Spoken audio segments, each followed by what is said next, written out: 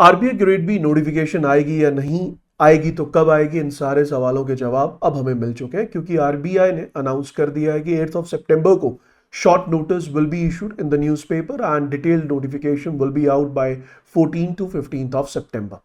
Keeping these two dates in mind, we can expect that the phase 1 examination will be conducted in the last week of October and phase 2 in the last week of November, which means technically if we count from today itself, we have almost 60 days to write phase 1 examination and 90 days to write our phase 2 examination. So keeping these strict timelines in mind, now current affairs is going to play a really very important role, especially the revision of the months which I have already covered is going to play a really very important role. As I have already discussed in my previous sessions, that if you are preparing for RBI Grade B exam, you should target at least May onwards, that is May to October 2025. Current affairs are important.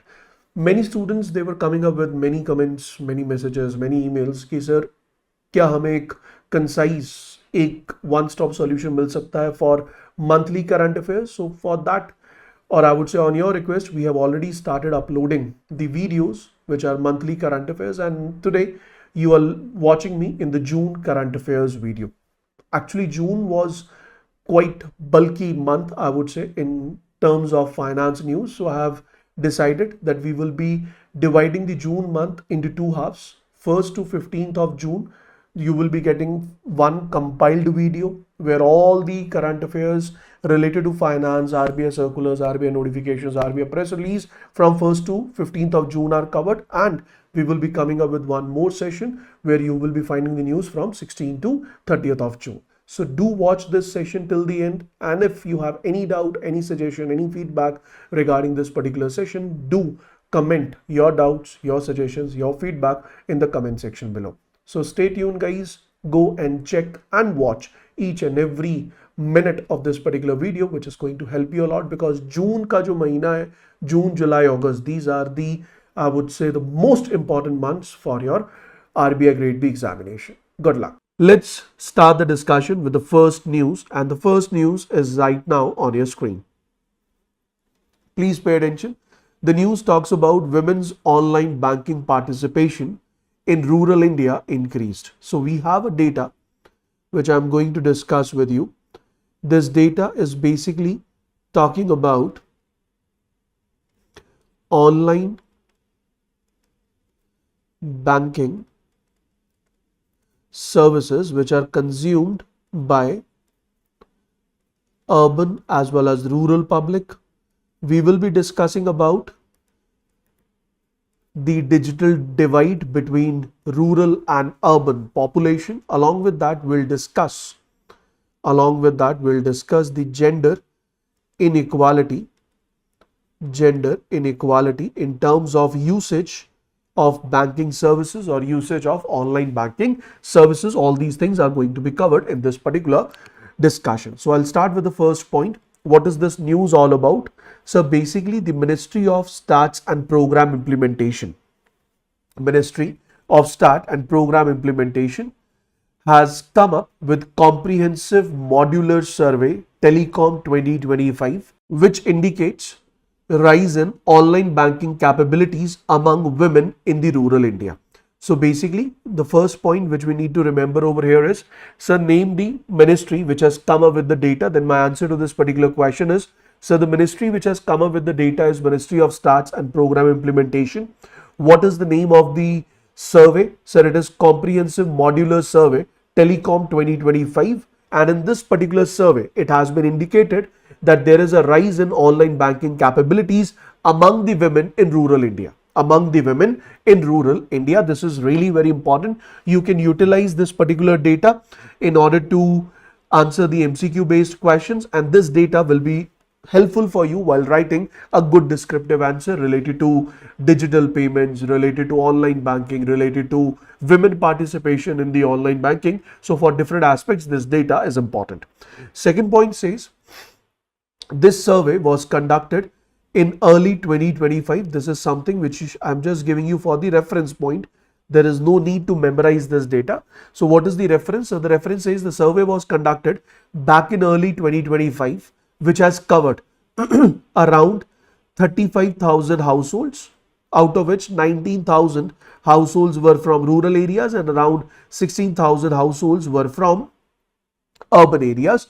If I talk about the total individuals who have been surveyed, it's around 1.4 lakhs. And if I talk about only rural public or rural individuals, it's around 82,000. So what I'm trying to say, if I talk about this particular survey, so what I was talking about the survey has been conducted for, what is the survey size? Sir, it is around 35,000 households, 19,000 household in rural areas, and on the other side we have around 16,000 household in the urban areas, and the total of 1.42 lakh individuals have been surveyed. What is important with respect to the examination point of view? So with the examination point of view, the first point, which is really very important, it says that 30% of the women in rural areas, they can perform online banking transactions. So 30% of the women in the rural areas, they can perform online banking transaction. This percentage was 17.1% in the previous year. That means there has been an improvement, and this improvement has been witnessed that 30% of the women in the rural areas, they can perform online banking transaction, in which I include RTGS, NEFT, even I include the payments like IMPS, NEFT, RTGS, along with that online making, as at the time of online purchase, you are making the internet banking, you are using the internet banking service and making the payment. That all comes under the category of online banking transaction. So this is 30%, which was 17.1% in the previous year. Now you must be wondering, sir, in rural area, if this increase has been witnessed, obviously this increase is because of the young population, because the young population, not only in urban area but in the rural area also, they are getting well connected to the banking services, to the digital services or digital payments. So this is the same reason due to which the percentage has increased from 17 to 30%, because the coverage in the young population category has increased. So if you can see, young women 15 to 24 years of age, they have witnessed doubled the percentage. That means around 51.4% of the women in the age group 15 to 24 years living in rural areas, they are capable to perform the online transactions. Last but not the least is rural men reported higher percentage at 73.3%, which was last year or last to last year it was 40.2%. So here, this is the point where you need to check the gender disparity or the gender inequality. So as you can see, in rural area itself, in the rural areas itself, 30% of the population, 30% of women, they are capable to perform the online transaction. But in rural areas, 73.3% of men, they are capable enough to perform the online transaction. So this is the gender inequality which has been witnessed in the rural area, Moving on to the second point. The next point talks about, in the urban areas, online penetration is obviously high, with 62.4% of the respondents aged 15 years and above, they can perform this transaction. So remember that if you ask me, overall nation, 48.9% of the surveyed population, or I would say 48.9% of the population in the age group greater than 15 years, they are capable to perform online banking transaction. Out of which in urban areas, the percentage is 62.4%. In urban areas, the percentage of online transaction, online capability is what? So that is 62.4%. This is the data which you need to remember. The next point is important regarding the UPI. So if I talk about UPI, so UPI has emerged as one of the most important and preferred channel for the online banking. Remember this point. In rural areas, 86.7%, in urban areas, 74.4% users, they rely only and only on UPI. So the users who are involved in online banking, the users who are involved in online banking, the users who are involved in, I would say, digital banking. Out of them, 86.7%, they are only and only dependent. They are only and only dependent on one, that is UPI, and 74% in the urban areas, they are also dependent. They are also dependent only and only on one, that is again the same, which we call it as what? So we call it as UPI. Is this point clear? Moving on to the next point. What does the next point says? So the next point says online purchasing habits, approximately 24.5%. Approximately 24.5% of Indian households, they have made purchases in last 30 days in terms of online purchasing habits, out of which 16% fall in the rural areas and 39.4% fall in the urban areas. So this is the data related to your online purchase habits. This is the data related to the online purchase habit. Last but not the least, is not very relevant with respect to your finance. It is more relevant with respect to the ESI segment, that is internet usage has also increased. So this is the data on internet usage, which you can just read. But for finance related, point number 6 is very important, which talks about online purchasing habits. It talks about the dependency on UPI. It talks about urban population capable of making the online transactions. After that, the last point, which is important, is related to rural areas, women as well as men transaction, as well as the capability of young women in the rural areas to perform online transactions. And this percentage also shows the rural, gender disparity, gender digital divide in terms of utilizing the online banking services. Is this point clear? एक point अगर clear है, एक point अगर clear हुआ है, तो just give me yes sir, so that I can move on to the next news. Moving on to the second news of the day. What does the second news says?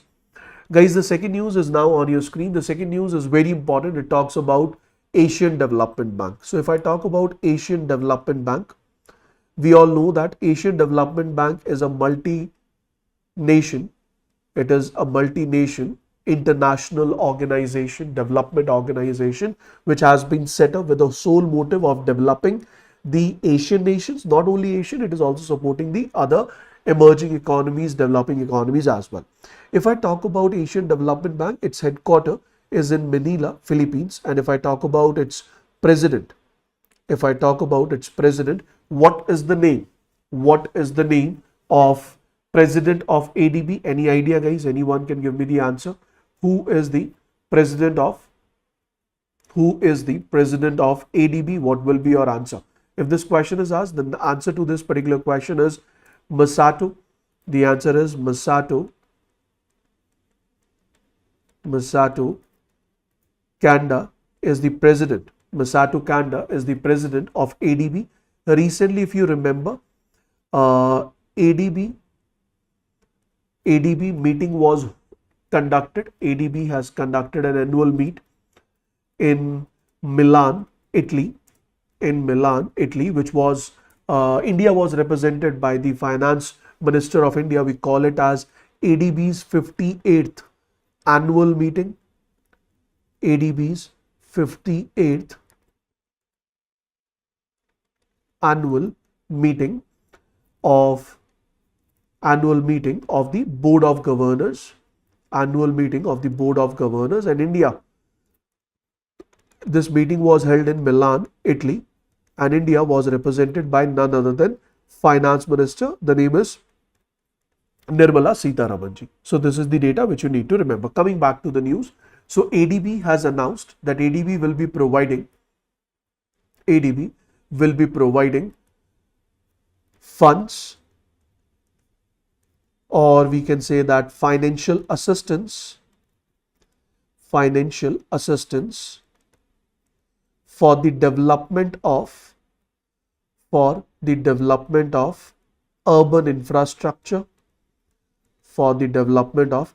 infrastructure, and these funds which are going to be provided, so these are going to be provided directly as a loan to the government, which we call it as sovereign debt, as well as it will be provided to the private investors to the private companies as well. So the private companies, they can also borrow the funds from Asian Development Bank if they are involved in the projects which are trying to or which are promoting and increasing or resulting in the development of urban infrastructure. So what all points we have to understand over here? So Asian Development Bank announced a transformative 5-year plan aimed at enhancing urban infrastructure across India. Second point is the initiative will mobilize. So under this particular initiative, the target is to mobilize $10 billion. So in next 5 years, $10 billion will be mobilized by ADB to promote, in order to promote what? Sir, in order to promote urban infrastructure of the country, that is India.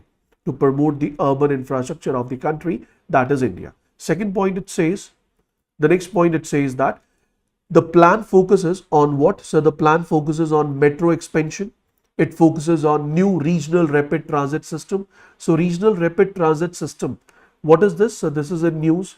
Whenever this question is asked that what do you understand by regional rapid transit system? So regional rapid transit system is basically it refers, or it is referred as semi to high speed rail system, which is basically designed for the regional transportation in order to connect cities and towns within a large metropolitan area. So in India, National Capital Region, that is NCR, National Capital Region Transportation Corporation, has implemented or it is implementing RRTS project like Delhi to Meerut corridor, where Delhi is going to be connected to the Meerut under this rapid or regional rapid transit system. So this project will provide finance, funding, financial assistance for more of these kind of projects, and as well as it will provide funding for the sustainable urban development projects.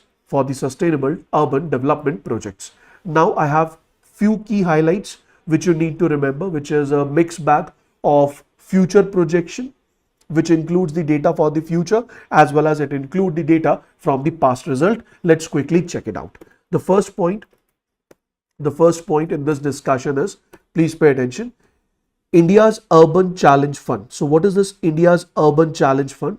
ADB is going to attract private investment. Where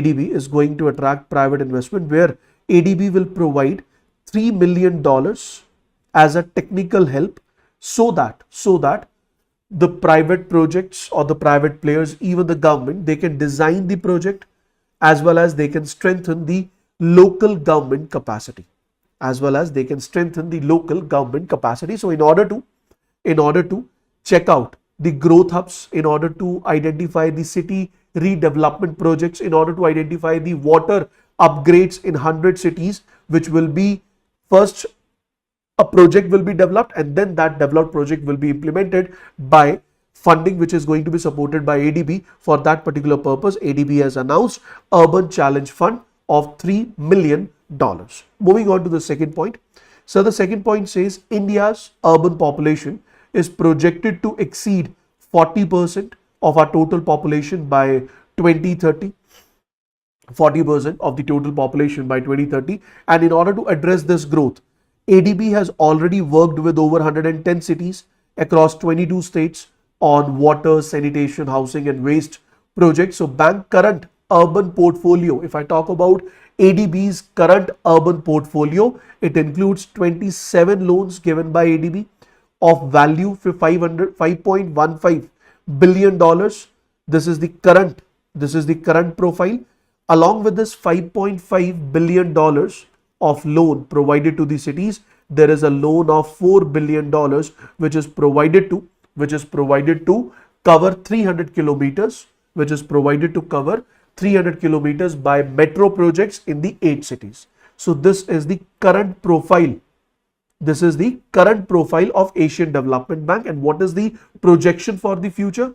So the projection for the future is ADB is committed to rural development, include initiatives in food system, entrepreneurship, job creation.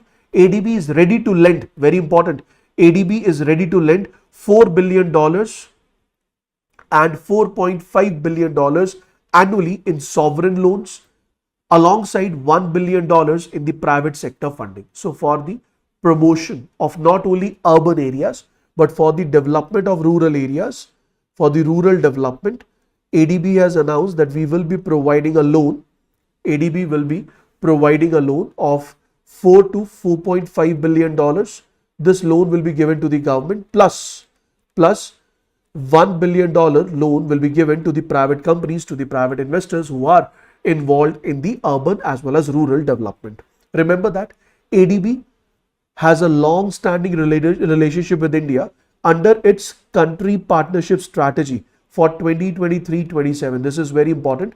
Under the country partnership strategy for 2023-27, ADB is prepared to provide $5 billion every financial year, which includes about $1 billion in non-sovereign operations to stimulate additional private investment.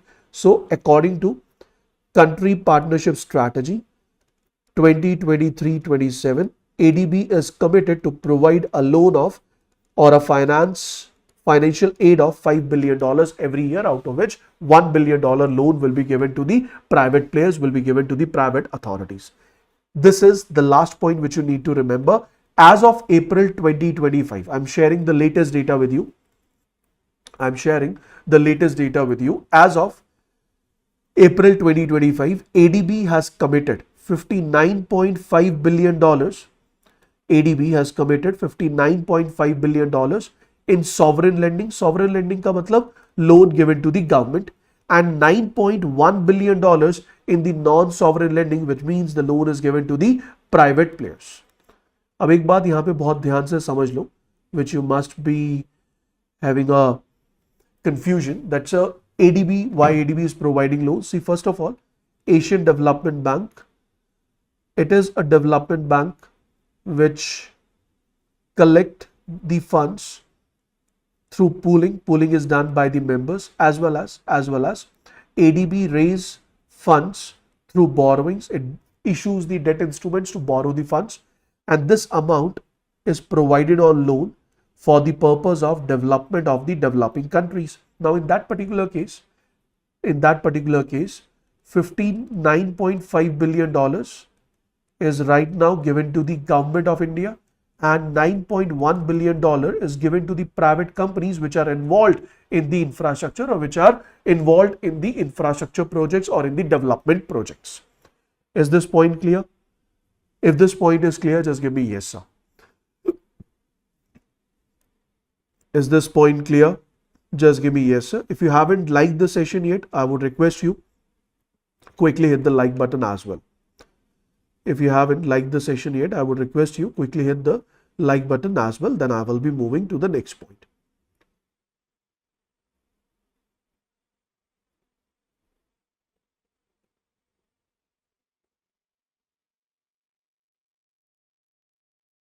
Done, guys? Shall we move ahead?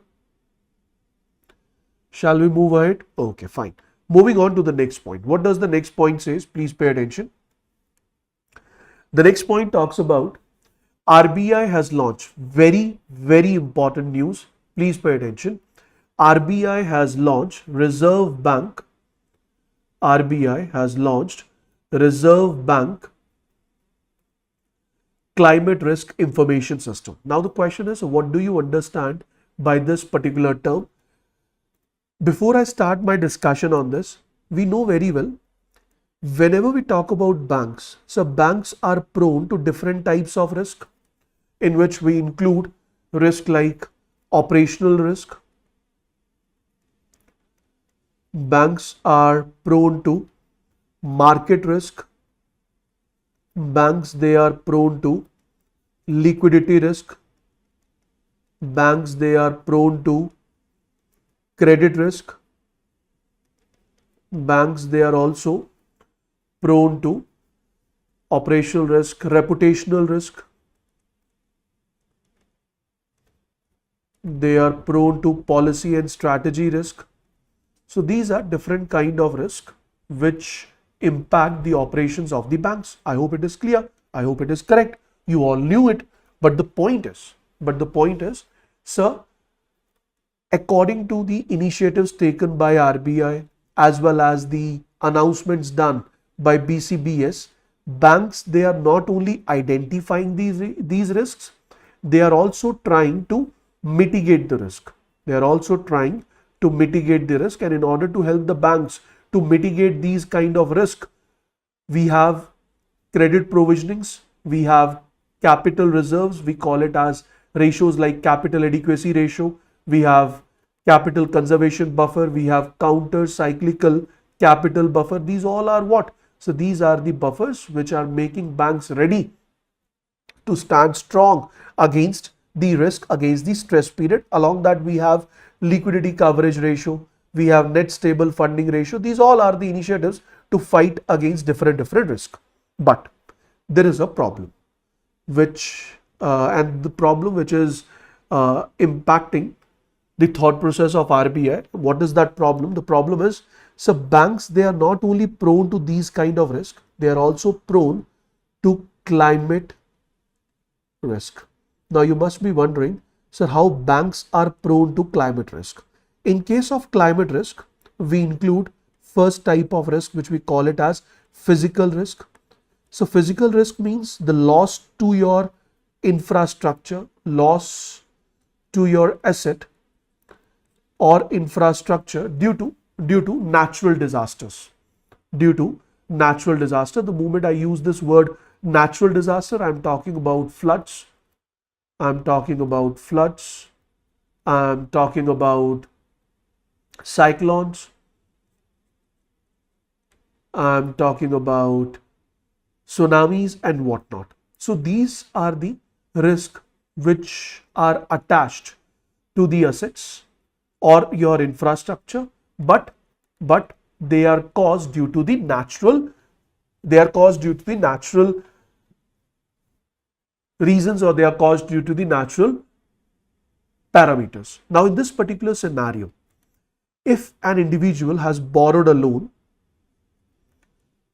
to construct a hotel, let's say this hotel is constructed in Uttarakhand, which is prone to landslides, So in this particular case, bank risk is not only credit risk, it also involves the climate risk, which involves physical risk, which involves landslides, which may impact or which will result in physical loss on the asset, and this physical loss on the asset will not leave or will somehow result in non-repayment of the loan, and the loan will be declared as NPA. So this is the first situation to which your banks are prone of. Second situation is, or the second type of risk in this category is your transition risk. Now the question is, how you define this word transition risk? If this question is asked, transition risk, so transition risk basically means the whole world is trying its level best and they are trying to shift towards the policies, the technologies, the market sentiments of low carbon economy, Let's say bank has given a loan to an organization or to a company, to a manufacturing unit, but now public is not purchasing the goods manufactured by this manufacturing unit, because this manufacturing unit is causing pollution, or I would say causing air pollution.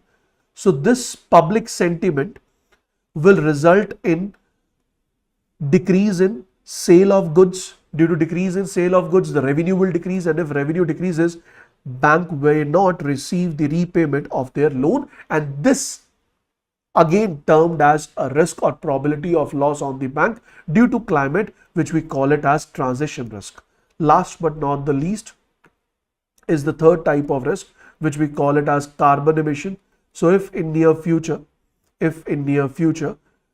government come up with certain criteria that a factory is allowed to emit X unit of carbon emission only, then in that particular case bank has given loan to a factory, but this factory is not running on its full capacity in order to avoid this carbon emission, and in order to avoid the carbon emission, it's not running in its full capacity. Obviously it won't be able to generate adequate revenue. If it won't be able to generate revenue adequate revenue, won't be in a position to pay back the loan. So these are the climate risks which prevail on the banking sector as well as the other NBFCs and the other lending institutes. So RBI back in February 2024 has introduced a framework where RBI invited the public comments or public feedback on that particular framework, where RBI said that RBI should come up with a framework, RBI should come up with a framework,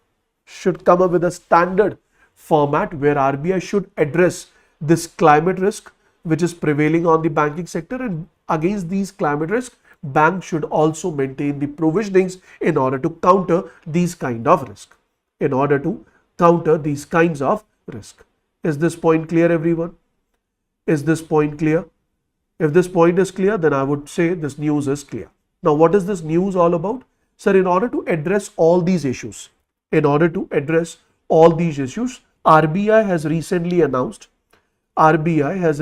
announced climate risk information system. So this climate risk information system is basically a data platform which is aimed at fixing the gap in climate related financial information, so that bank can use this platform in order to collect climate related data so that they can estimate their risk associated with they can calculate their risk associated with their operations due to climate change. So that is basically climate risk information system. Let's quickly read about it. So the first statement says, Reserve Bank of India has launched climate risk information system, which is a data platform aimed at fixing the persistent gap in the climate related financial information.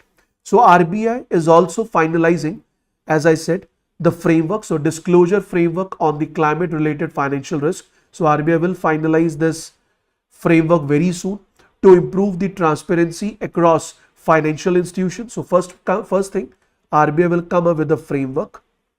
What is this framework all about? Once this framework is presented, we will be discussing it in much detail as we always do. So it is basically framework on climate related financial risk. Framework on climate related financial risk. Second point is RBI has introduced on tap. On tap means today if you want to test, if you are a fintech and you want to test any product, related to the climate risk, and sustainable finance, then RBI has announced on tap cohort. On tap cohort means you just go to RBI, fill in the application that, sir, I have a new product, I have a new software, I have a new application which I have developed where climate risk can be estimated for financial transactions. Climate risk can be estimated by the banks in order to pre-decide the provisions they need to keep or what is sustainable finance. All these things or all these things related, any innovative product has been launched, then that particular product can be tested on the regulatory sandbox. और अब आपको मैंने बताया था when we have discussed about regulatory sandbox in much detail, उस दिन मैंने आपको बताया था कि regulatory sandbox क्या है sir? It is basically a testing zone where you can test your products, your applications, your financial services before going public. And on tap basically means today if you want that RBI's regulatory sandbox should test your product with limited number of users, then you can apply as per your will, because they are accepting on tap applications, on demand applications. Is that clear, everyone? Okay, moving on to the next point. The third thing is RBI is also hosting Greenathon, where RBI is running the competitions, or RBI is coming up with a number of competitions where the participants, they come up to solve the problem related to the financial risk, or I would say climate risk associated with the financial institutes. That is a point. So these are the three initiatives which have been taken by RBI. Remember that this data platform was first proposed by RBI during bi-monthly monetary policy meeting in October 2024. Then in February 2025, a proposal was given. Now the proposal is on the final, I would say, transaction, or it is on the final final discussion. Once it will be finally discussed within the RBI, it will be presented on the RBI website itself. The next point is the new data platform which we are talking about. It has two parts. This new data platform, it has two parts. The first part we have is web-based directory listing various data sources. So we have a web-based directory where you have your meteorological source of data, you have geospatial source of data which will help you to analyze your weather climate in the near future. Second is a restricted data platform which will be available only and only for the regulated entities as well as financial institutes which offer processed as well as standardized database. So this is open for all. If you want to check, you can check this data, but specifically data for the regulated entities and financial institutes which is in, I would say, processed in standardized manner, that comes up with the restricted access which will be provided only and only to the regulated entities. As I said, there are three gaps. There are three risks associated with climate. One is physical risk, one is transition risk, and the third one is carbon emission. In country like India, which is a developing country, right now we don't have any kind of carbon emission limits, unlike on the developed nations. So we are not prone to carbon emission related risk, but we are still prone to two types of risk. One we call it as physical risk and the other one we call it as transition risk. If I talk about the physical risk arises when due to the natural disaster like floods, cyclones or maybe tsunamis. Estimates of financial risk depends upon the hazards like geographical susceptibility to extreme weather conditions, vulnerability data which include information about the historical financial losses. तो physical risk का मतलब कि आपकी जो asset है उसमें क्या loss होगा due to the climate, due to the natural disasters, और ये उस पर भी depend करेगा where it is located. For example, the way I took an example of Uttarakhand, in case of Uttarakhand, if you are talking about landslides, so the probability of landslide is very high in Uttarakhand. So the risk value or the risk probability, or I would say the probability of loss will also be high. So if the probability of loss is high, you need to maintain high provisioning. Second point is transition risk. So transition risk basically means shifts in policy, technology or market sentiments. The way I said, I am manufacturing a product. For example, Mrinal was asking about a particular example. So Mrinal, let's say I am the one who is involved in crocodile skin leather shoes manufacturing, but due to this environmentalist and all, no one is ready to purchase these crocodile leather shoes. So it will impact my business. If it is impacting my business, that will result in risk on the bank which has provided loan to me. Now on the other side, if I am into a manufacturing business, I am manufacturing a good named X, and while manufacturing this good X, it is resulting in huge carbon emission. And now government is asking the public that you should not purchase this product because in order to manufacture this product, huge carbon emission is done. Obviously, the one who is concerned about environment, he or she will not purchase my product. My product demand will decrease, my revenue will decrease, and my capacity to repay my loan will decrease, which will in turn result in loss on the bank which has provided loan to me. Is it clear, Mrinal? Is it clear? If it is clear, just give me yes, sir. Yes, Durvesh, in this session itself, we cover the financial news, which cover the banking world news, as well as we cover the RBI circulars. So if you want to check what level, up to what depth we cover the circulars, then I would say do attend 7 sessions. Take a challenge of attending 7 sessions. I assure you, if you have attended regular 7 sessions in this particular series, you won't be able to leave it because each and every content is provided in a much needed and much required manner for keeping in mind your RBI Grade B examination. Last but not the least is the new system will lead to more rigorous climate risk evaluation. Now you can evaluate the climate risk more appropriately and it will support informed decision making across India's fiscal sector. So now the financial sector will take a more informed decision while maintaining the reserves to counter climate risk. So I hope what is climate risk, that is clear. What has been launched by RBI, that is clear. What other initiatives beside this has been taken by RBI is clear. If all these 3-4 terms are clear, just give me yes sir, so that we can move on to the next news.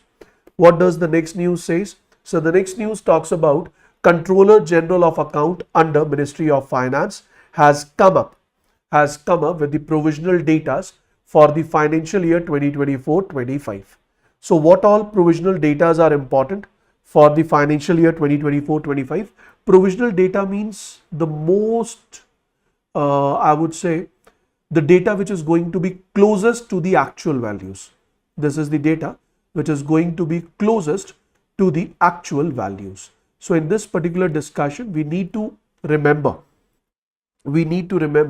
what all data. Please pay attention, guys. First thing which you need to remember, which you need to learn, is fiscal deficit. As per the latest estimate, fiscal deficit is expected to be, or the provisional data for fiscal deficit, I hope you all know what is fiscal deficit. That is overall expenditure done by the government minus overall receipts of the government. So here we have the fiscal deficit, which is 515.77 lakh crore rupees. If I calculate it in terms of percentage to GDP, so it is 4.77% of GDP. It is 4.77% of GDP. What was the estimate? If I talk about the budget estimate which was given at the time of presenting 2024-25 budget, it was greater than 16 lakh crore rupees. But when the latest budget, that is 2025-26 budget was presented, in that budget revised estimates were presented and revised estimates were 15.70 lakh crore rupees. According to revised estimates, we were expecting that it should be 4.84% of GDP, but now it has dropped down to 4.77% of GDP. एक चीज समझ आ रही है आपको? This is very important which you need to understand. This is very important which you need to understand कि sir अगर आप absolute value देखोगे, the absolute value has increased from 15.7 to 15.77. अगर आप देखो इन दोनों में जो absolute value है वो तो increase हो गई, but in terms of percentage as GDP it has decreased. ऐसा कैसे possible है sir? It is possible because if I talk about the GDP estimates, so GDP estimates are 3,30,068.68 lakh crore rupees. It is the nominal. I hope you understand. Nominal GDP means the GDP calculated on the current prices. This is what? So this is the provisional data. This is the provisional data of GDP. But what was the revised estimate of GDP? So the revised estimate of GDP was 324.11 lakh crore. तो यहां से ये point clear हो गया. कौन सा point clear हो गया कि sir 15.70 lakh crore was 4.84% of GDP. This one, but 15.77 lakh crore is 4.77% of GDP. Which GDP I'm talking about? Guys, I'm talking about the provisional data of 330,000.68 lakh crore rupees. ठीक है जी, समझ आया point? Is this point clear? Shall I move on to the next point? अगला point जो इस सारे discussion में हमारे लिए इंपॉर्टेंट है, the next point which you need to remember is that is related to capital expenditure. If I talk about the capital expenditure for the financial year 2024-25, what is the provisional data? Then my answer is provisional data is 10.5 10.52 lakh crore rupees. The provisional data is 10.52 lakh crore rupees. What was the revised data? So revised estimate was 10.18 lakh crore. That means it's doing well. And what was the data for 2023-24? So the data for 2023-24 was 9.49 lakh crores. अब बहुत सारे students आप में से ये सोच रहे होंगे कि सर पता नहीं आप स्क्रीन पे लिख क्या रहे हो. वी हैव अ इशू कि what is the difference between revise data and provisional data. So I am just giving you. देखो सबसे पहले we come up with the budget estimate. So budget estimate is given 1st of February for the upcoming financial year. Let's say on 1st of February 2024, budget estimates were given for the financial year 2024-25. ठीक है जी. Then these budget estimates, they were revised.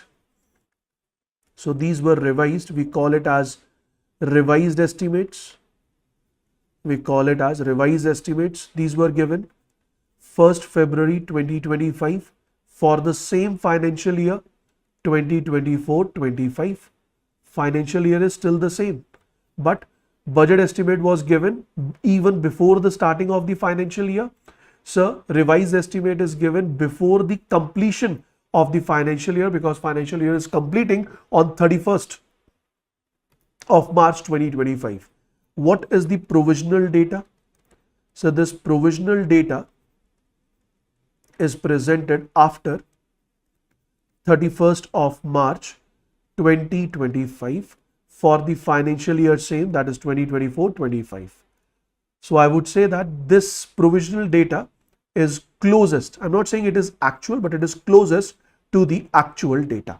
And this time this provisional data is given by whom? So this provisional data which we are talking about, it is given by Comptroller General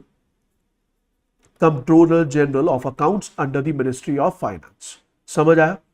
अरे बोल यार, समझ आ गया? यहां तक clear हुआ? Is everything clear till this point?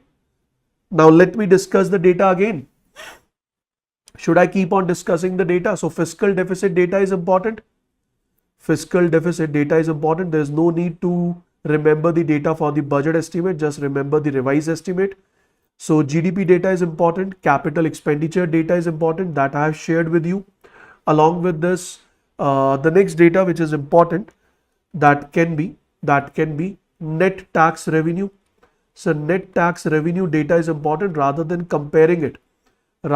comparing this data with the revised estimate, I'll compare it with the last year data only. So it is 24.99 lakh crore rupees. It is 24.99 lakh crore rupees for financial year 2024-25. For financial year 2024-25, which was of value 23.27 lakh crore rupees for the financial year 2023-24. For the financial year 2023-24. Last but not the least is I have a data for you all that is related to what we call it as non-tax revenue. Non-tax revenue. This is the entire data which you need to remember. In case of non-tax revenue, the value is 5.38 lakh crore rupees. What is non-tax revenue? So non-tax revenue means that revenue which is generated through PSU profits, revenue which is generated from the surplus which has been received from RBI. I hope you remember revenue generated from fees and fines. These all are termed as non-tax revenue, and this was 4.02 lakh crore rupees in the financial year 2023-24. So this is financial year 2023-24. This is financial year 2024-25. I would like to add one more point, that is RBI surplus. So for the financial year 2024-25, RBI has transferred 2.69 lakh crore rupees of surplus to the government, which will be added it will be added in the 2025-26 data of the government, क्योंकि government को तो ये पैसा कब मिला है, 1 अप्रैल के बाद मिला। और लास्ट ईयर अगर मैं बात करूं for the financial year 2023 for the financial year 2023-24, RBI has transferred a surplus of 2.11 lakh crore rupees to the government, which was added into the government's data जो हम अभी डिस्कस कर रहे हैं, that is 2024-25. I hope this point is clear. Any doubt, guys? Any doubt till this point? Is there any doubt till this point? If you have any doubt, you may ask, please. Rest the data is on your screen now. You can read it quickly. So the key highlights include fiscal deficit data, as I discussed. There's no need to discuss it again. Then I have given you the percentages with respect to GDP, that has been discussed. GDP data I have already shared with you. This is written over the screen. On the screen now we have capital expenditure. This we have net tax revenue. Then we have non-tax revenue. We have 2.11 trillion dispersed amount, which is 141% increase over the previous year. So from 2023-24 we have given 2.11 lakh crore rupees. V means RBI has transferred this fund to the government, and this has witnessed 141% increase with respect to 2022-23. But if I talk about 2024-25, for this financial year, RBI has transferred 2.69. RBI has transferred 2.69 lakh crore rupees, where we have witnessed an increase of 27.3%. So this data is also important. Just remember it. If any question can be asked, if any question is asked, you can answer it pretty well. Last but not the least, government is trying its level best to decrease its fiscal deficit. So government is estimating to reduce its fiscal deficit to 4.4% in the financial year 2025-26 and 4.5% in the financial year 2026-27. So this is the data which you can just read. I have given it for your reference if you have any doubt. Now, the next point is, sir, RBI is trying to internationalize INR. So what is this? What is the meaning of this term that RBI is trying to internationalize INR? It basically means RBI is trying its level best that whenever India is making a trade with some other country, the settlement of the trade should be done in INR. So how is it possible that the settlement should be done in INR? There are few options. The first option we have is a bank of a country C1 can open up an account in Indian bank. Let's say they open up an account in SBI, and this account will be maintained in INR, which we call it as Vostro account, which means your account with us. So bank 1 has maintained a rupee account with SBI, and the customer of bank 1 is CC1 has purchased goods from one of the individual from India. So the moment he has purchased the goods, now it is time to make the payment against these exports done by Indian individual, that is II1.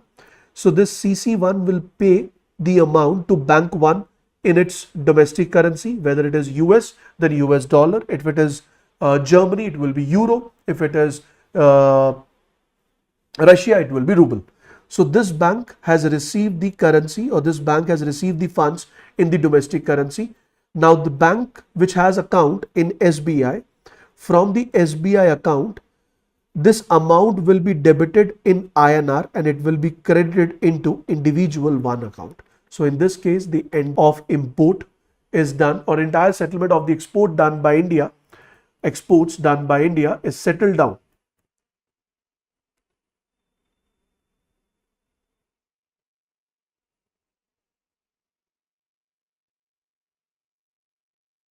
So export done by India is settled down. Exports done by India is settled down in which currency? Sir, it is settled down in the Indian rupees itself. Similarly, if Indian bank, let's say SBI, let's suppose SBI is having, a branch in country C1, and if SBI is providing loan to this customer in Indian rupees, then that customer can make the repayment of its exports to India in INR only, which will reduce the dependency on foreign currencies like US dollar, as well as it will increase the circulation of INR in the world. It will increase the circulation of INR in the world. So with respect to this, I have an update for you, which I will be discussing. Please pay attention. I'm just cleaning the screen. Yes. So what is the news all about? Sir, RBI is trying its level best in order to internationalize the Indian rupees. So RBI proposal is that RBI suggested that the domestic banks as well as the foreign branches of Indian domestic banks, they can lend rupees to the non-residents. They can lend loan in rupees to the non-residents or to the foreigners. So initially this would focus on neighboring countries such as Bangladesh, Bhutan, Nepal, Sri Lanka. मतलब क्या हुआ, अगर SBI की branch Bhutan में है तो SBI की branch की मदद से भूटान में लोन दिया जाएगा भूटान की पब्लिक को इन INR, so that they can use this INR in order to pay their travel bills if they are traveling to India, or in order to pay their import bills, whatever goods or services they are importing from India, which will undoubtedly internationalize the INR. It will internationalize the Indian rupees in the world. Okay. So once it is successful, then it will be the same services will be provided to the entire world. So in the financial year 2024-25, India exports to South Asia amounted approximately $25 billion. So out of the total exports, our $25 billion export was done to South Asia, out of which 90% of these exports were dedicated to Bangladesh, Bhutan, Nepal and Sri Lanka. That means ये जो $25 billion का import किया है बांग्लादेश ने, श्रीलंका ने, नेपाल ने या भूटान ने from India, rather than receiving dollars from them against this export done by India, it's better that first we'll give loan to these individuals, or we give loan to the entities which are purchasing goods from India in these countries, and then the repayment will be done in INR alone, which will replace the dependency on dollars to dependency on Indian rupees. That is what has been tried. Not only this, RBI in the past has taken up many initiatives where RBI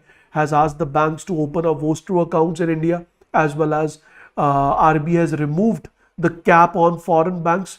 With Vostro accounts, they can even buy the short-term government debts in the country. At present, very important, at present the foreign branches of Indian banks, they are limited to provide loans in foreign currency only, but now RBI is suggesting that the Indian banks, which are holding branches outside India, they will be providing what? So they will be providing loan to the foreign residents, to the non-resident Indians, or to the individual who is not India's resident in the Indian currency. Currently, rupee liquidity in the other countries is available only through the limited number of government-backed credit lines. So right now, INR is available. Reduce this dependence. So in order to increase the sources of INR in the global economy, RBI has come up with this particular step.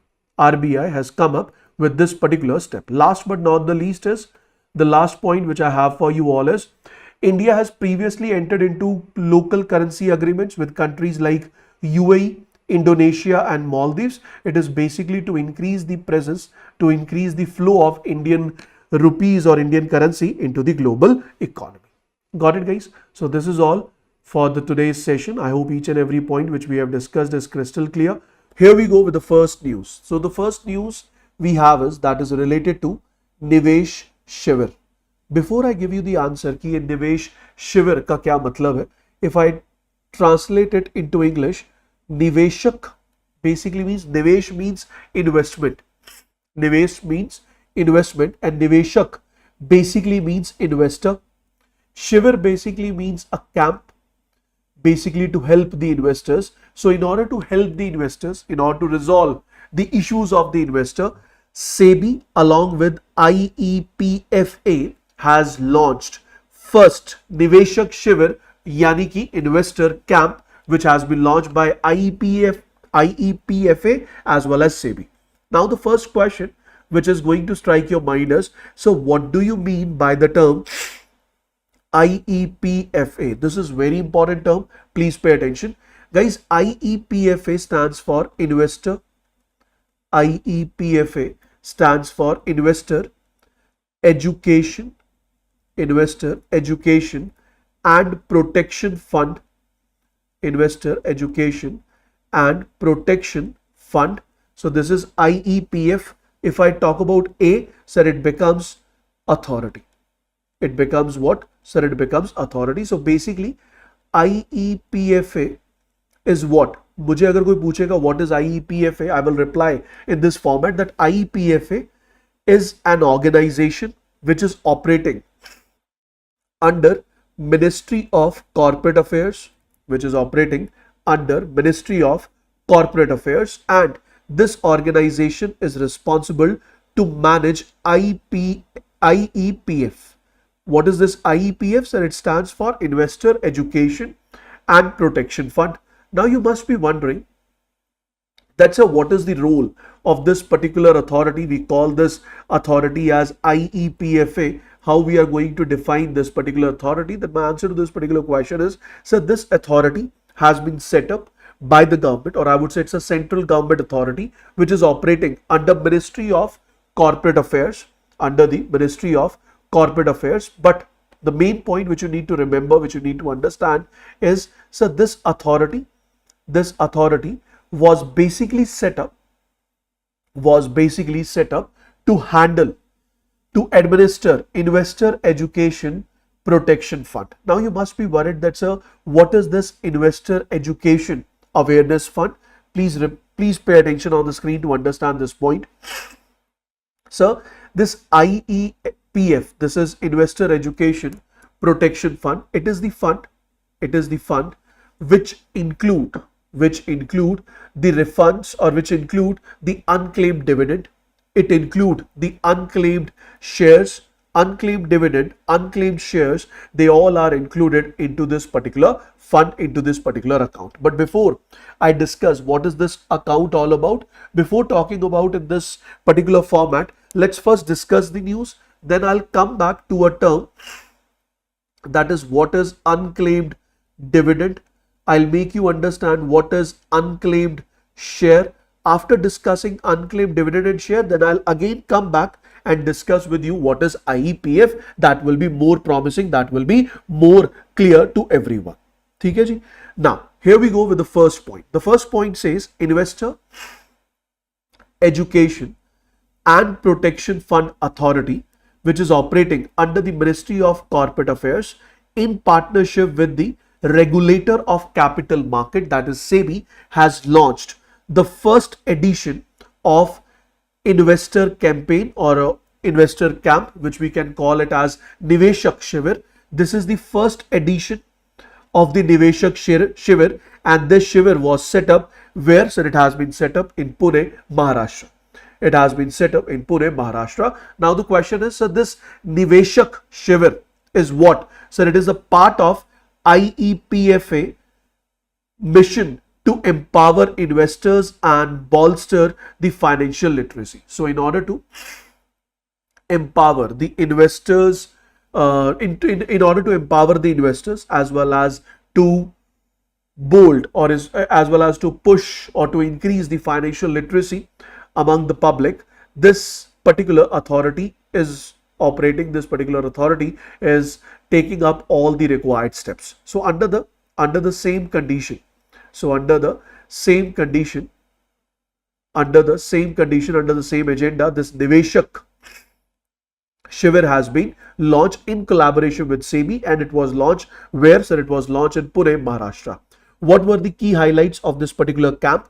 If I talk about the key highlights, the first one is, so as I said, it aligns with the ultimate goal, ultimate objective, ultimate aim of IEPFA, that is to widen the investor outreach initiatives. That means the investors The information with the investor should increase. Investors become more financially literate so that they can invest in an appropriate manner, which will undoubtedly increase the confidence of the investor. And the moment the confidence of the investor will increase, that will result in increase in investment in the share market or investment in the capital as well as money market, as well as was conceptualized to guide investors in resolving pending issues. So first is, we will provide you with the financial literacy, we will provide you with the financial information which you need if you want to become a good investor. But along with that, if you have any problem, if you have any pending issues related to unclaimed dividend,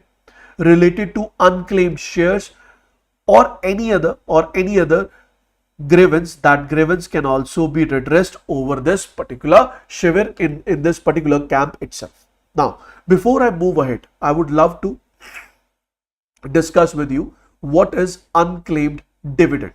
What is unclaimed dividend? See, first of all, what is dividend, guys? We all know that when a company earns profit, I hope you know this entire format. First, we talk about the company's total sale. That is the company's total revenue. From the total revenue, we subtract the cost of goods sold. We reach to a term that is gross profit. From gross profit, we subtract the operational expenditure and we reach to a point which we call it as operational profit, and even it is termed as earning before tax, interest, depreciation and amortization. The moment you subtract interest, the moment you subtract depreciation, the moment you subtract amortization, you reach to a term that is known as earning before tax. Now you pay the corporate tax and you reach to a term which is known as earning after tax. We also call it as net profit. Now this net profit is distributed to the shareholders, and the amount which a shareholder receive out of the net profit corresponding to the shareholding of the shareholder. For example, if I am a 10% shareholder of the company, then obviously I will be receiving 10% of the net profit if company is distributing the 100% value of the net profit. So that is my dividend. But if this dividend is announced by the government, if this dividend is announced by the government, this dividend is paid to the shareholders, but being the shareholder of the company, let's say my name is Madhav, I am the shareholder of the company, but I haven't received dividend, then that will be termed as unclaimed dividend. Now the question is, unclaimed, or even we can say uncashed dividend, how we define them. So unclaimed dividend is basically the payout from the company that was declared, but it has never received by the shareholder. And what could be the reason why you have not received your dividend? So the first reason is you might have changed your address, because of which your contact details were not up to date. Second could be you have given the old or invalid bank account details, so where they will credit the dividend amount was not able to credit it. Death of the shareholder, because of which shareholder has never ever claimed the dividend. Even I purchased a share of a company, Infosys, let's say, and initially the dividend was very low. So in the initial days, I have ignored or neglected the dividend value because it was pretty low. But over the period of time, the amount which was minor at first, it has accumulated over the period of time, and it can turn into a substantial amount. If not claimed, then it will be termed as unclaimed. It will be termed as unclaimed dividend. Now, this unclaimed, this uncashed dividend remains with the company for 7 years. But if no dividend is claimed for 7 years, then after 7 years, this unclaimed dividend will be transferred to an account, and we call that account as IEPF, which stands for Investor Education Protection Fund. So in this account, this amount is credited, and this amount is basically utilized for empowerment of the investors, for increasing the financial literacy, to the public. So this is how this account is going to be utilized, and this account is maintained under Ministry of Corporate Affairs. Now I have a point over here. अगर आपको याद हो, जब आपका deposit with the bank remains unclaimed. So we call the deposit as unclaimed deposit if you have not utilized, if you have not used that account for 10 years.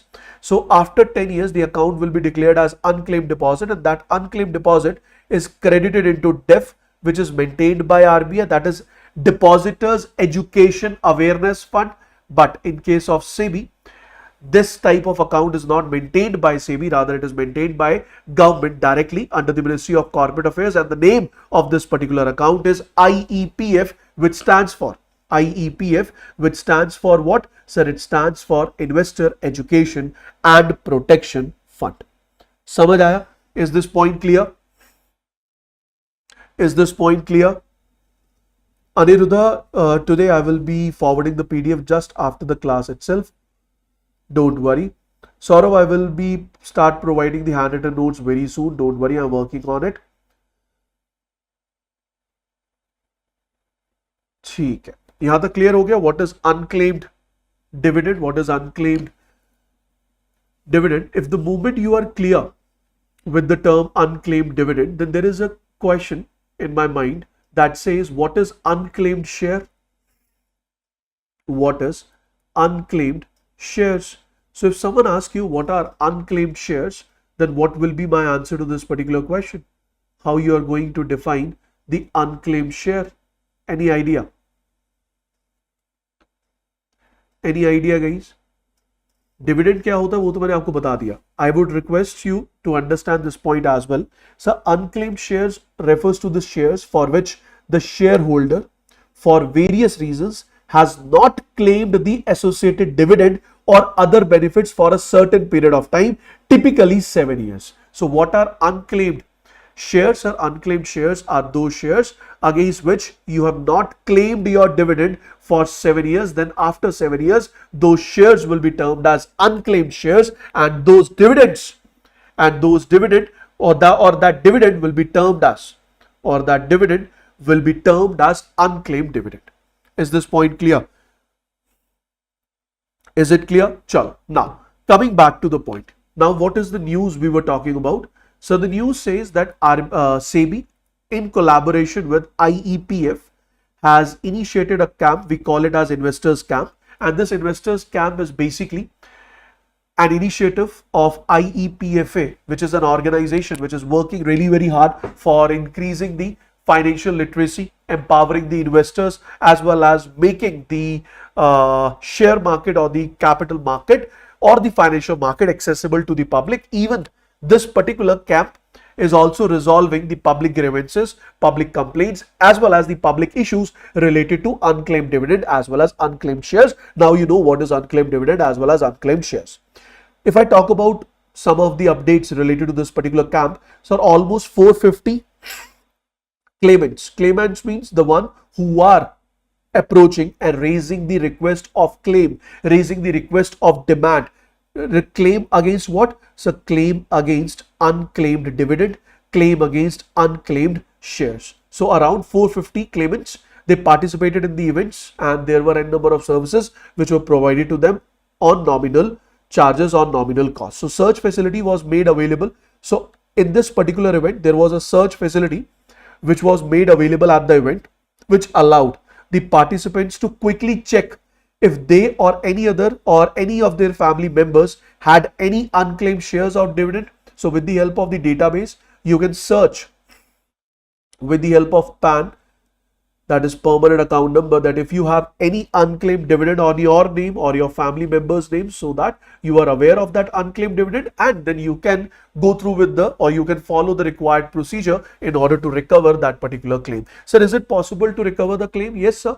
The moment your account or your dividend is declared as IEPF, that means your claim is transferred into the IEPF, then in that particular case you raise a request, and the moment you raise a request, the funds will be credited into your account. I'll discuss this, give me few more minutes. In this event, there was one more initiative which was taken, which I want to discuss over here, that is National Security Depository Limited.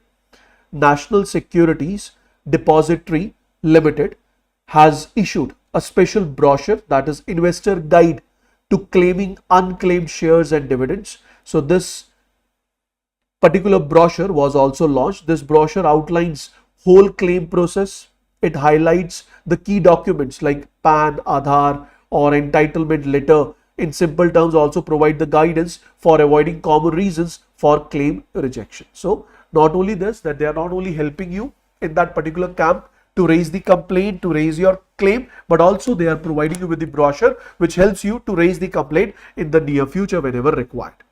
Is this point clear till this part? If you have any doubt till this point, you may ask, please. If you have any doubt till this point, you may ask, please. Otherwise, I'll move on to the next term. I'll move on to the next term, and my next term is IEPF. My next term is IEPFA, that is Investor Education and Protection Fund. Chalo, that means no doubt. Fine. Chalo, let's move ahead. So if someone asks me, guys, what is this IEPFA? As I started, for the administration of Investor Education and Protection Fund of Government of India, on 7th of September 2016, yes, Investor Education and Protection Fund Authority was established under Section 125, yes, under Section 125 of Companies Act 2013. So this particular authority has given the responsibility of managing Investor Education and Protection Fund. This agency is responsible to make the refunds of shares, refunds of unclaimed dividend, refunds of matured deposits or matured debentures to the investors, and to promote awareness among the investors itself. Now the question is, sir, this particular amount which is credited into IEPF, how this amount is utilized? So the refund which is received against the unclaimed dividend, against the matured debentures, against the unclaimed shares, the applicant money which is due for refund is being credited into this particular account. So the amount which is credited in this particular account will be utilized for the promotion of investors' education, as well as increasing the awareness among the population and empowering the investors so that they can perform really very well, or they can utilize the financial sector services and benefits in an appropriate manner. Is this point clear? Okay, let's move on to the next point. Now the next point is, sir, who is going to be the chairman of this particular organization? So this particular organization, as I said, it is operating under Ministry of Corporate Affairs. It is the central government organization. Obviously, it is headed by the individuals from the government directly. So obviously the members or the individuals from Ministry of Corporate Affairs, they are responsible for heading this particular organization. Is this point clear? The name of the head is not important. No one is going to ask you the name of the head. I hope this point is clear. Chalo, moving on to the next news. What does the next news say? Achha, what kind of question can be asked? They can ask you, first question, very easy, Pune, Maharashtra, where is the location? Second is they can ask you about IEPFA objective. Third is they can ask you about unclaimed dividend as well as matured debentures for which the funds have not received. And lastly, they can talk about in the examination regarding the special brochure which has been issued by NSDL, that is National Securities Depositories Limited, and the name of the brochure, that is Investors Guide to Claim Unclaimed Shares as well as Dividends. ठीक है जी, clear हो गया? चलो, let's move on to the next point. Here we go with the next news. The next news is very important. RBI has recently released data regarding the scheduled commercial bank deposits as well as scheduled commercial bank credit growth in India. So first of all, so where this update is available, if you want to check this update, you want to check this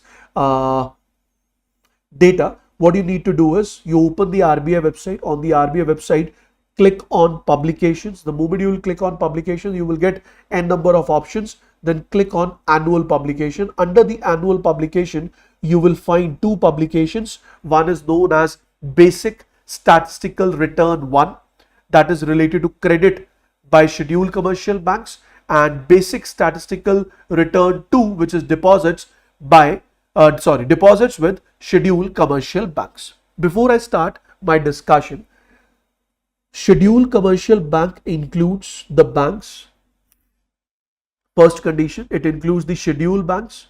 What are scheduled banks? So those banks which are registered under second schedule of RBI Act 1934.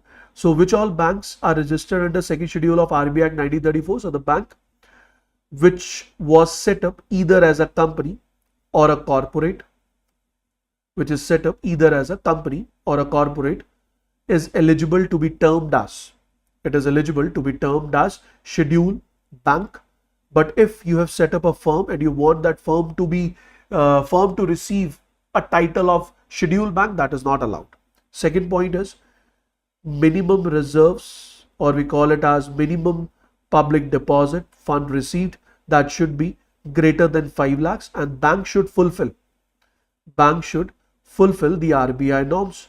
So the bank which follow these three conditions, we call that bank as scheduled bank, and RBI register those banks which follow these conditions as a scheduled bank under second schedule of RBI Act 1934. Remember that RBI provide banker service to scheduled banks only. That means RBI provide loan, accept surplus from scheduled banks only. To non-scheduled banks, RBI do not provide any kind of service. RBI do not provide any kind of advice. RBI do not act as a lender of last resort for non-scheduled banks. Once we are done with scheduled banks, what is the second condition? So the second point is commercial banks. What are commercial banks? So commercial banks are those banks which possess defined partnership, which possess defined shareholding. Whenever a shareholding is defined, that bank can only be termed as commercial bank, which means the bank is registered as a company, not as a corporate society, because in the cooperative society your ownership is not predefined. In case of cooperative society, liability is unlimited, unlike in a company where liability is limited up to a value of your shareholding. In case of commercial bank, this is a bank which is operating with the motive of earning profit, and profit is distributed among the shareholder as per their shareholding. Last but not the least is it is involved in public dealing. So which means in scheduled commercial banks we include public sector banks, SBI, PNB, all are included. Then we include private banks, even we include foreign banks, even we include regional rural banks, but cooperative banks, they are not included under the category of scheduled commercial banks, because they are termed as scheduled non-commercial banks, and scheduled non-commercial banks include cooperative banks, which include state cooperative banks, urban cooperative bank, district or central cooperative bank. So this means this particular data which we are going to share today, which we are going to discuss today, it is related only and only to these four categories of banks which are collectively termed as scheduled commercial bank.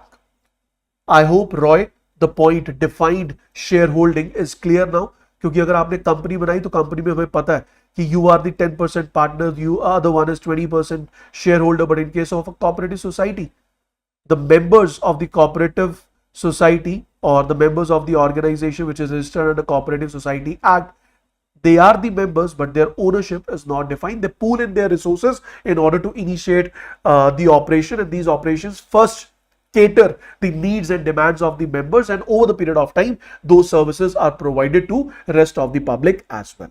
I hope it is clear. Now let's talk about the news. So what is this news all about? So the news is about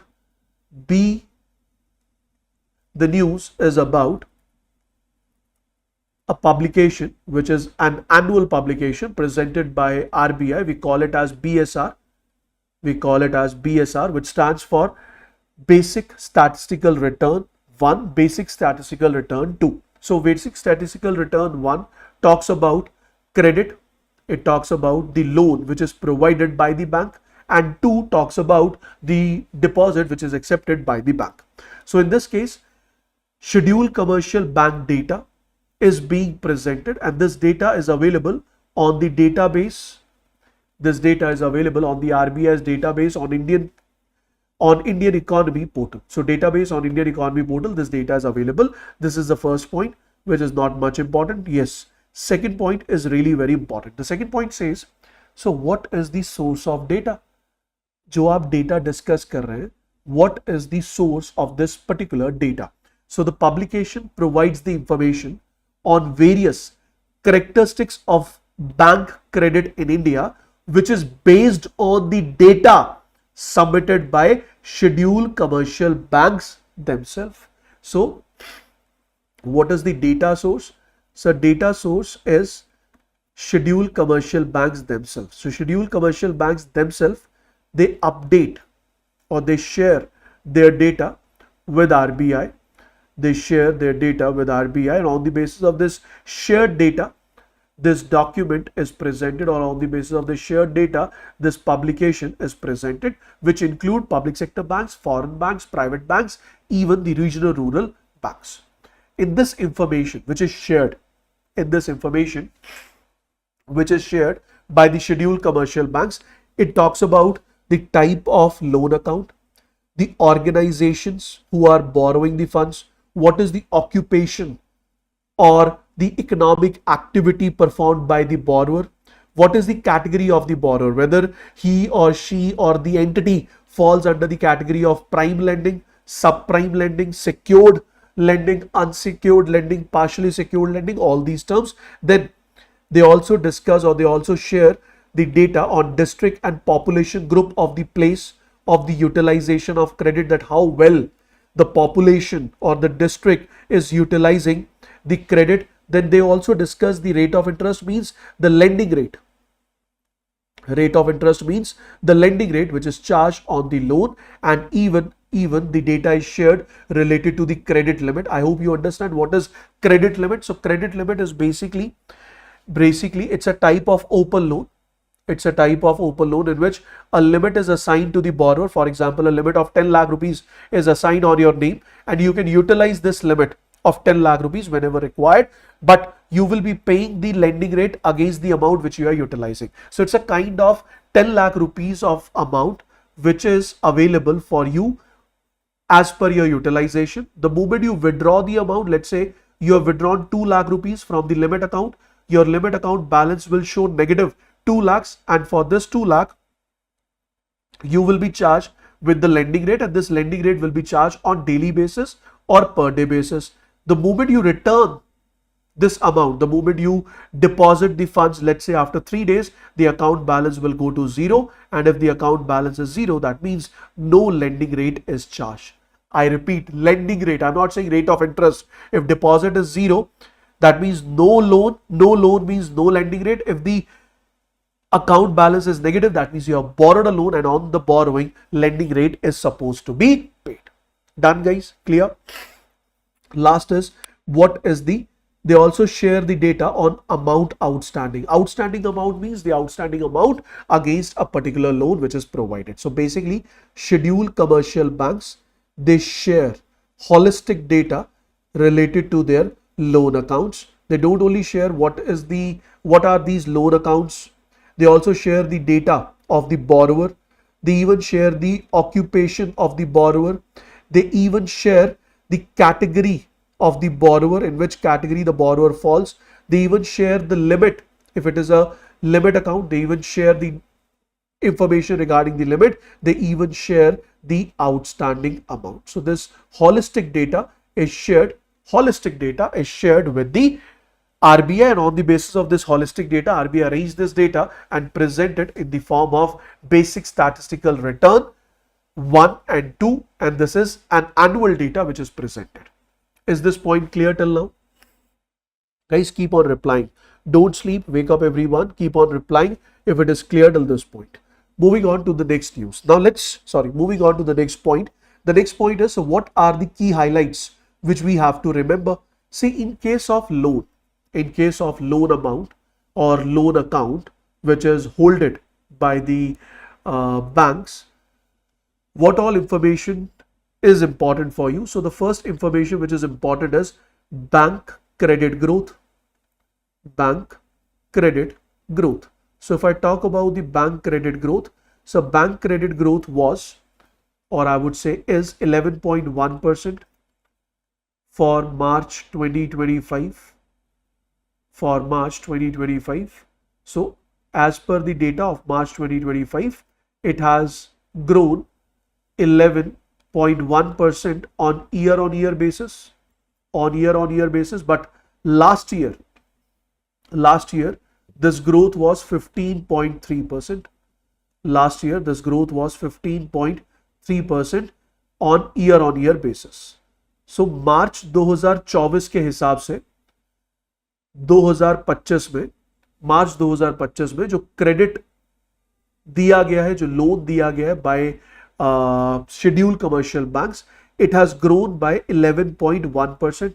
But last year, with respect to March 2023 till March 2024, there was an increase of 15.3%. तो इसका मतलब आज भी growth rate है. We have a positive growth rate, but this positive growth rate, or I would say credit is growing, the value of credit which is given by the banks is growing, but it is growing at a decreasing rate. पिछली बार increase हुआ 15.3% से, but this time it has increased by only 11.1%, which means the acceleration by which it is increasing, that is on the negative side.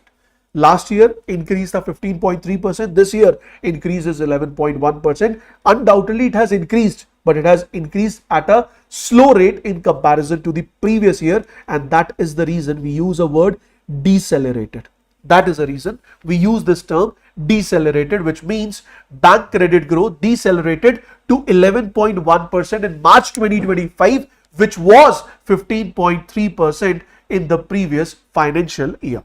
Now there is a term that is net of merger. So net of merger basically means when we take in account the data after merger as well. For example, a bank has been, or an NBFC has been merged into a bank, or two banks have been merged into one. So the data is on the basis of net of merger, the data after the merger. ठीक है जी. Moving on to the next point. If we talk about the credit growth, as I said, credit growth has decelerated. It has decelerated across all the bank groups. All the bank groups means it is decelerated for public sector bank, it has decelerated for private banks, it has decelerated for foreign banks, and even it has decelerated for the RRBs, that is regional rural banks.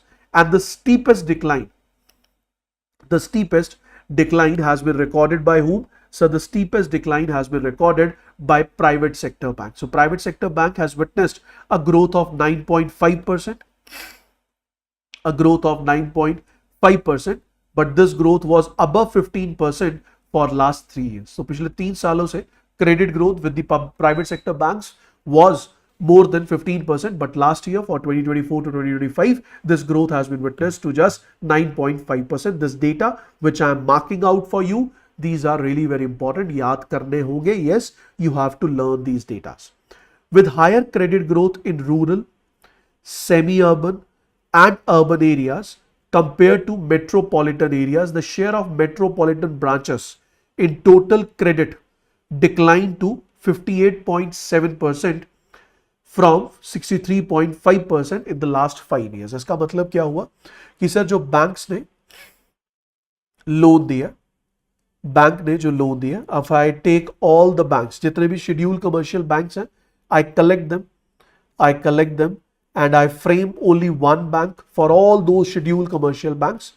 So the bank having its branches in metropolitan cities, they have given a total loan of 58.7%, and rest of the loan is given by the branches in rural areas, semi-urban areas as well as urban areas. So total credit is 58.7%, which was earlier 63.5%. Please pay attention and please check out the data. If you see the data, this is 11.1%. This is 11.1%, which means if we talk about the overall credit growth, so the overall credit growth is 11.1%, which was last year 15.1%. But on the other side, if I talk about the credit growth in case of personal loan, it is 13.2%. Credit growth in case of industrial loan, it is 9.4%.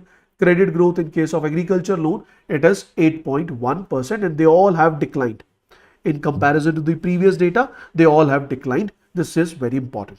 Now, if I talk about the population group wise share, if you see the population group wise shares in 2025, out of the total loan, 58.7% of the loan is given to the metropolitan or given by the metropolitan bank branches.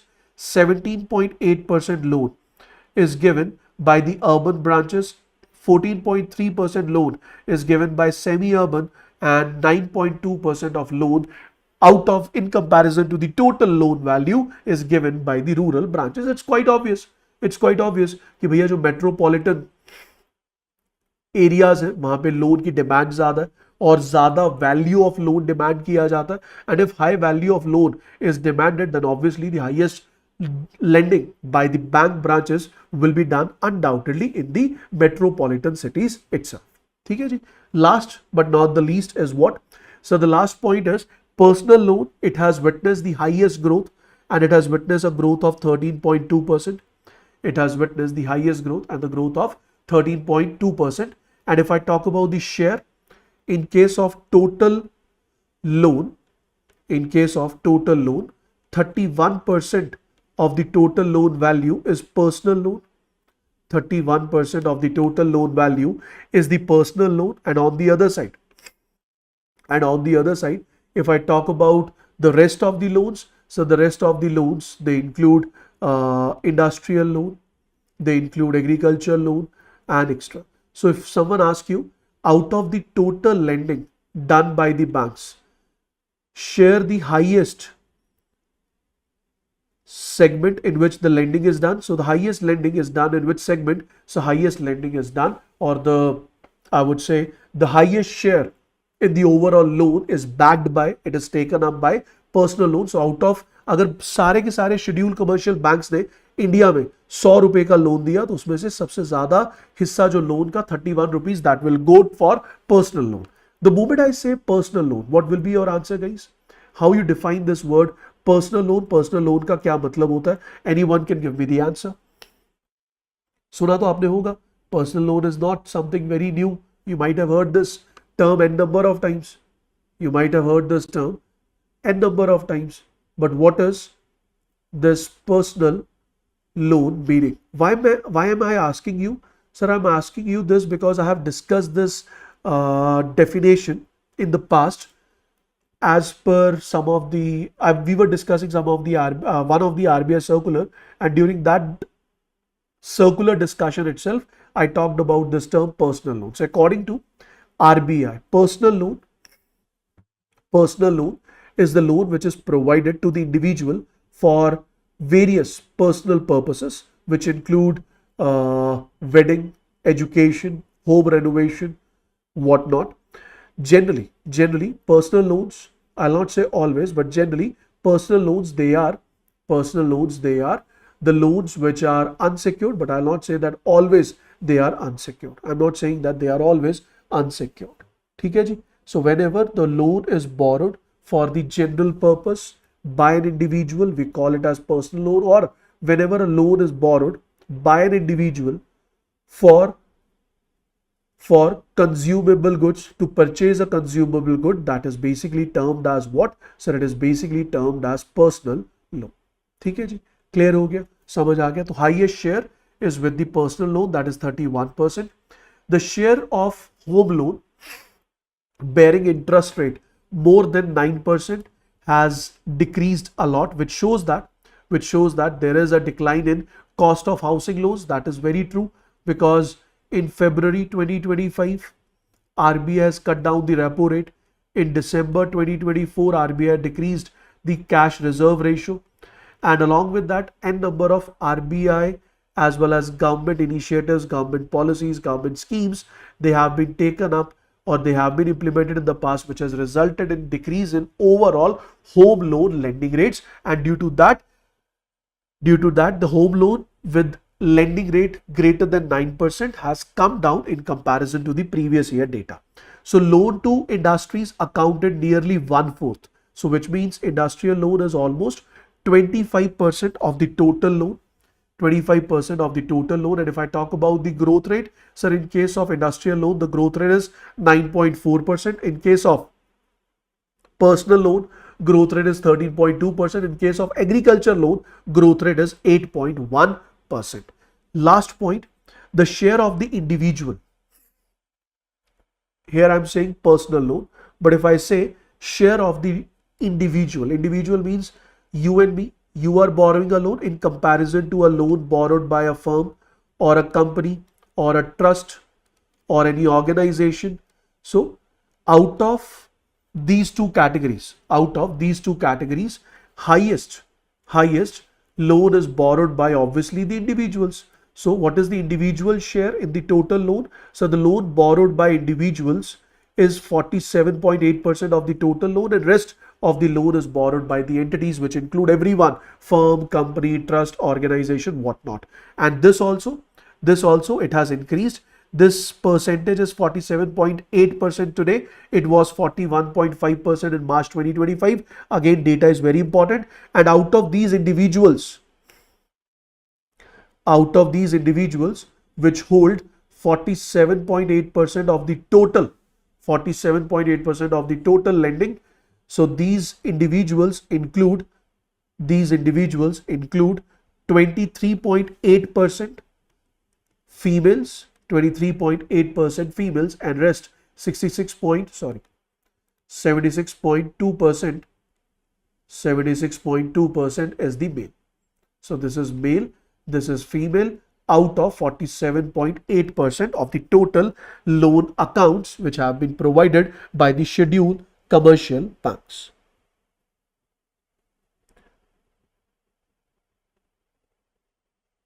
Aditi, ध्यान से देखो, what I'm saying is, ये क्या है? Annual growth rate in bank credit. So last year the growth rate was, let's say, I'm just taking an example, it was 16%. Last year here the growth rate was 17%. For overall it was 15.3%. For let's say agriculture it is 10%. So what I'm trying to say, last year की growth rate थी 17%. इस बार जो growth rate है that has come down to 13.2%. Growth rate क्या होती है? Growth rate means 2023, 2024, 2025. ठीक है? Total credit, personal loan 100 increased to 115. What is the increase percentage? So that is 15%. And now it has increased by 11.1%. It has increased by 11.1%. अब 11.1% मैं मान रहा हूं, let's say it is 12, तो ये increase होके कितना हो गया? 127. So undoubtedly it is increasing, but the rate at which it is increasing, that rate is declining. Are you getting my point? This rate is declining. ये समझ आया? Aditi, I was very okay, or I was expecting this kind of doubt, but I hope now it is clear. And if it is clear, give me yes sir. If it is clear, give me yes sir. चलो अब बात करते हैं आगे. अगला जो हमारे पास point है, that is related to deposits. The moment I talk about deposits, so deposits with the scheduled commercial banks. So here also the entire data is presented by the scheduled commercial banks only. They have themselves provided the data, and this data is provided for branch wise. That means branch wise data दिया गया जिसमें ये बताया गया what are the different types of deposit, current account, saving account, term account कितने हैं. Then sector wise ownership deposit accounts की how many accounts are owned by IT industries, how many accounts are owned by education industries, like this. Then age wise distribution for the individual account holders, maturity pattern of the term deposit, that what is the average maturity of term deposit, and as well as the number of accounts opened by the employees. Not only this, it also released the data that what are the different types of deposit, what are the population groups. The moment we use this word population group is the criteria used for, basic statistical return. It is the criteria used for, please pay attention on the screen, this is very important. It is the criteria used for basic statistical return, and it is based on population size of respective branch as per census 2011, where the branches of scheduled commercial banks are operating and classified as. So branch is Operating in rural area, it will be termed as rural branch if population size is less than 10,000. Semi-urban 10,000 to 1 lakh. Urban 1 lakh to 10 lakh. And metropolitan branch is the branch with population or set up in an area, branch which is set up in an area which has a population of more than 10 lakhs. ठीक है जी. Coming back to the point, तो types of deposit accounts, population group कि भैया rural branches ने कितना deposit accept किया, semi urban, urban, metropolitan branches ने कितना deposit accept किया. Bank groups, bank group means what is the total value of deposits with public sector banks, what is the total value of deposit with private banks alone. Then किस state में, किस district में सबसे ज्यादा deposit, किस branch में सबसे ज्यादा deposit, what is the interest rate on an average paid to the depositors, what is the size of the deposit on an average, original and residual maturity of the accounts. This is what is going to be discussed. Now, सबसे पहला point from where I would start my discussion. Guys, I would start my discussion with a question to you all. I hope you all know that we have a term, we call it as CASA deposit, current account, saving account, and we have a term, we call it as RAFA deposit. Hana? What is RAFA deposit? So RAFA deposit is basically recurring account and fixed account. So this is basically your demand deposit. This is basically your term deposit. Now, if I ask you a question, very simple question. If you are running a bank, for you, what is beneficial? CASA deposit or RAFA deposit? If you are running a bank and you want to receive the deposits, then you want to provide it on loan in order to earn NIM, that is net interest margin or net interest income. Out of the two, which deposit is going to be favorable for you? Which one? Any idea?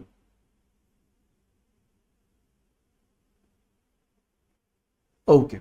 Why you are saying RAFA deposit? You are using this word RAFA deposit because it is stable. Why it is stable? Because when a RAFA deposit is opened, it basically means it's a recurring account or a fixed deposit account which comes up with a predefined, which is opened with a predefined maturity.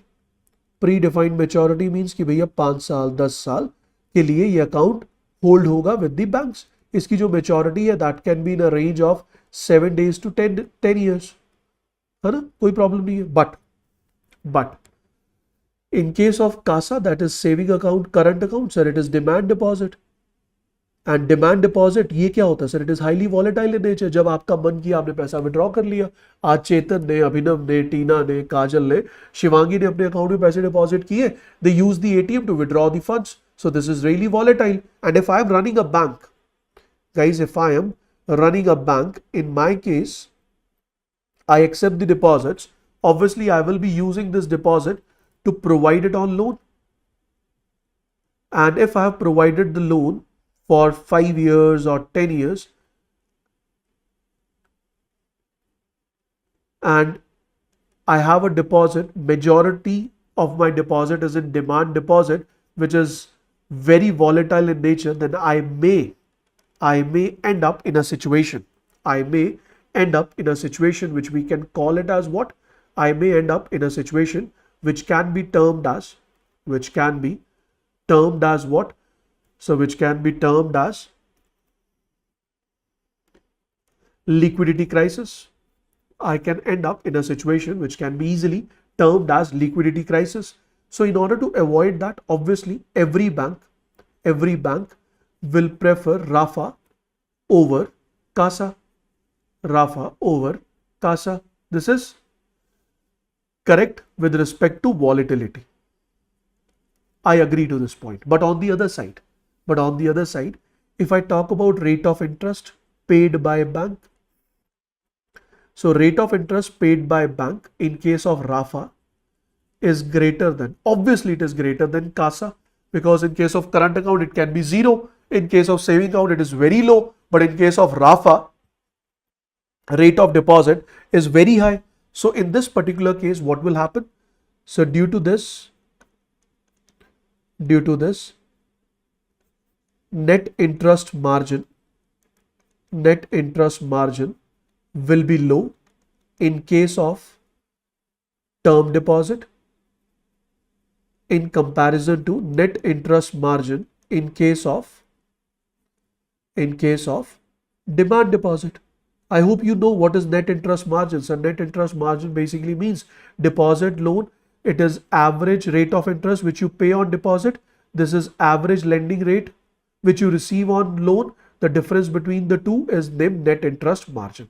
मान लो आपका average rate of interest सबको मिलाकर मैंने weighted average ले लिया, depending upon the weightage of the deposit is 5%.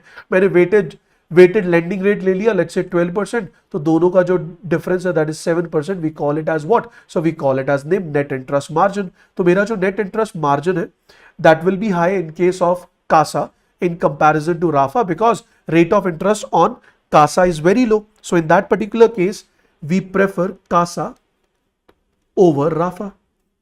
We prefer CASA over RAFA because of profitability. So in this particular case, I would say, sir, CASA is also important, RAFA is also important, and obviously bank will try to maintain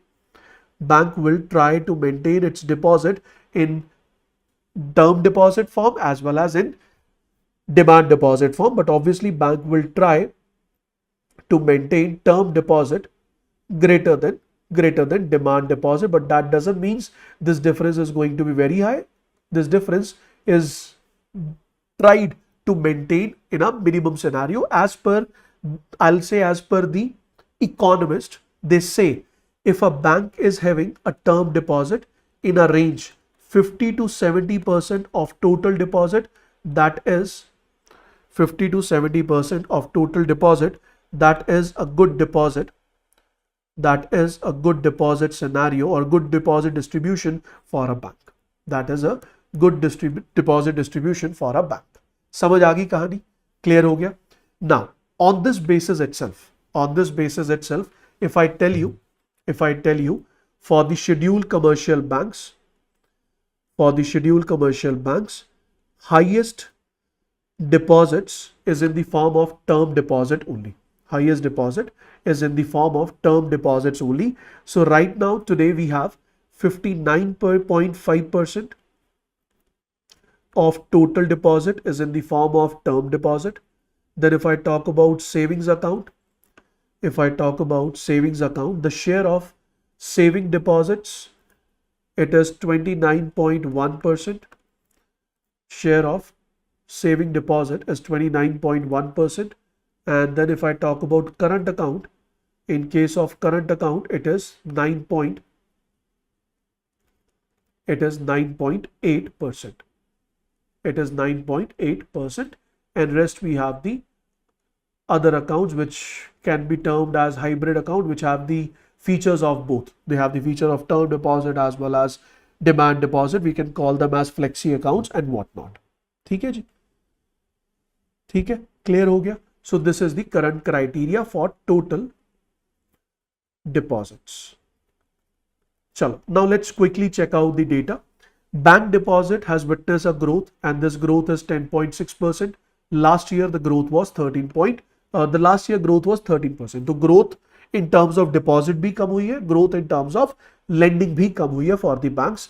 Household sector accounted for the largest share of the scheduled commercial banks. So in case of scheduled commercial banks, total deposit, it comes from, so total deposit comes from household. Total deposit comes from household, that is individuals.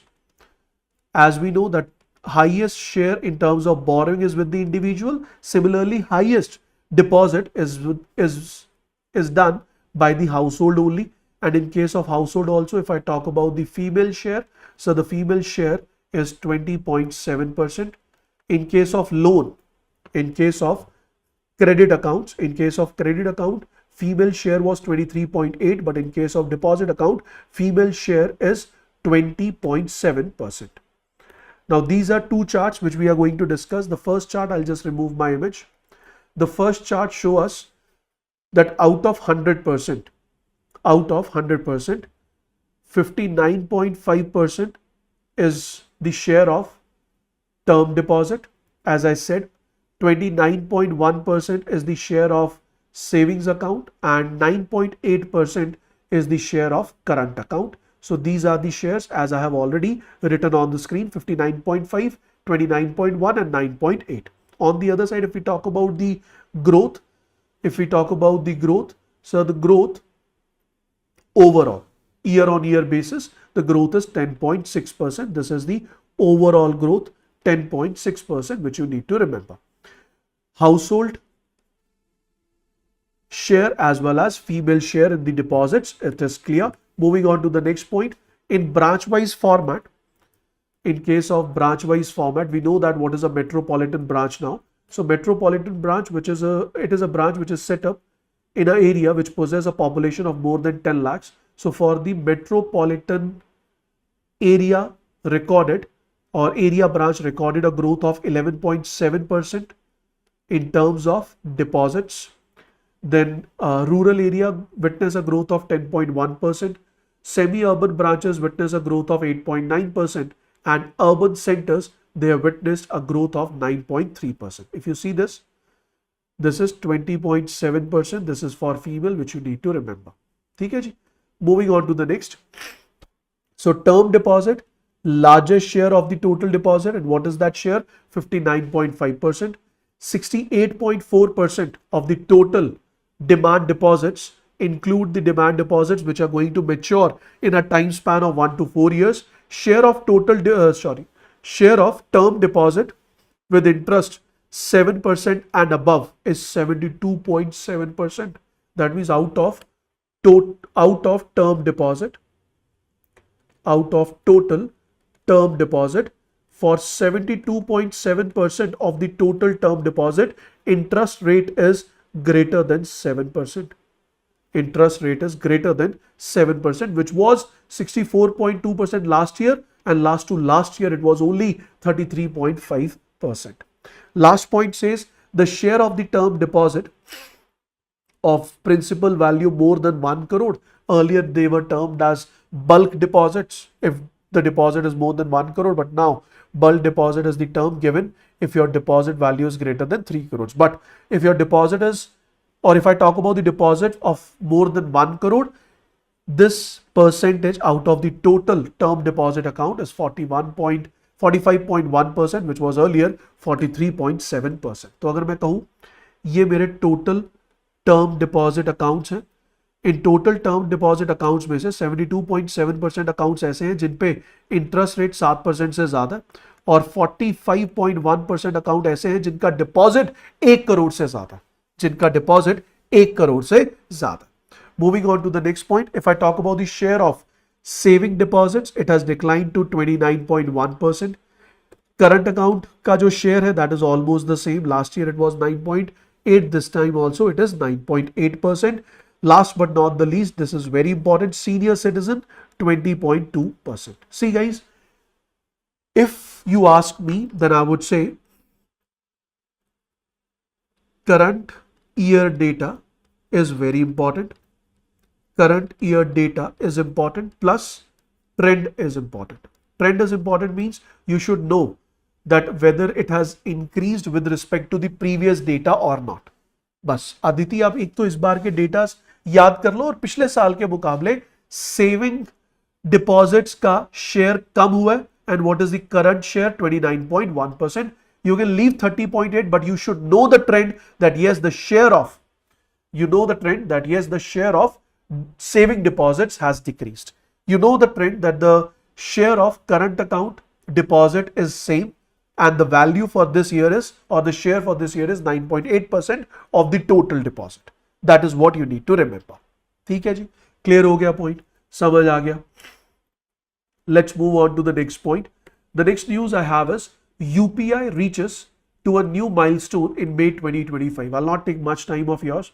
It's a data which is important for phase 1, and you can utilize this data while writing a descriptive answer. So NPCI has come up with the data which says that total volume and total value of UPI has reached to new heights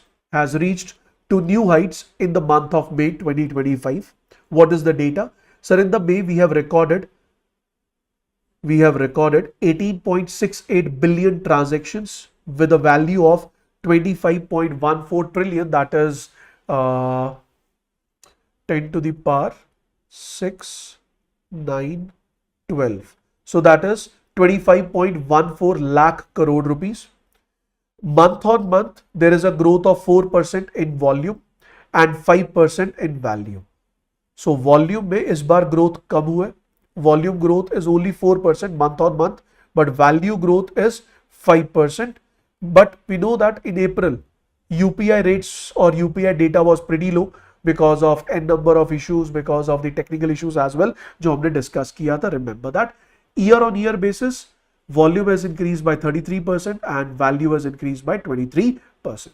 So it has broke the previous record. So previous record was set in the month of March 2025 when total transactions were 18.3 billion, worth was 24.77, but now total transactions are 18.68 billion and total value of transaction is 25.14 trillion, that is 25.14 lakh crores, and 18.68 means 1868 crore transactions. 1868 crore transactions. This is what you need to remember.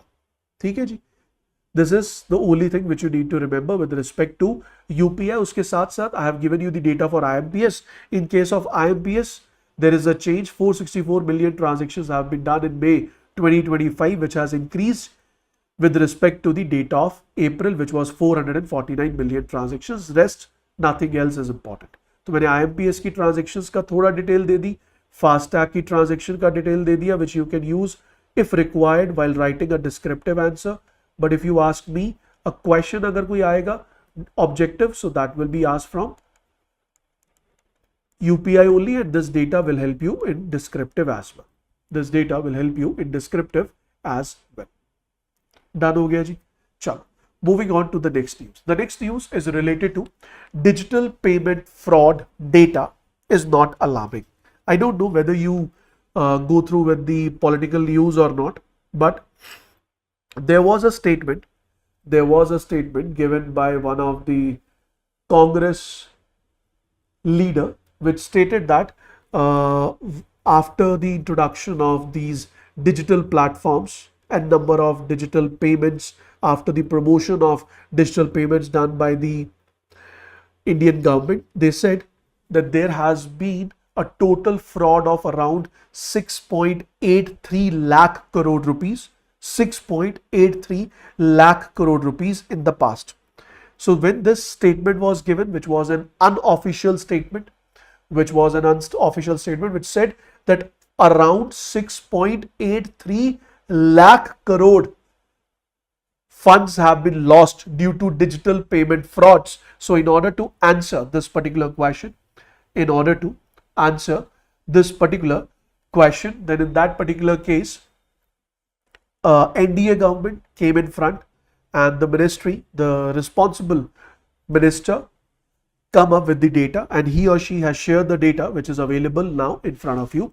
It says that digital payment fraud data which is revealed in Parliament this year is not alarming and should not be conflated with other types of banking frauds that do not affect the public. So they says whenever we talk about digital payment fraud, we talk about only those digital payments which are related with the or which affect public. We do not include all the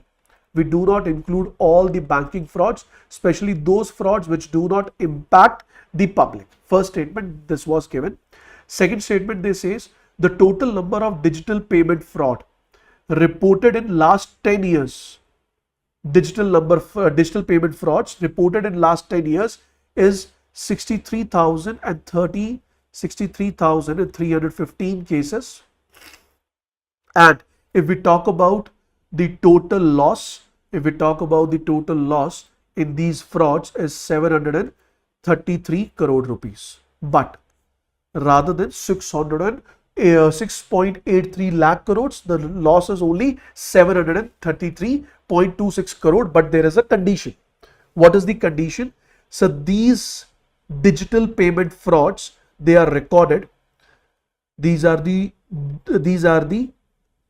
records which are reported by the commercial banks as well as financial institutions related to digital payment frauds, which are related to either card related fraud, that means you have your debit card, credit card related fraud, or internet services fraud, or digital payment fraud. And it has taken into account only those frauds which were of value at least 1 lakh rupees. So what are the conditions? Card related frauds, internet banking related frauds, digital payment related frauds, and in case of every fraud the value lost is greater than 1 lakh, then these two conditions are fulfilled. If these two conditions are fulfilled, then the number of complaints is 63,000 and the amount which is lost under this combination is 733 crore rupees. Finance Ministry, RBI as well as NPCI, they have rolled out several crucial measures to secure digital financial transaction and to combat frauds. RBI issued norms on digital payment security controls in February 2021, which has asked banks to implement common minimum standards of security controls for various payment channels like internet banking, mobile banking, card payment, where we have two-step authorization and whatnot. So this data is important. This clause is important, and it talks about only those digital payment frauds with related to the banks. First is digital payment frauds related to banks. Third is impacting public only, which have affected public only. So in that particular case, we have 63,315 cases with a loss of 733.26 crore. But these number of cases recorded, which is 63,315 cases. I'm saying crore again and again. I'm sorry for that. So what are the number of cases? 63,315 cases. What is the value of loss? That is 733.26 crores. This is the loss value.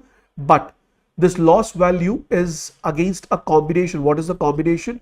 So firstly, fraud is related to either card, internet or digital payment, and the fraud value or the loss value in that fraud is greater than 2 lakhs. When both these conditions are fulfilled, then we include that fraud in our listing, and total listing is 63,315 and total loss is 733.26 crore. What I was discussing with you all is, I was saying that in the monetary policy discussion itself, there was one update which is really very important, and I would like to discuss that update with you all. And the update is related to cash reserve ratio. We all know that cash reserve ratio, it is basically the part of liquidity reserve ratio. And if someone asks me, so how you define or how you understand the term liquidity reserve ratio, तो मेरा answer क्या होगा? जब भी कभी bank के पास you and me, we reach to deposit our funds, we have two options. Either we can make our deposits in the current account or saving accounts, or we can deposit our funds in the term deposit, that is FD or RD. So the total deposit on the bank is obviously bank's liability. This is basically termed as gross demand and time liability.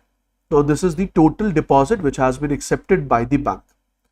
But out of this total deposit, bank is not allowed to provide the entire deposit on loan, because in this deposit there is a deposit of interbanks as well. We call it as interbank account deposits.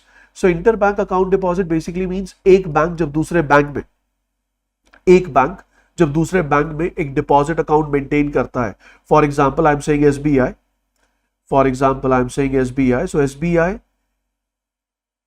is a bank which is providing account services to you and me, to the entire public, to the entities, to the companies. Similarly, SBI allows ICICI to open up a deposit account in SBI, and we call this account as interbank account, which means one bank is holding a deposit account in the another bank, and this account is basically opened in order to make interbank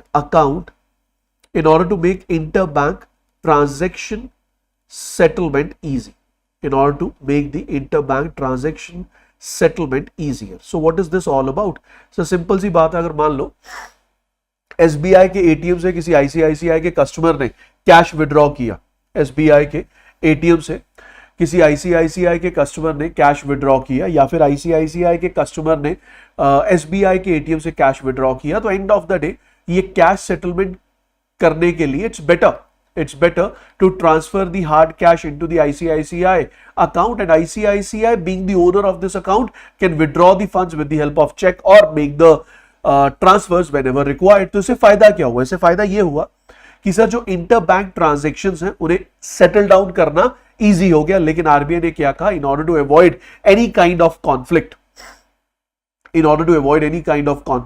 RBI came up with a statement, and the statement is, sir, these interbank account deposits which are maintained with the sole motive of interbank transaction settlements, so these deposits they will not attract any kind of rate of interest, as well as these deposits will not be allowed by the bank to provide on loan. So if bank is not allowed to provide this amount on loan because it is highly volatile in nature, in that particular case, out of the total deposits, interbank account deposits are subtracted.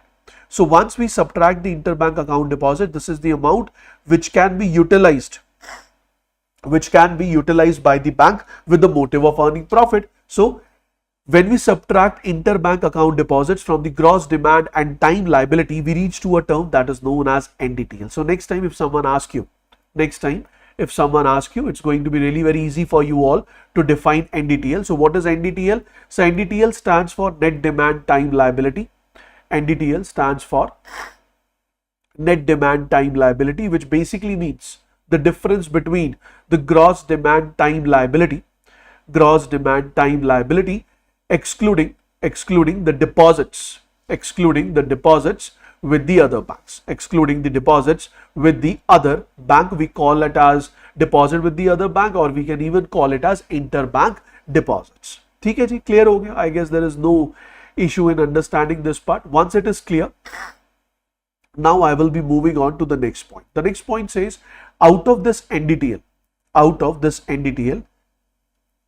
I'll just remove my image. Out of this NDTL, certain amount is maintained in the form of reserve. We call it as liquidity reserve ratio, and rest of the amount can be provided on loan by the bank. We can call it as lending capacity.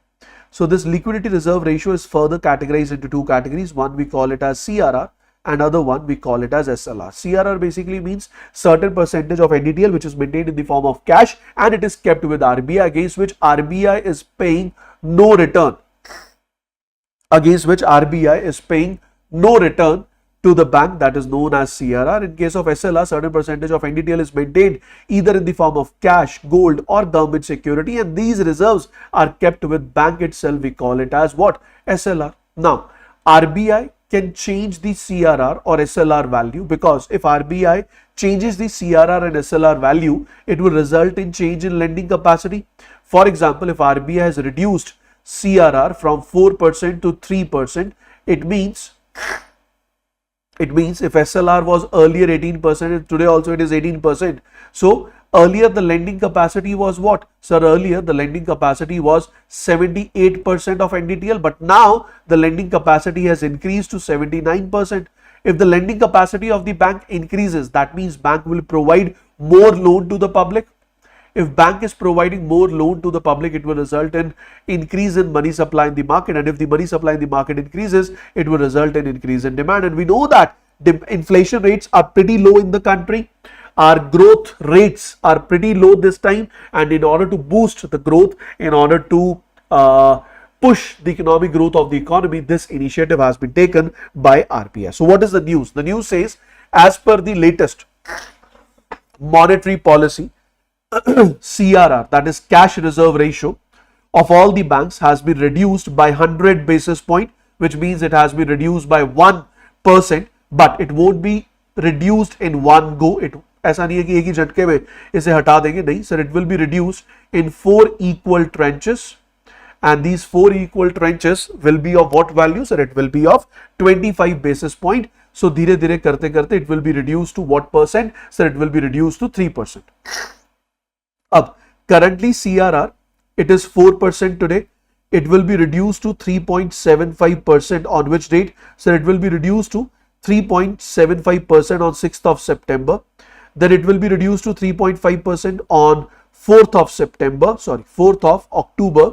Then it will be reduced to 3.25% on 1st of November, and lastly it will be reduced to 3% by or on the date, that is 29th of November 2025. So these are the 4 dates which you need to remember, and in these 4 installments you can use, or in these 4 stages, CRR will be reduced by 100 basis point from 4% to 3%. I hope the first thing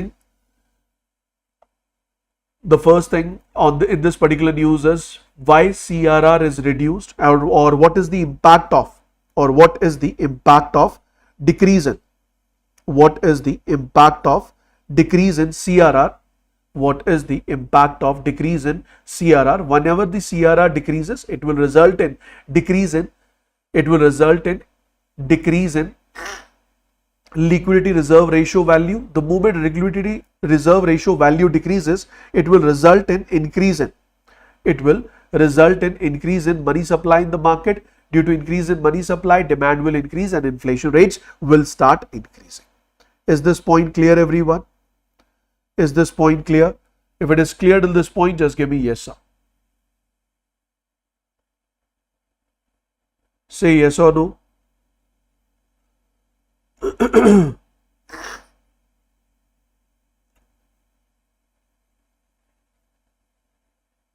Okay. Now moving on to the next point, which is really very important, जिसके लिए पूरी की पूरी news मैं आपके सामने लाया हूं. When RBI governor Sanjay Malhotra ji, not Shaktikanta Das. So Sanjay Malhotra ji, when he was giving the speech, or he was giving the statement regarding the monetary policy, during his statement he talked about a segment which is really very important, and the segment name is liquidity and financial market conditions. So while discussing the liquidity and financial market conditions, he has pointed out 3 important parts, out of which one important part is CRR, which we have just discussed. लेकिन उसके अलावा 2 और चीजों को उन्होंने point out किया, which I would love to discuss with you, which is going to be really very important. So according to him, he gave the data that since January 2025,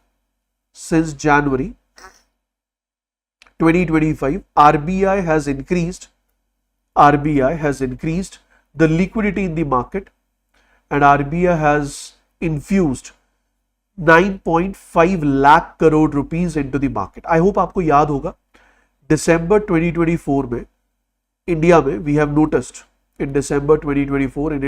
noticed liquidity crisis in the banking sector. Banking sector में liquidity crisis देखने को मिले, which means banks, they were facing cash issues, liquidity issues, and banks were also facing the issues in order to process their withdrawals. So in this particular scenario, RBI came in the picture, और RBI ने कहा, don't worry, I will be increasing the liquidity in the market. Now the biggest question is how RBI can increase the liquidity in the markets. Or RBI can increase the liquidity in the market through different methods. One of the tool which is the part of monetary policy, that is known as open market operation. So open market operation is a tool in which RBI sell or purchase government securities from the public in order to increase or decrease the liquidity in the market, or in order to inject or evacuate liquidity from the market. Now in this case, when liquidity is low, that means cash flow is low. In that particular case, what did RBI do? Sir, RBI decided to purchase the government securities from the public. The moment government security was purchased by RBI from the public, it has resulted in increase in flow of money supply in the market. So what was the total value of open market operation which has been performed by RBI? Sir, RBI has performed a total purchase of 5.2 lakh crore rupees of government securities from the market in order to increase the liquidity in the market. Not only this, in order to inject In order to inject liquidity in the market, RBI came up with VRR under the variable repo rate. If I talk about this variable repo rate, RBI has issued the loan. RBI has issued the loan to the banks against the government securities, and under the variable repo rate, the loan is not only issued for 24 hours, it is even issued for more than 24 hours. We call it as variable repo rate. And against variable repo rate operation, even till there was a clause of 56 days, that means for 56 days also the loan was given under variable repo rate. And if I talk about the value of this loan which has been given, or the amount which has been introduced in the market through this tool, is 2 lakh crore rupees. Not only this, RBI has went into US dollars. RBI has went into US dollar INR by sell swap agreements. So under this buy sell swap agreement, what RBI has done, RBI has purchased the US dollars from the public or from the market, and against these US dollars, RBI has increased the INR in the market. And this purchase of US dollar is done under what? So the purchase of US dollar is done under a swap agreement where the time period is defined when RBI will be repurchasing the same. For example, this swap is done for 6 months, or maybe the swap is done for 3 years, or maybe the swap is done for 5 years as per the requirement. ठीक है जी, clear हो गया, यहां तो कोई problem नहीं है. अब अगर कोई पूछे कि USD INR buy sell swap agreement से RBI ने कितना पैसा मार्केट में जनरेट किया है, कितनी लिक्विडिटी को इंक्रीज किया, the answer is sir 2.2 lakh crore rupees. 2.2 lakh crore rupees. अगर आप इन सबको ऐड करेंगे, this total will come out to be 9.5 lakh crore rupees. This is the value which has been increased by RBI. This is the value which has been increased by RBI in the market. Is it clear? Is this point clear, guys? If it is clear, just give me yes, sir. If this point is clear, just give me yes, sir, so that I can move ahead.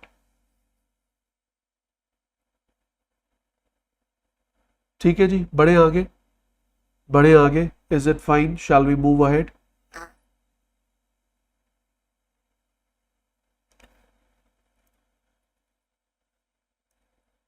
Okay. All this data has been mentioned over here. So buy sell swap injected 2.1 and 2.2 lakh crore respectively for the same period. अब इस सारे injection के बाद result क्या हुआ? Sir, इस सारे injection के बाद रिजल्ट ये हुआ कि मार्केट में लिक्विडिटी इश्यूज रिजॉल्व हुए, मार्केट में लिक्विडिटी इंक्रीज हुई, and due to the increase in liquidity when RBI again offered VRR, that is RBI again announced कि if banks they want loan against repo rate, then they can come up and participate in the auction, and here the lending will be done by RBI for more than 24 hours under the variable repo rates. I hope you remember this.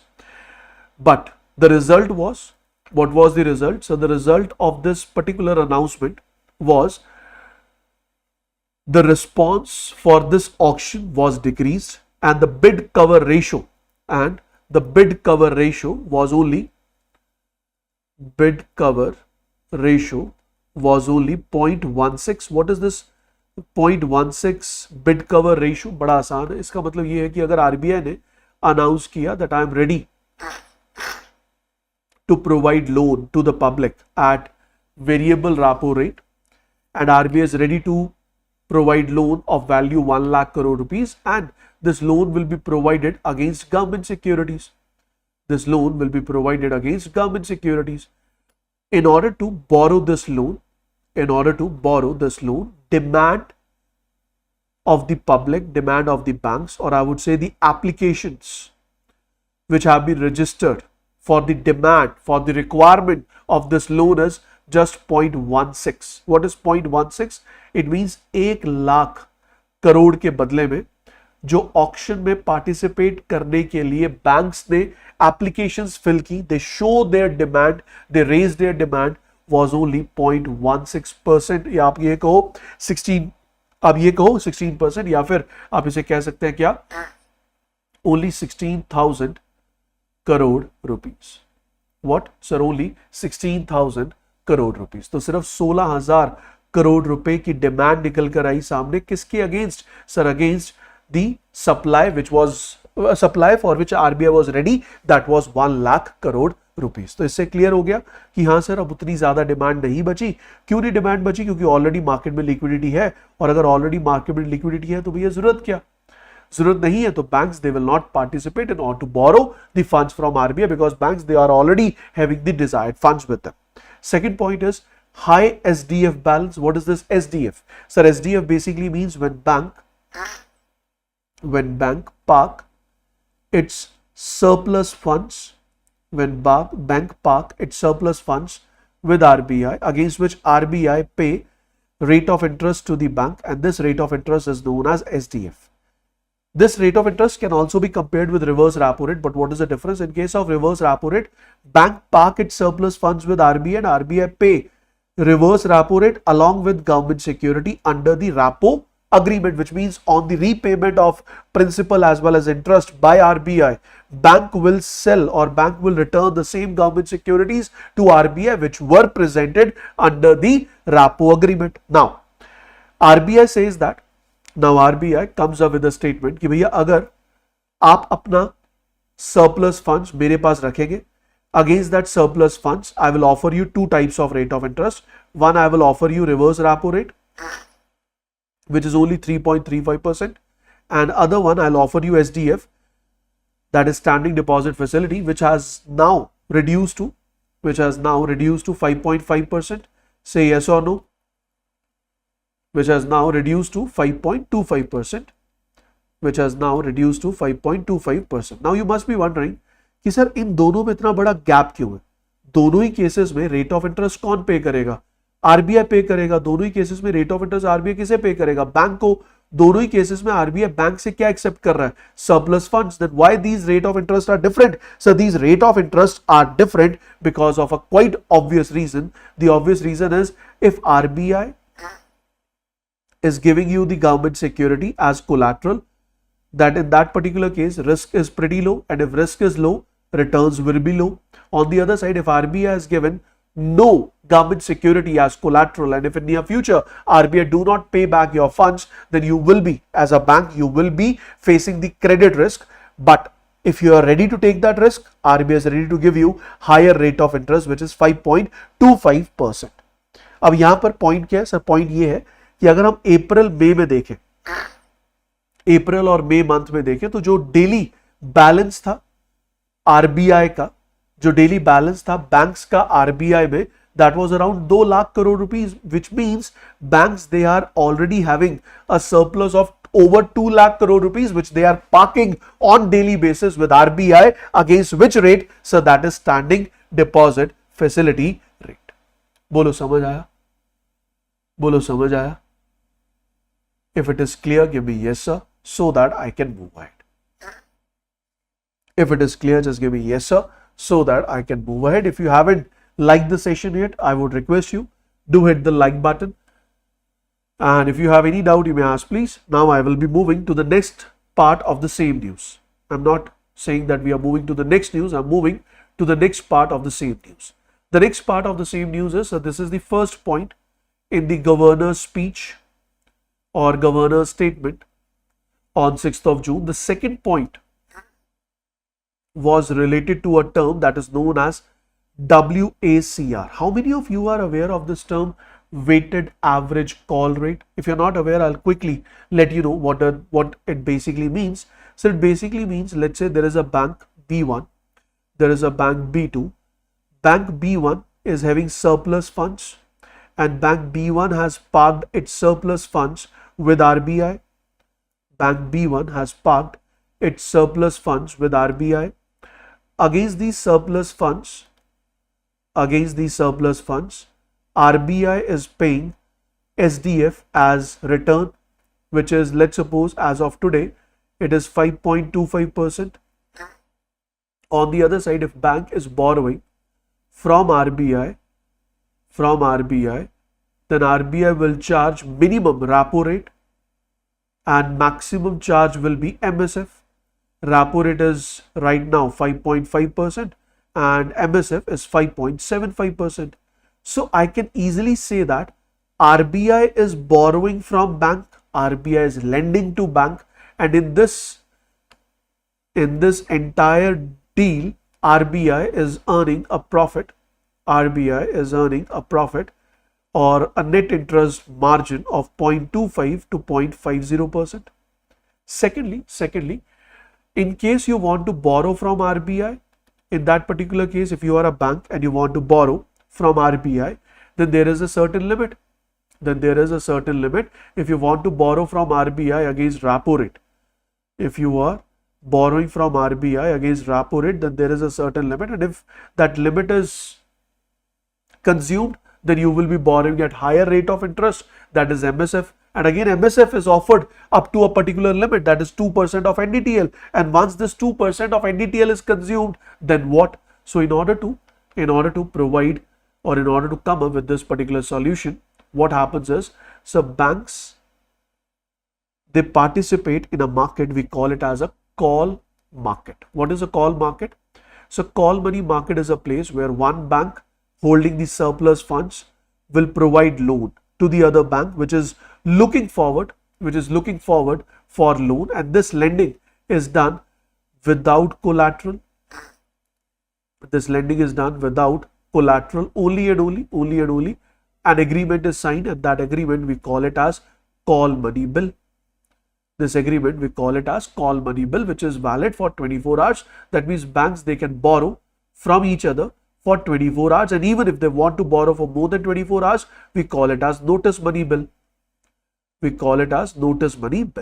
So this market is known as call money market, and the rate of this particular market is known as, and the rate which is charged in this particular market is known as what? So the rate charged in this particular market is known as call rate. But this call rate is volatile in nature. It is going to change every day depending upon the demand and supply. And due to the change in demand and supply, this call rate will also change. So this volatile call rate, in order to obtain a calculatable or presentable value, we use a word that is WACR, which stands for weighted average call rate. So weighted average call rate basically means the average call rate which is calculated on the basis of amount of borrowing taken on that respective date, amount of demand as well as supply on that respective date is taken into consideration. Now, if I talk about the corridor for WACR, so the corridor for WACR is SDF, that is standing deposit facility, is the minimum rate, because if I am a bank and I want to provide loan or I want to distribute, I want to, I would say, I'm ready to circulate, I'm ready to park my surplus funds, I will be parking my surplus funds at minimum standing deposit facility, because I know agar is pe aap nahi loge as a bank, then no worries, RBI will accept it. So I'm not ready to provide you loan below this. And generally the higher rate or the highest rate is close to MSF, and on the basis of which this call rate fluctuates in this particular range, and RBI want that this WACR, it should be close to repo rate. So if WACR is close to repo rate, which shows that the market is doing well, liquidity in the market is appropriate, or I would say RBI's monetary policies are operating in a better manner. So this is known as WACR. Story samajh aayi? Now I'll show you what is the current scenario. So reflecting the improvement in the liquidity conditions. So the moment liquidity conditions improved, undoubtedly demand for short term funds decreases, क्योंकि पहले banks को पैसे की जरूरत थी, तो इस market में, कॉल मनी मार्केट में बहुत ज्यादा डिमांड थी, और जब डिमांड ज्यादा होगी तो obviously prices will be high. And what is the price over here? So the price over here is call rate. तो कॉल रेट क्या होगा? बहुत ज्यादा होगा, और ऑब्वियसली कॉल रेट को कंपेयर किससे करेंगे? सर रेपो रेट से करेंगे. कॉल रेट को कंपेयर किससे करेंगे? रेपो रेट से करेंगे. So the operating target of monetary policy traded at the lower end of the LAF corridor since last policy. तो इसमें क्या कहा जा रहा है? The weighted average call rate, the operating target of monetary policy. तो weighted average call rate को कहा जाता है operating target of monetary policy because RBI consider WACR as its target. If WACR का fluctuation काफी ज्यादा है with respect to repo rate, that means market sentiments are different in comparison to the policies which are framed by RBI. So RBI will try to align it as close as it can be to WACR. So as per this particular data, you have this entire thing to cover. So please pay attention. WACR on an average traded 16 basis point below the policy rate during April to June. तो इसका मतलब April to June में अगर हम बात करें repo rate की, तो ये रेपो रेट था, उससे कुछ पॉइंट नीचे क्या रहा? WACR रहा. कुछ पॉइंट नीचे रहा WACR. लेकिन अगर आप फरवरी मार्च की बात करेंगे, this is April to June, but if you talk about February to March when liquidity was pretty low in the banking sector, in those days demand was high. During high demand, WACR was higher than repo rate. So it was 6 basis point above. It was 6 basis point above repo rate. But हम चाहते क्या है?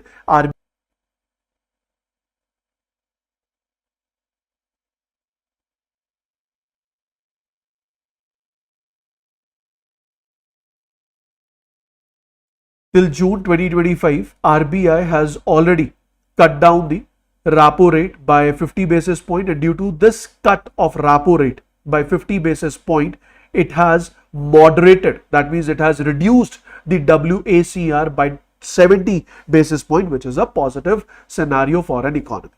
Which is a positive scenario for an economy. The next point is the weighted average lending rate. This is something different. Weighted average lending rate. So what is this weighted average lending rate? So I'm talking about the loan given by the bank. What I'm talking about? I'm talking about the loan given by the bank. So loan given by the bank on fresh loan, the weighted average lending rates, has decreased by 6 basis point, and the existing loans, for the existing loans, the weighted average lending rate has decreased by 17 basis point. What is this? So this is the transmission of monetary policy.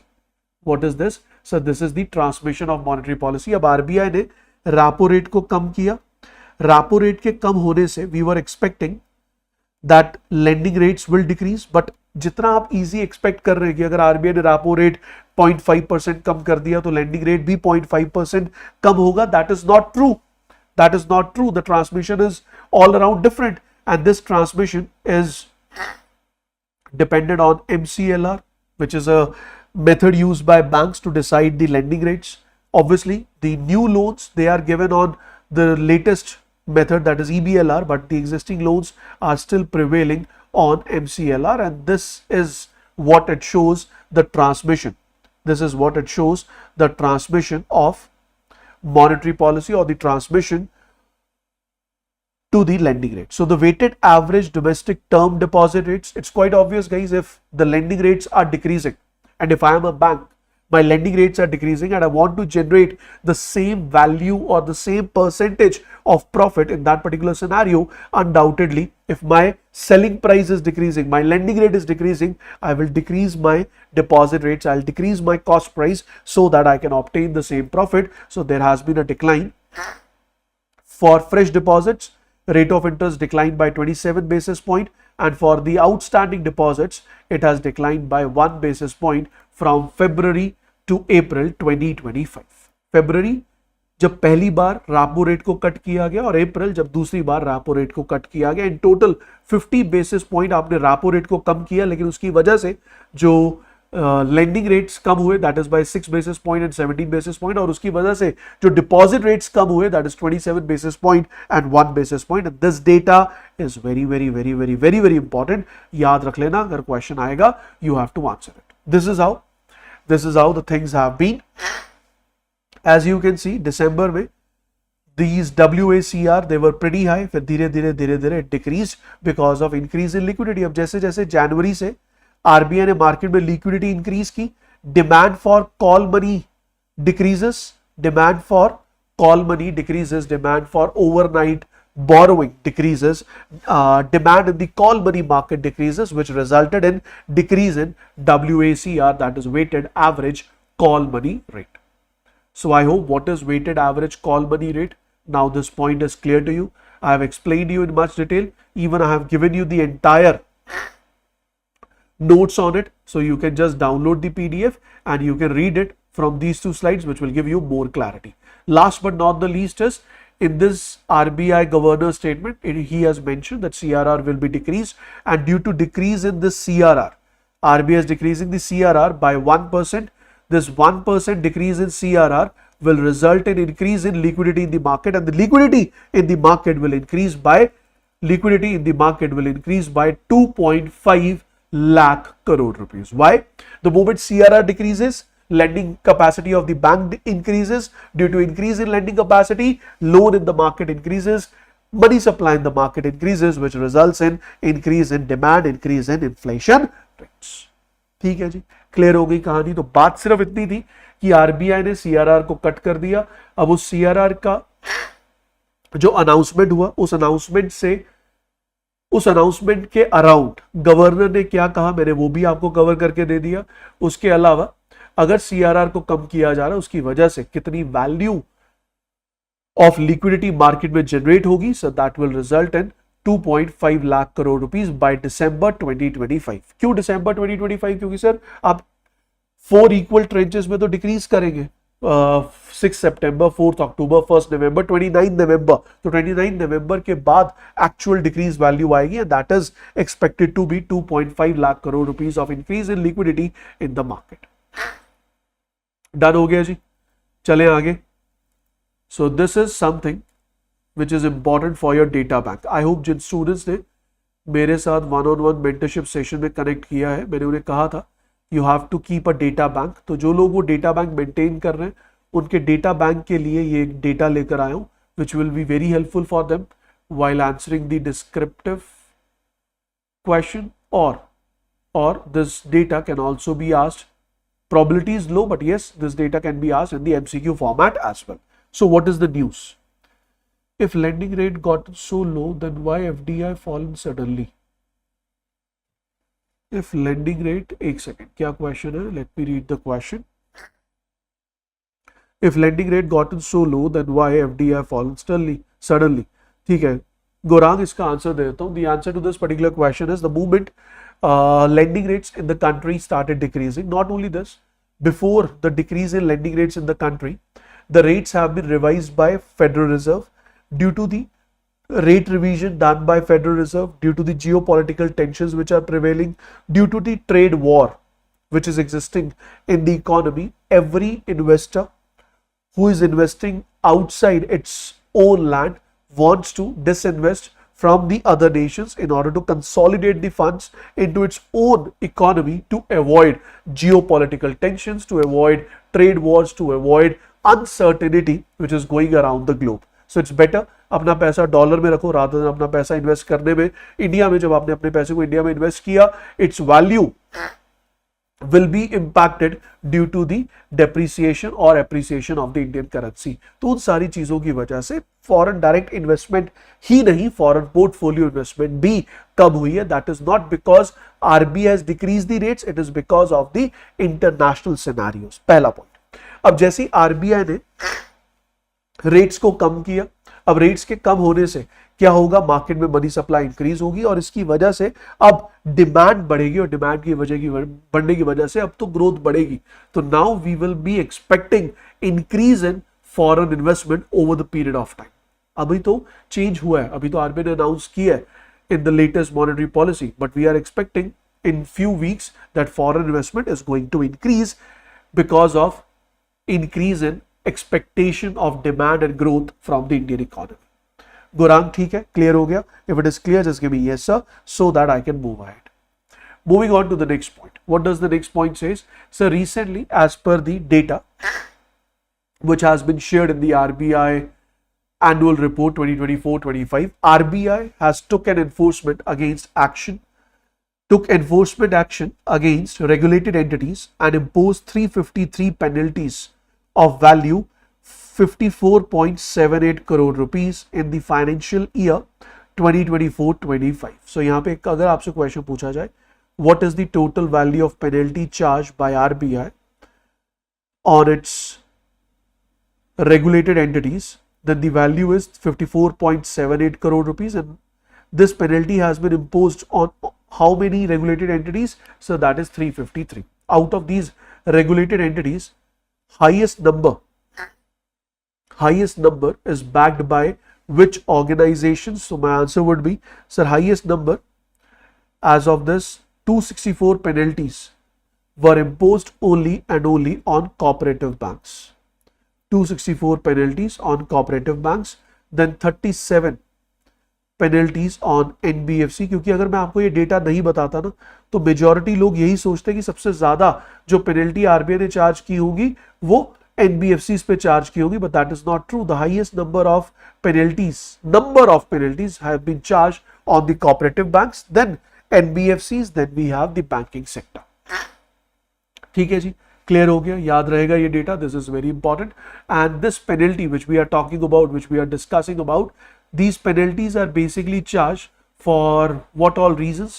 So these are basically charged for not fulfilling the compliances related to cyber security framework or exposure to IRAC norms, or know your customer directions were not fulfilled, fraud classification and reporting directions were not fulfilled, reporting information on CRILC is not done properly, submission of credit information to credit information companies is not done appropriately. So on these particular grounds, penalties have been charged. So what is the total count? What is the total number?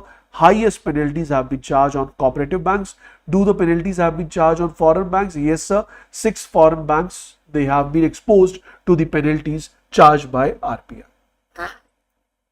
ठीक है जी, simple news है, इसमें nothing to worry about. याद रख लेना, phase 1 में direct question आया तो याद आप आंसर कर पाएंगे, वरना कहीं ना कहीं डिस्क्रिप्टिव क्वेश्चन को लिखते समय ये डेटा आप यूटिलाइज कर पाएंगे, which is important. Now moving on to the next point. What does the next point says? Guys, उम्मीद करता हूं कि आप सब ने एक टर्म सुनी होगी, DICGC, that is important, that is deposit insurance credit guarantee corporation. अगर मुझसे कोई पूछता है कि what is this organization all about, then I would say sir it is basically the wholly owned subsidiary of RBI, which is known as Deposit Insurance and Credit Guarantee Corporation. Actually में पहले दो different organizations थी. One was DIC, other one was Credit Guarantee Corporation. Then they both were merged and the act was also revised, amended, और ये बन गया DICGC Act 1961. इस act के तहत RBI की ये जो wholly owned subsidiary है, this wholly owned subsidiary is responsible to ensure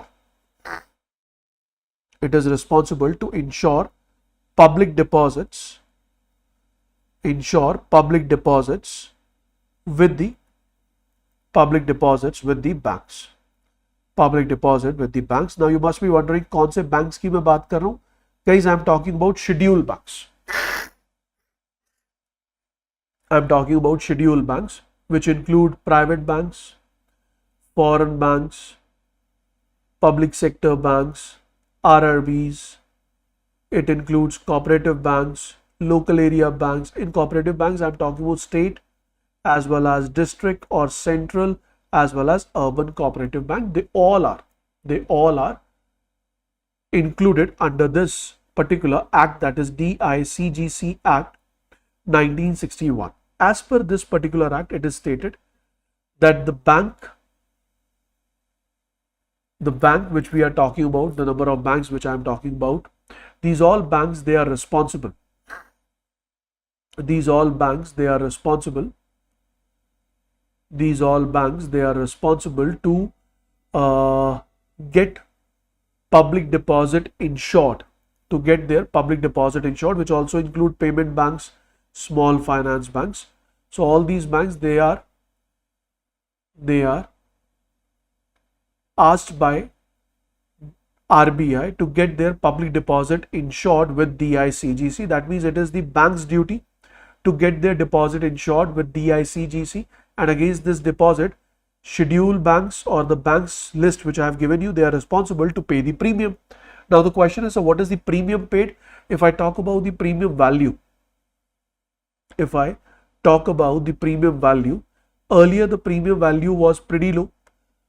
But over the period of time, this premium value has increased. And if I talk about the premium value, how it operates, what premium value is charged right now. So I would say when this act was introduced, at that particular moment, premium value was pretty low, but over the period of time, this premium value has been increased, and as per the latest update, the premium value which has been set by DICGC, which is supposed to be paid by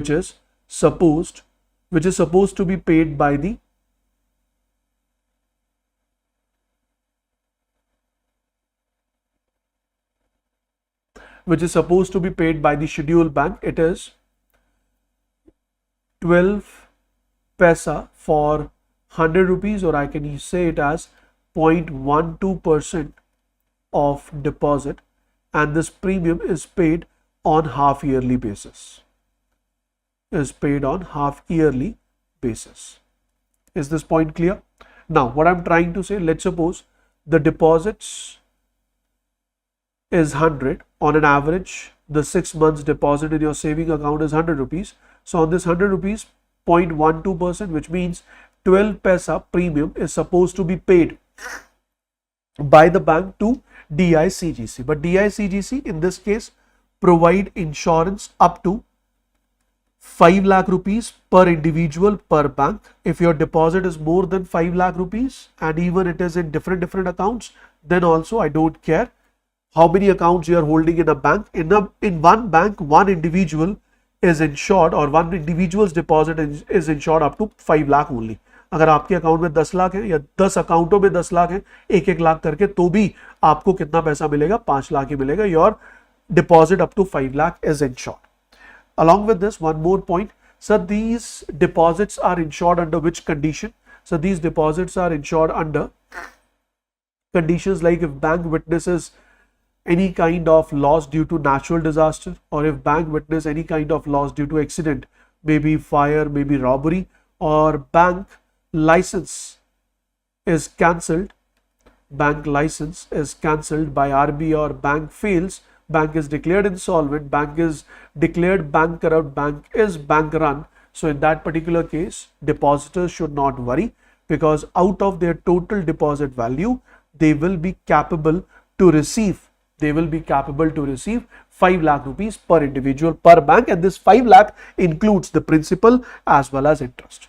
It includes the principal as well as interest. Is this point clear, guys? एक point जो मेरे screen पे लिखा है, I hope that is clear. Say yes or no.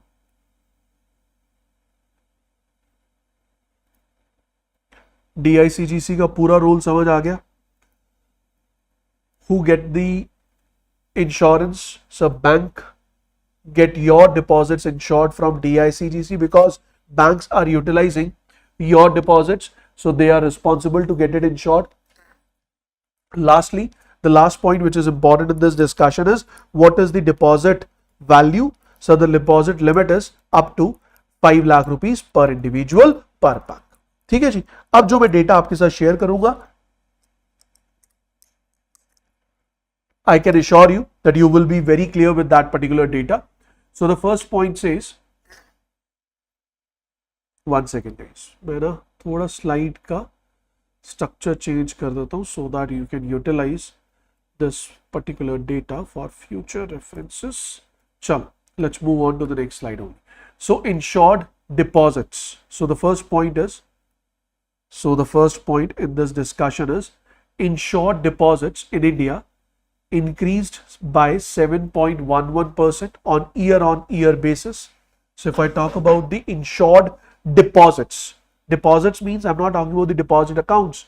So I'm saying insured deposit value has increased to 96.7 lakh crore rupees, and this has increased by 7.11% as of 30th September 2024 according to the RBI's annual statement.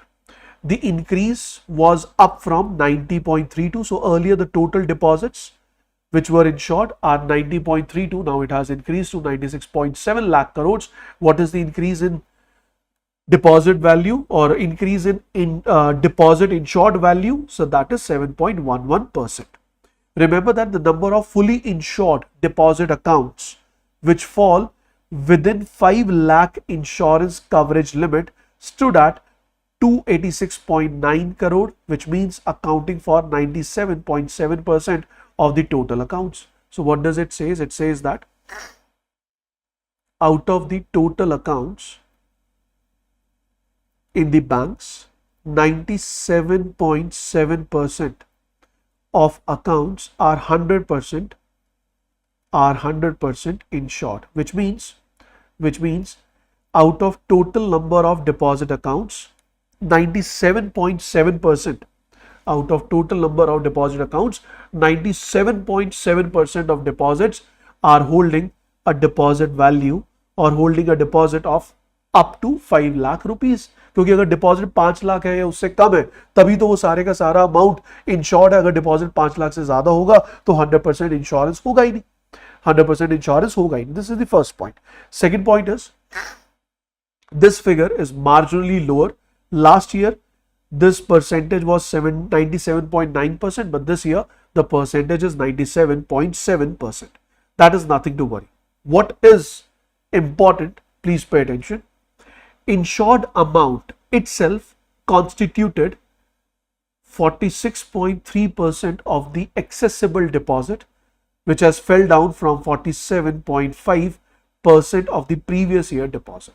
So what does it? It says, sir, अगर आप insured amount की बात करेंगे, if you are talking about the insured amount, sir, insured amount is 46.3% of total deposit value.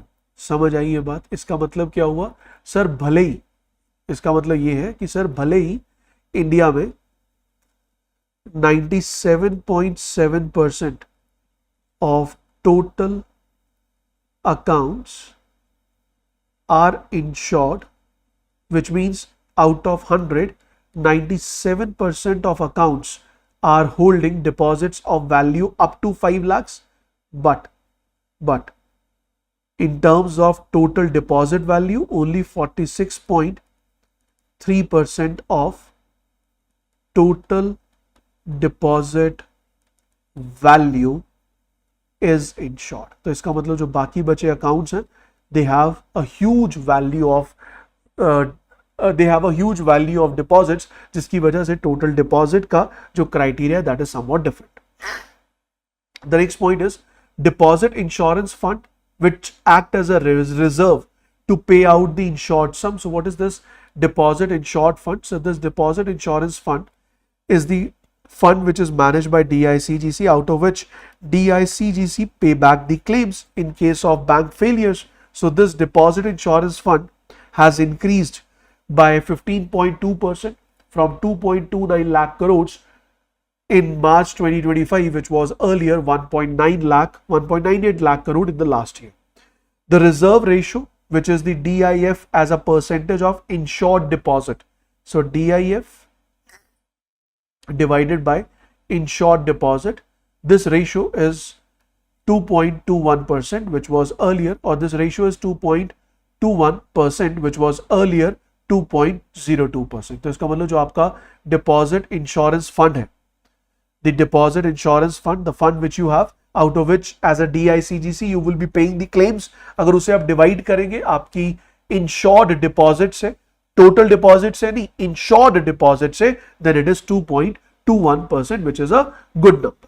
Over the financial year, DICGC has collected around 26,000 crore rupees as an insurance premium, which has also registered a growth. Remember this data. RBI meanwhile has acknowledged last year the need to review. RBI has already raised this request कि sir यहाँ पे अब जरूरत है इस limit को review करने की, क्योंकि इस लिमिट की मदद से undoubtedly government and RBI is in a position to ensure majority number of accounts, but still the amount which is insured, so that is just 46% of the total deposit amount, which is a point to worry, which we need to keep in mind. Is this point clear? Is this point clear? मुझे लगता है कि ये news बिल्कुल clear होगी. So this is full of data and the desired content related to this particular data has been shared. The concept related to DICGC, I think it is absolutely clear to you. The last news of the day, it talks about a very small information which I would like to share with you, and that is SBI. And that is basically SBI. So SBI was in news recently, and what was the news? Sir, SBI has charged a fine of 25 lakh rupees on multi-commodity exchange.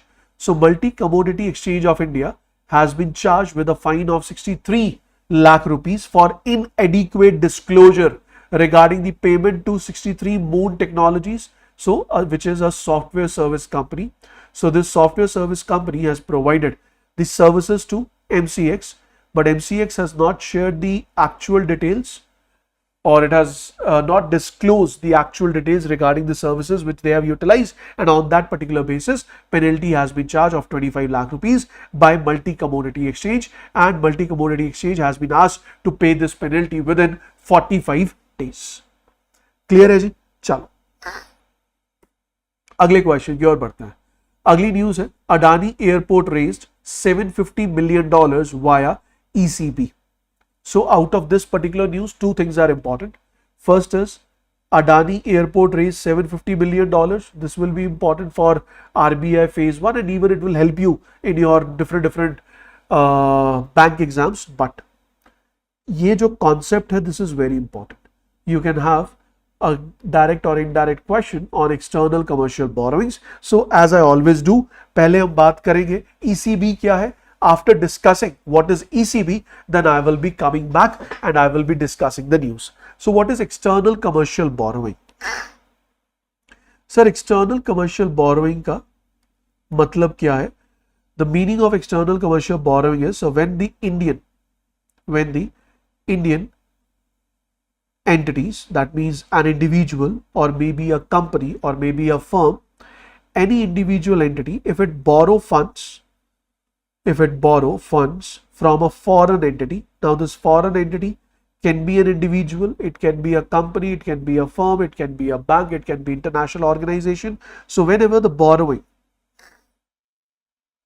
is done by the Indian entity from the foreign entity, that particular borrowing is known as external commercial borrowing. External commercial borrowing refers to the loan which are availed by Indian entity from non-resident lenders with minimum average maturity. Now the question is, so what is this minimum average maturity over here? Is there any condition? Do we have any condition that with this minimum maturity only we will be terming it as external commercial borrowing? So this is your homework. So your homework is what is the minimum average maturity of ECB. Minimum average maturity of ECB. This is the first thing which you need to remember. You need to give me the answer in the comment section. So it includes what? So it includes loan from the commercial banks, it includes loan from the suppliers, it includes loan from the buyer, even the credit from buyer and seller For example, what I'm trying to say over here, this entity is an importer. This entity is an importer, and this entity has imported goods from foreign entity in US, and rather than making the payment, this entity came up with an invoice signed that I will be making your payment with interest after 3 months. So this will also be termed as external commercial borrowing. That means you have purchased the goods on credit. You have purchased the goods on credit. Then securitized instruments such as floating rate notes, fixed rate bonds, they all are the part of the same. You can borrow from the official credit agencies, you can borrow from commercial banks, you can borrow from private windows, even you can borrow from the multilateral financial institutions like ADB, Indian Finance Corporations, International Finance Corporation. They all are included in the category of external commercial borrowing, but this talks about only and only the borrowing done by Indian entity. The moment I say borrowing done by Indian entity, it means Indian individuals, companies, firms. Even I include the privately owned companies, even I include the government owned companies like PSUs. They are also included under the same category. Now, moving on to the next part. And the next part is again really very important. What does the next point says? Please pay attention.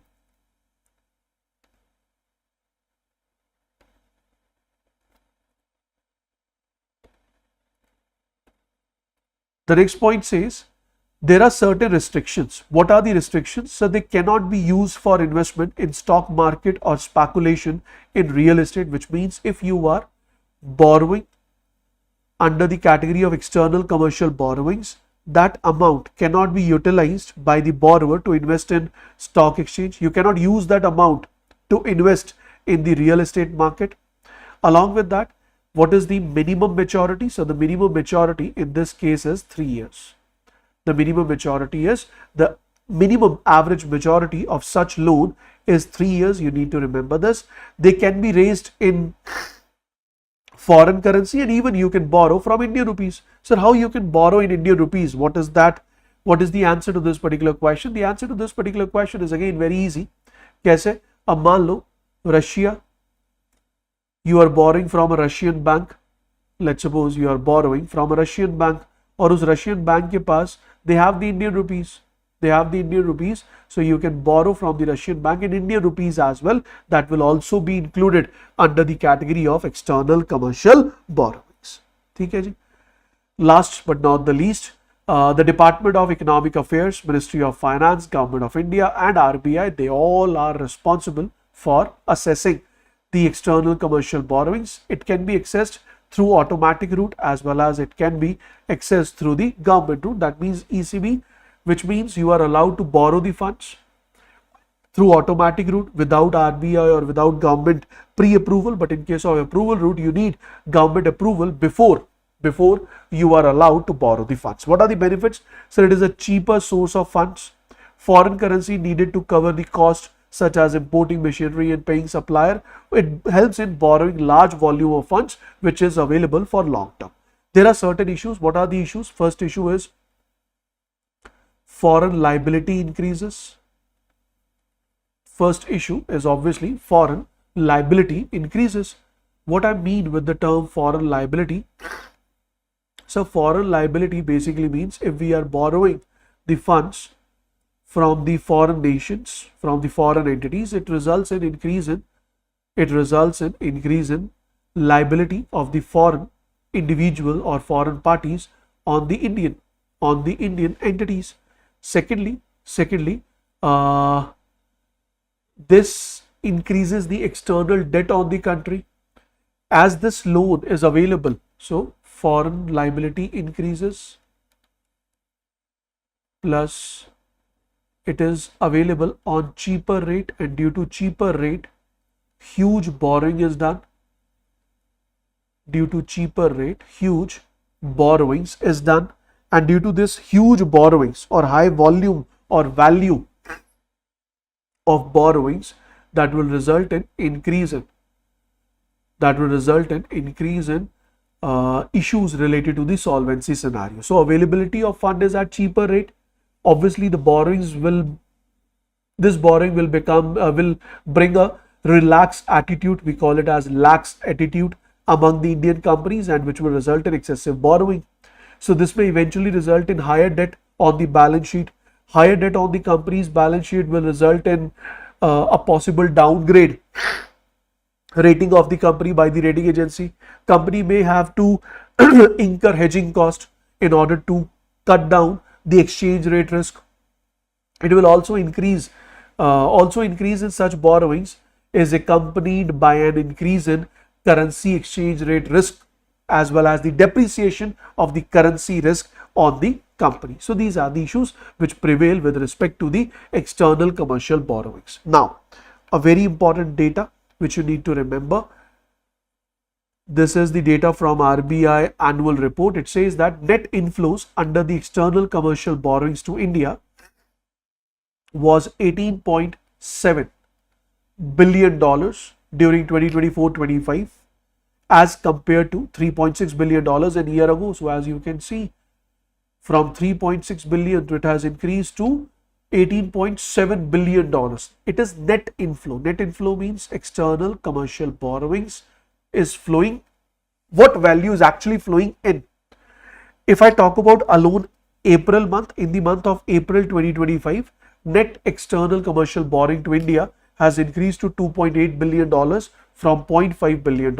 Now, what is the point which you need to remember over here?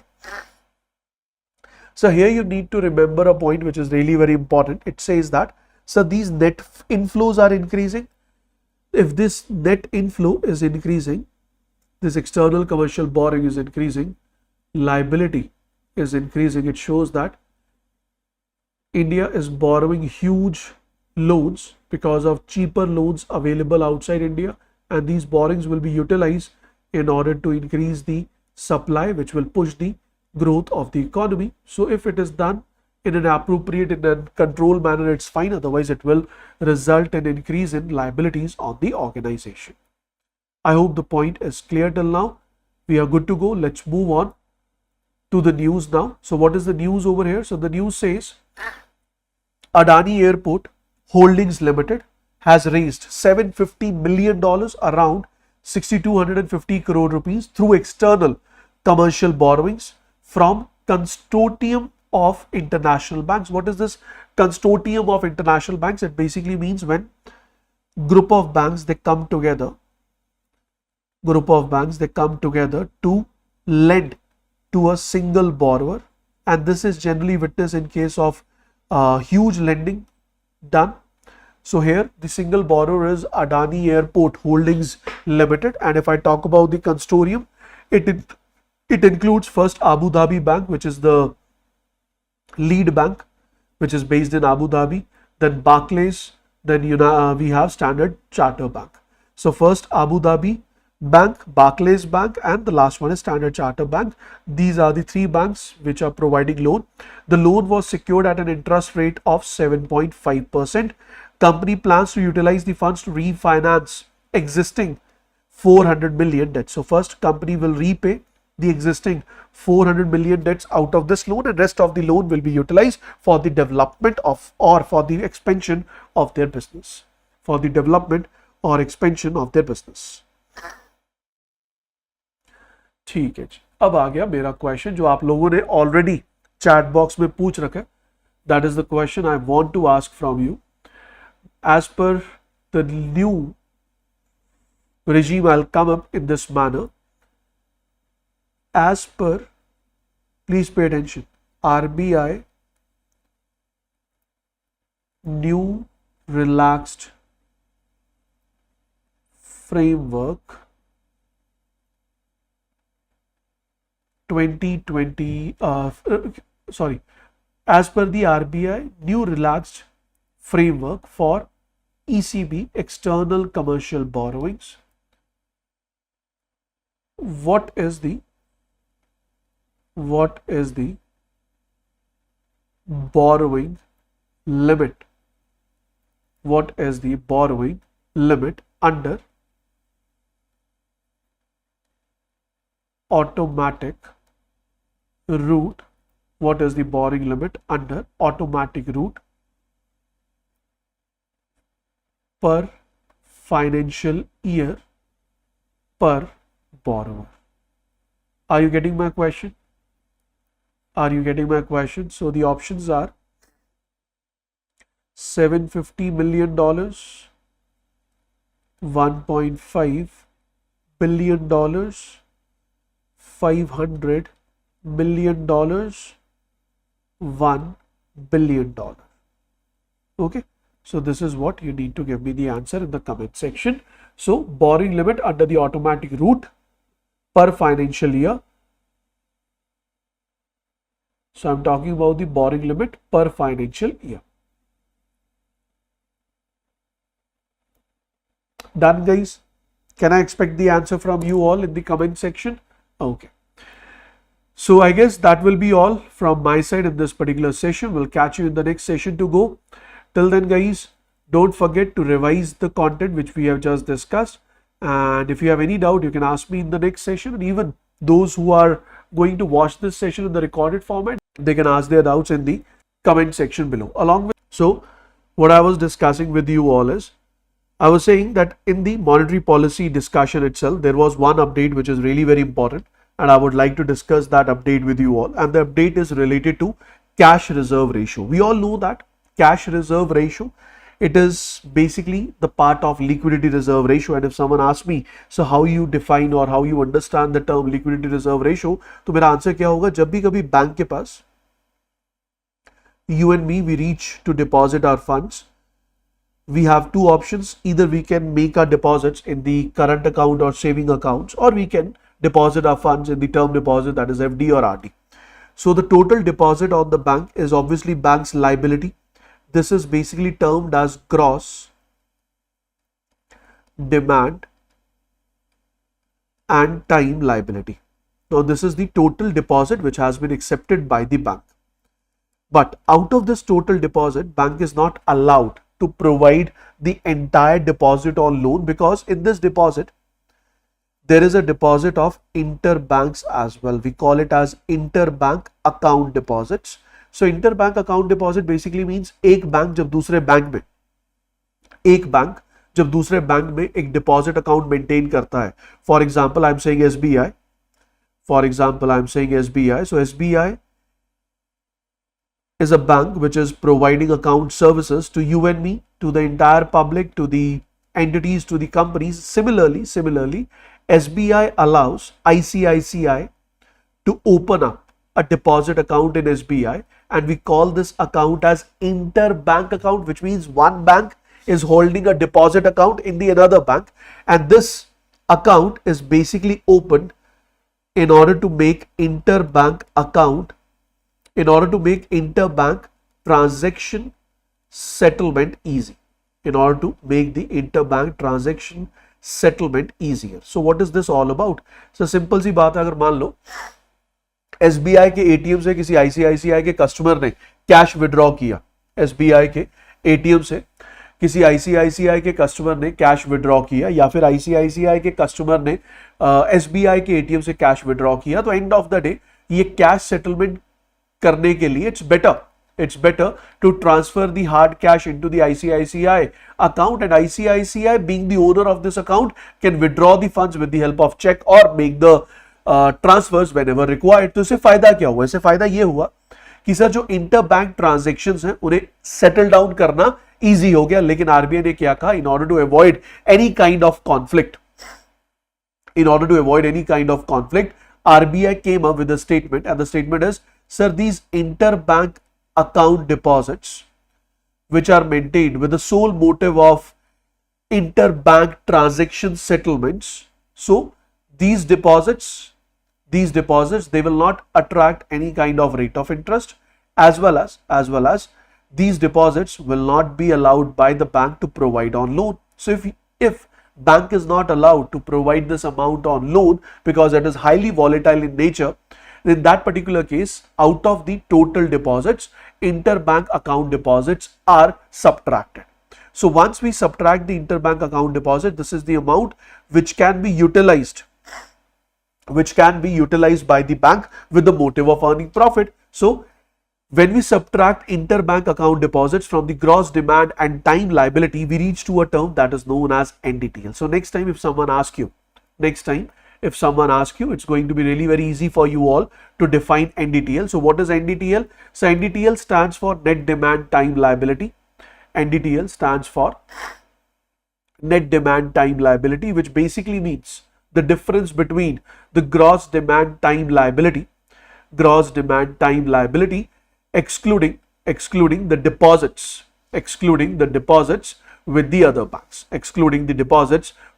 other banks, we call it as deposit with the other bank, or we can even call it as interbank deposits. ठीक है जी, clear हो गया? I guess there is no issue in understanding this part. Once it is clear, now I will be moving on to the next point. The next point says, out of this NDTL, I'll just remove my image. Out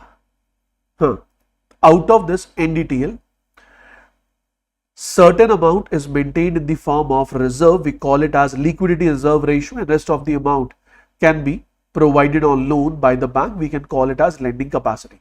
So this liquidity reserve ratio is further categorized into two categories. One we call it as CRR, and other one we call it as SLR. CRR basically means certain percentage of NDTL which is maintained in the form of cash, and it is kept with RBI, against which RBI is paying no return. To the bank, that is known as CRR. In case of SLR, certain percentage of NDTL is maintained either in the form of cash, gold, or government security, and these reserves are kept with bank itself. We call it as what? SLR. Now, RBI can change the CRR or SLR value, because if RBI changes the CRR and SLR value, it will result in change in lending capacity. For example, if RBI has reduced CRR from 4% to 3%, it means if SLR was earlier 18%, today also it is 18%. So earlier the lending capacity was what? Sir, earlier the lending capacity was 78% of NDTL, but now the lending capacity has increased to 79%. If the lending capacity of the bank increases, that means bank will provide more loan to the public. If bank is providing more loan to the public, it will result in increase in money supply in the market, and if the money supply in the market increases, it will result in increase in demand. And we know that the inflation rates are pretty low in the country. Our growth rates are pretty low this time, and in order to boost the growth, in order to push the economic growth of the economy, this initiative has been taken by RBI. So what is the news? The news says, as per the latest monetary policy, CRR, that is cash reserve ratio, of all the banks has been reduced by 100 basis point, which means it has been reduced by 1%, but it won't be reduced in one go. It ऐसा नहीं है कि एक ही झटके में इसे हटा देंगे, नहीं sir, it will be reduced in 4 equal tranches, and these 4 equal tranches will be of what value? Sir, it will be of 25 basis point. So धीरे धीरे करते करते it will be reduced to what percent? Sir, it will be reduced to 3%. Up, currently CRR, it is 4% today. It will be reduced to 3.75% on which date? So it will be reduced to 3.75% on 6th of September. Then it will be reduced to 3.5% on 4th of October. Then it will be reduced to 3.25% on 1st of November. And lastly, it will be reduced to 3% by or on the date, that is 29th of November 2025. So these are the 4 dates which you need to remember, and in these 4 installments you can use, or in these 4 stages, CRR will be reduced by 100 basis point from 4% to 3%. I hope the first thing on in this particular news is why CRR is reduced, or what is the impact of,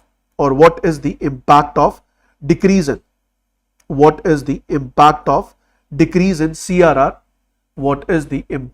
decrease in CRR? Whenever the CRR decreases, it will result in decrease in liquidity reserve ratio value. The moment liquidity reserve ratio value decreases, it will result in increase in money supply in the market. Due to increase in money supply, demand will increase and inflation rates will start increasing. Is this point clear, everyone? Is this point clear? If it is clear till this point, just give me yes, sir. Say yes or no.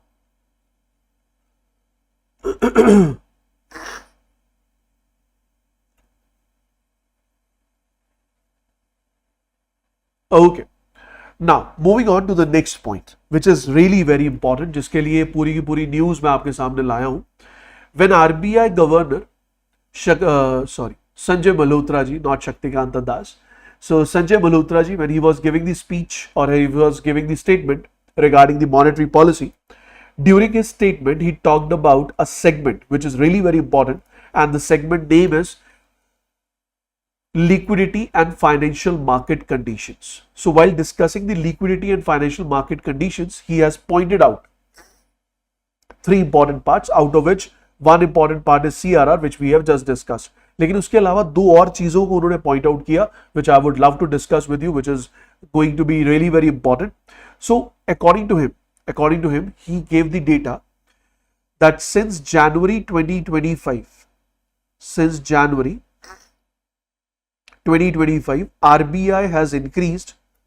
RBI has increased the liquidity in the market, and RBI has infused 9.5 lakh crore rupees into the market. I hope आपको याद होगा, December 2024 में India में we have noticed liquidity crisis in the banking sector. Banking sector में liquidity crisis देखने को मिले, which means banks, they were facing cash issues, liquidity issues, and banks were also facing the issues in order to process their withdrawals. So in this particular scenario, RBI came in the picture, और RBI ने कहा, don't worry, I will be increasing the liquidity in the market. Now the biggest question is how RBI can increase the liquidity in the markets. Or RBI can increase the liquidity in the market through different methods. One of the tool which is the part of monetary policy, that is known as open market operation. So open market operation is a tool in which RBI sell or purchase government securities from the public in order to increase or decrease the liquidity in the market, or in order to inject or evacuate liquidity from the market. Now in this case, when liquidity is low, that means cash flow is low. In that particular case, what did RBI do? Sir, RBI decided to purchase the government securities from the public. The moment government security was purchased by RBI from the public, it has resulted in increase in flow of money supply in the market. So what was the total value of open market operation which has been performed by RBI? Sir, RBI has performed a total purchase of 5.2 lakh crore rupees of government securities from the market in order to increase the liquidity in the market. Not only this, in order to inject liquidity in the market, RBI came up with VRR under the variable repo rate. If I talk about this variable repo rate, RBI has issued the loan. RBI has issued the loan to the banks against the government securities, and under the variable repo rate, the loan is not only issued for 24 hours, it is even issued for more than 24 hours. We call it as variable repo rate. And against variable repo rate operation, even till there was a clause of 56 days, that means for 56 days also the loan was given under variable repo rate. And if I talk about the value of this loan which has been given, or the amount which has been introduced in the market through this tool, is 2 lakh crore rupees. Not only this, RBI has went into US dollars. RBI has went into US dollar INR by sell swap agreements. So under this buy sell swap agreement, what RBI has done, RBI has purchased the US dollars from the public or from the market, and against these US dollars, RBI has increased the INR in the market. And this purchase of US dollar is done under what? So the purchase of US dollar is done under a swap agreement where the time period is defined, when RBI will be repurchasing the same.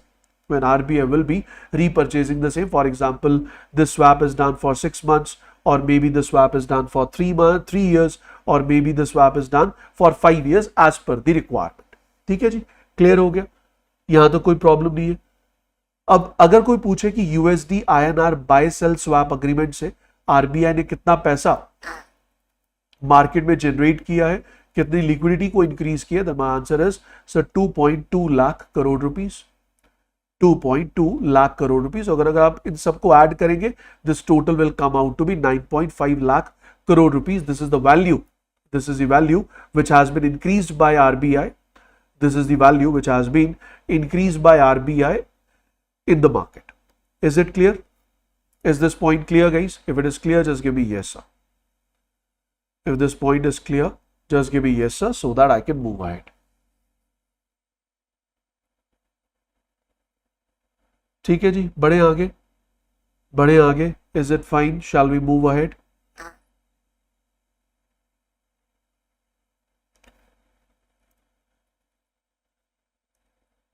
Okay, all this data has been mentioned over here.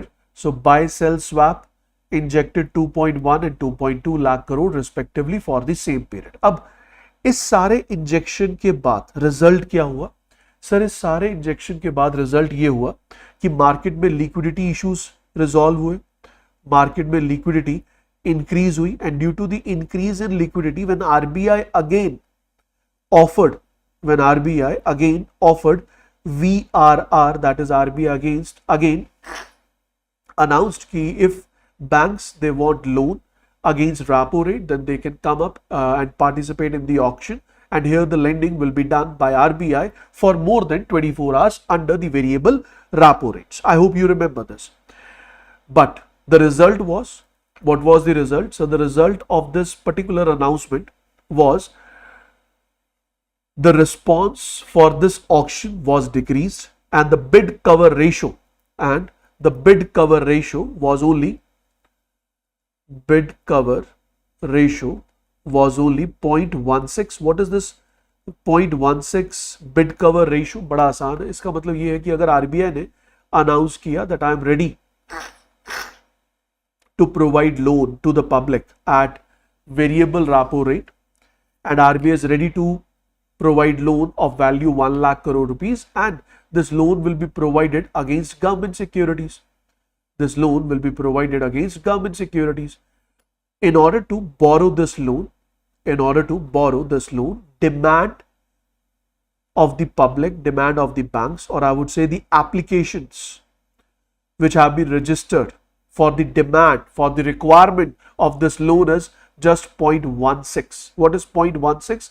It means 1 lakh crore के बदले में जो auction में participate करने के लिए banks ने applications fill की, they show their demand, they raise their demand was only 0.16%, या आप ये कहो 16%, या फिर आप इसे कह सकते हैं क्या, only 16,000 crore rupees. What sir? Only 16,000 crore rupees. तो सिर्फ 16,000 करोड़ रुपए की डिमांड निकल कर आई सामने. किसके against sir? Against the supply which was supply for which RBI was ready, that was 1 lakh crore rupees. तो इससे क्लियर हो गया कि हाँ सर अब उतनी ज्यादा डिमांड नहीं बची. क्यों नहीं डिमांड बची? क्योंकि ऑलरेडी मार्केट में लिक्विडिटी है, और अगर ऑलरेडी मार्केट में लिक्विडिटी है तो भैया जरूरत क्या? जरूरत नहीं है. तो banks they will not participate in order to borrow the funds from RBI because banks they are already having the desired funds with them. Second point is high SDF balance. What is this SDF? Sir, SDF basically means when bank park its surplus funds, bank park its surplus funds with RBI, against which RBI pay rate of interest to the bank, and this rate of interest is known as SDF. This rate of interest can also be compared with reverse repo rate, but what is the difference? In case of reverse repo rate, bank park its surplus funds with RBI, and RBI pay reverse repo rate along with government security under the repo agreement, which means on the repayment of principal as well as interest by RBI, bank will sell or bank will return the same government securities to RBI which were presented under the repo agreement. Now, RBI says that now RBI comes up with a statement कि भैया अगर आप अपना surplus funds मेरे पास रखेंगे, against that surplus funds I will offer you two types of rate of interest. One, I will offer you reverse repo rate, which is only 3.35%, and other one I'll offer you SDF, that is standing deposit facility, which has now reduced to 5.5%. Say yes or no. Which has now reduced to 5.25%. which has now reduced to 5.25%. Now you must be wondering कि sir इन दोनों में इतना बड़ा gap क्यों है? दोनों ही केसेस में रेट ऑफ इंटरेस्ट कौन पे करेगा? आरबीआई पे करेगा. दोनों ही केसेस में रेट ऑफ इंटरेस्ट आरबीआई किसे पे करेगा? बैंक को. दोनों ही केसेस में आरबीआई बैंक से क्या एक्सेप्ट कर रहा है? Surplus funds. Then why these rate of interest are different? Sir these rate of interest are different because of a quite obvious reason. The obvious reason is if RBI is giving you the government security as collateral, that in that particular case risk is pretty low, and if risk is low, returns will be low. On the other side, if RBI has given no government security as collateral, and if in near future RBI do not pay back your funds, then you will be, as a bank, you will be facing the credit risk. But if you are ready to take that risk, RBI is ready to give you higher rate of interest, which is 5.25%.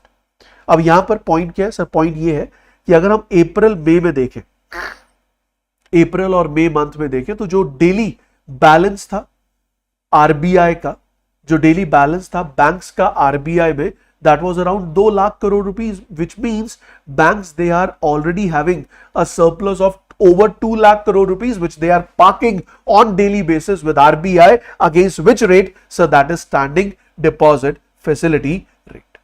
बोलो समझ आया? बोलो समझ आया? If it is clear, give me yes sir, so that I can move ahead. If it is clear, just give me yes sir, so that I can move ahead. If you haven't liked the session yet, I would request you, do hit the like button. And if you have any doubt, you may ask please. Now I will be moving to the next part of the same news.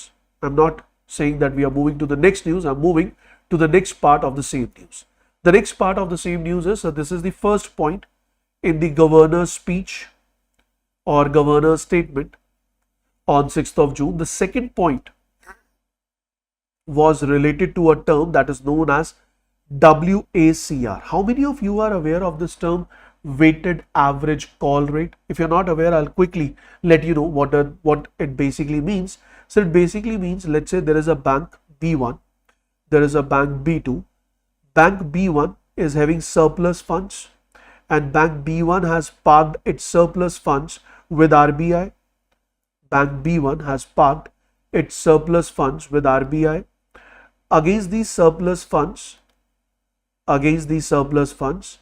RBI is paying SDF as return, which is, let's suppose as of today, it is 5.25%. On the other side, if bank is borrowing from RBI, then RBI will charge minimum repo rate and maximum charge will be MSF. Repo rate is right now 5.5% and MSF is 5.75%. So I can easily say that RBI is borrowing from bank, RBI is lending to bank, and in this entire deal, RBI is earning a profit. RBI is earning a profit or a net interest margin of 0.25 to 0.50%. Secondly, in case you want to borrow from RBI, in that particular case, if you are a bank and you want to borrow from RBI, then there is a certain limit. If you want to borrow from RBI against repo rate, if you are borrowing from RBI against repo rate, then there is a certain limit, and if that limit is consumed, then you will be borrowing at higher rate of interest, that is MSF. And again, MSF is offered up to a particular limit, that is 2% of NDTL. And once this 2% of NDTL is consumed, then what? So in order to provide, or in order to come up with this particular solution, what happens is, so banks, they participate in a market, we call it as a call market. What is a call market? So call money market is a place where one bank holding the surplus funds will provide loan to the other bank, which is looking forward which is looking forward for loan, and this lending is done without collateral. This lending is done without collateral. Only and only an agreement is signed, and that agreement we call it as call money bill. This agreement we call it as call money bill, which is valid for 24 hours. That means banks, they can borrow from each other for 24 hours, and even if they want to borrow for more than 24 hours, we call it as notice money bill. We call it as notice money bill. So this market is known as call money market, and the rate of this particular market is known as, and the rate which is charged in this particular market is known as what? So the rate charged in this particular market is known as call rate. But this call rate is volatile in nature. It is going to change every day depending upon the demand and supply. And due to the change in demand and supply, this call rate will also change. So this volatile call rate, in order to obtain a calculatable or presentable value, we use a word that is WACR, which stands for weighted average call rate. So weighted average call rate basically means the average call rate which is calculated on the basis of amount of borrowing taken on that respective date, amount of demand as well as supply on that respective date is taken into consideration. Now, if I talk about the corridor for WACR, so the corridor for WACR is SDF, that is standing deposit facility, is the minimum rate, because if I am a bank and I want to provide loan, or I want to distribute, I want to I would say I'm ready to circulate, I'm ready to park my surplus funds, I will be parking my surplus funds at minimum standing deposit facility, because I know agar is pe aap nahi loge as a bank, then no worries, RBI will accept it. So I'm not ready to provide you loan below this. And generally the higher rate or the highest rate is close to MSF, and on the basis of which this call rate fluctuates in this particular range, and RBI want that this WACR, it should be close to repo rate. So if WACR is close to repo rate, which shows that the market is doing well, liquidity in the market is appropriate, or I would say RBI's monetary policies are operating in a better manner. So this is known as WACR. Story samajh aayi? Now I'll show you what is the current scenario. So reflecting the improvement in the liquidity conditions. So the moment liquidity conditions improved, undoubtedly demand for short-term funds decreases, क्योंकि पहले banks को पैसे की जरूरत थी, तो इस market में, कॉल मनी मार्केट में बहुत ज्यादा डिमांड थी, और जब डिमांड ज्यादा होगी तो obviously prices will be high. And what is the price over here? So the price over here is call rate. तो कॉल रेट क्या होगा? बहुत ज्यादा होगा, और ऑब्वियसली कॉल रेट को कंपेयर किससे करेंगे सर? रेपो रेट से करेंगे. कॉल रेट को कंपेयर किससे करेंगे? रेपो रेट से करेंगे. So the operating target of monetary policy traded at the lower end of the LAF corridor since last policy. तो उसमें क्या कहा जा रहा है? The weighted average call rate, the operating target of monetary policy. तो weighted average call rate को कहा जाता है operating target of monetary policy, because RBI consider WACR as its target. If WACR का fluctuation काफी ज्यादा है with respect to repo rate, that means market sentiments are different in comparison to the policies which are framed by RBI. So RBI will try to align it as close as it can be to WACR. So as per this particular data, you have this entire thing to cover. So please pay attention. WACR on an average traded 16 basis point below the policy rate during April to June. तो इसका मतलब April to June में अगर हम बात करें repo rate की, तो ये रेपो रेट था, उससे कुछ पॉइंट नीचे क्या रहा? WACR रहा. कुछ पॉइंट नीचे रहा WACR. लेकिन अगर आप फरवरी मार्च की बात करेंगे, this is April to June, but if you talk about February to March, when liquidity was pretty low in the banking sector, in those days demand was high. During high demand, WACR was higher than repo rate. So it was 6 basis point above. It was 6 basis point above repo rate. But हम चाहते क्या है? RBI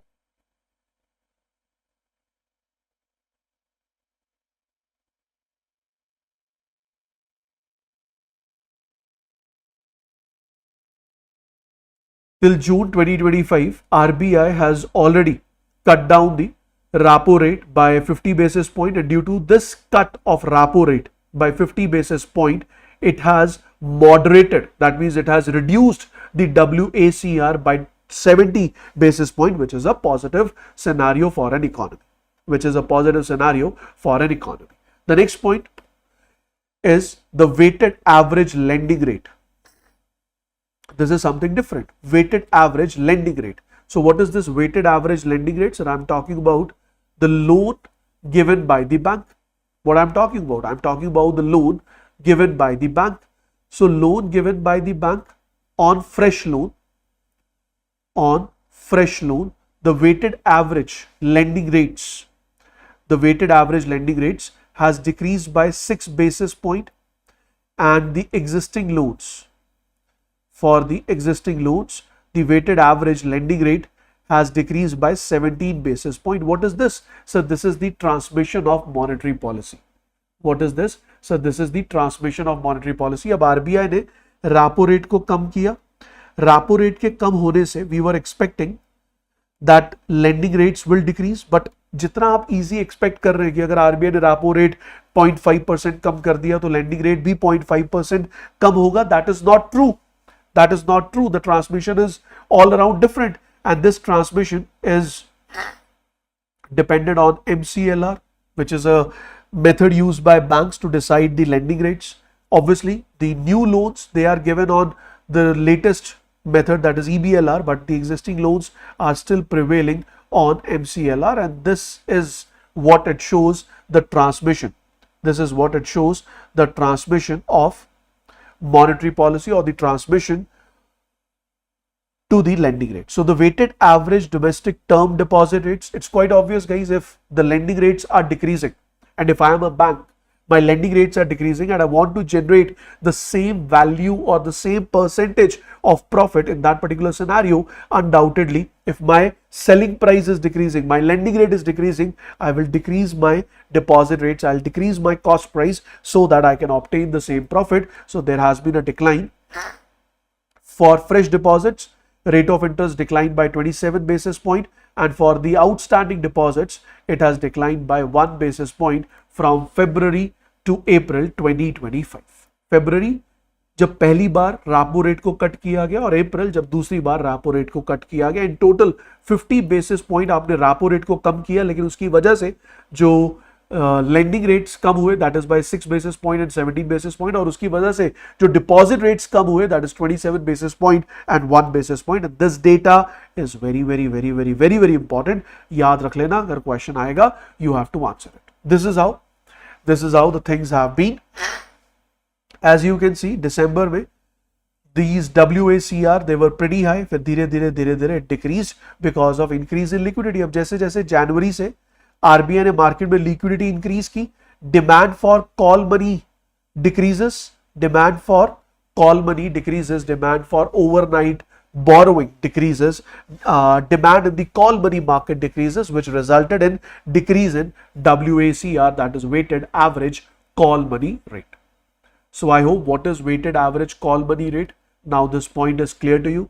I have explained you in much detail, even I have given you the entire notes on it, so you can just download the PDF and you can read it from these two slides, which will give you more clarity.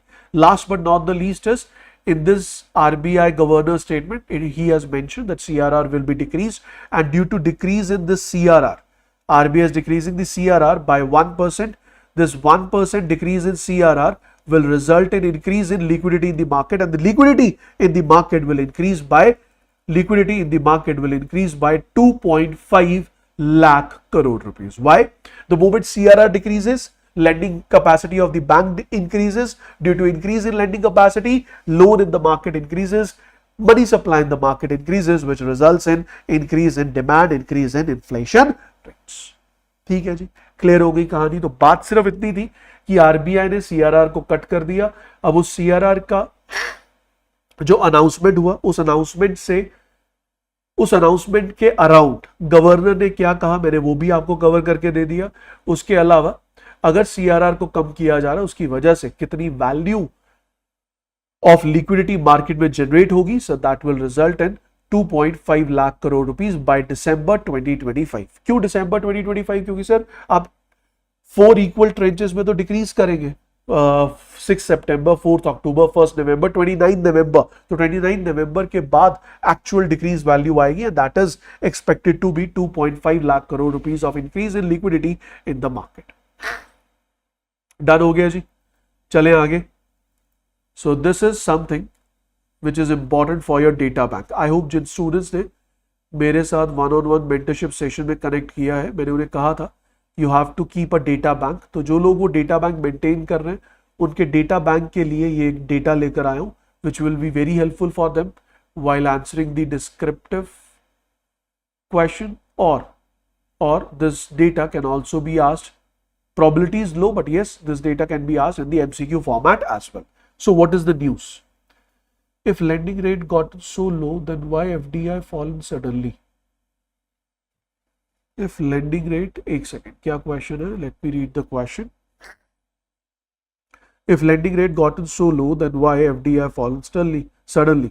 ठीक है, गौरांग इसका answer दे देता हूँ. The answer to this particular question is the moment lending rates in the country started decreasing. Not only this, before the decrease in lending rates in the country, the rates have been revised by Federal Reserve due to the rate revision done by Federal Reserve, due to the geopolitical tensions which are prevailing, due to the trade war which is existing in the economy. Every investor who is investing outside its own land wants to disinvest from the other nations in order to consolidate the funds into its own economy to avoid geopolitical tensions, to avoid trade wars, to avoid uncertainty which is going around the globe. So it's better अपना पैसा dollar में रखो rather than अपना पैसा invest करने में India में. जब आपने अपने पैसे को इंडिया में इन्वेस्ट किया, its value will be impacted due to the depreciation or appreciation of the Indian currency. तो उन सारी चीजों की वजह से फॉरेन डायरेक्ट इन्वेस्टमेंट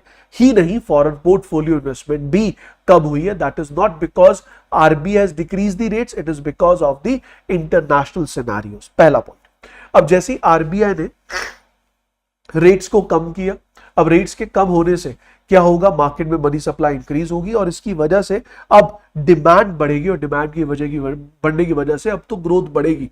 तो now we will be expecting increase in foreign investment over the period of time.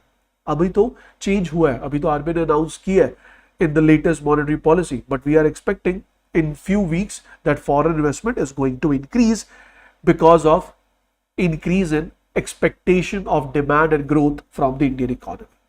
Gaurang, ठीक है, clear हो गया? If it is clear, just give me yes sir so that I can move ahead.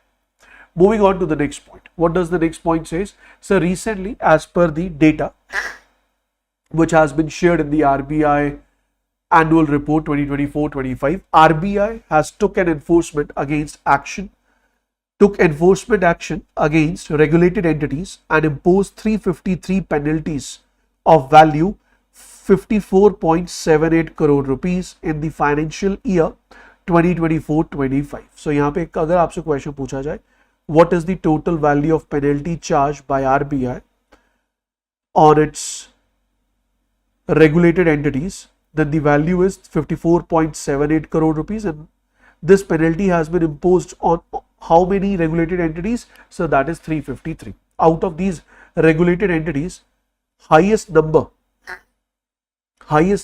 is backed by which organizations? So my answer would be, sir, highest number as of this 264 penalties were imposed only and only on cooperative banks. 264 penalties on cooperative banks, then 37 penalties on NBFC. क्योंकि अगर मैं आपको ये data नहीं बताता ना तो majority लोग यही सोचते हैं कि सबसे ज्यादा जो पेनल्टी आरबीआई ने चार्ज की होगी वो NBFCs पे चार्ज की होगी, but that is not true. The highest number of penalties have been charged on the cooperative banks, then NBFCs, then we have the banking sector. ठीक है जी, क्लियर हो गया, याद रहेगा ये data, this is very important. And this penalty which we are talking about, which we are discussing about, these penalties are basically charged for what all reasons? So these are basically charged for not fulfilling the compliances related to cyber security framework or exposure to IRAC norms, or know your customer directions were not fulfilled, fraud classification and reporting directions were not fulfilled, reporting information on CRILC is not done properly, submission of credit information to credit information companies is not done appropriately. So on these particular grounds, penalties have been charged. So what is the total count? What is the total number? Highest penalties have been charged on cooperative banks. Do the penalties have been charged on foreign banks? Yes sir, 6 foreign banks, they have been exposed to the penalties charged by RBI. ठीक है जी, simple news है, इसमें nothing to worry about. याद रख लेना, phase 1 में direct question आया तो याद आप आंसर कर पाएंगे, वरना कहीं ना कहीं डिस्क्रिप्टिव क्वेश्चन को लिखते समय ये डेटा आप यूटिलाइज कर पाएंगे, which is important. Now moving on to the next point. What does the next point says? Guys, उम्मीद करता हूं कि आप सब ने एक टर्म सुनी होगी, DICGC, that is important, that is deposit insurance credit guarantee corporation. अगर मुझसे कोई पूछता है कि what is this organization all about, then I would say sir it is basically the wholly owned subsidiary of RBI, which is known as Deposit Insurance and Credit Guarantee Corporation. Actually में पहले दो different organizations थी. One was DIC, other one was Credit Guarantee Corporation. Then they both were merged and the act was also revised, amended, और ये बन गया DICGC Act 1961. इस act के तहत RBI की ये जो wholly owned subsidiary है, this wholly owned subsidiary is responsible to ensure, it is responsible to ensure public deposits with the banks. Public deposit with the banks. Now you must be wondering कौन से banks की मैं बात कर रहा हूं? Guys, I am talking about scheduled banks. I am talking about scheduled banks, which include private banks, foreign banks, public sector banks, RRBs. It includes cooperative banks, local area banks. In cooperative banks, I'm talking about state as well as district or central as well as urban cooperative bank. They all are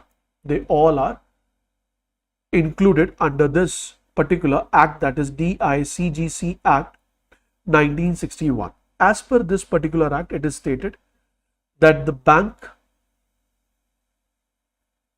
which we are talking about, the number of banks which I am talking about, these all banks, they are responsible. These all banks, they are responsible to get public deposit insured, which also include payment banks, small finance banks. So all these banks, they are asked by RBI to get their public deposit insured with DICGC. That means it is the bank's duty to get their deposit insured with DICGC, and against this deposit, scheduled banks or the banks list which I have given you, they are responsible to pay the premium. Now the question is, so what is the premium paid? If I talk about the premium value, earlier the premium value was pretty low. But over the period of time, this premium value has increased. And if I talk about the premium value, how it operates, what premium value is charged right now. So I would say when this act was introduced, at that particular moment, premium value was pretty low, but over the period of time, this premium value has been increased. And as per the latest update, the premium value which has been set by DICGC, which is supposed to be paid by the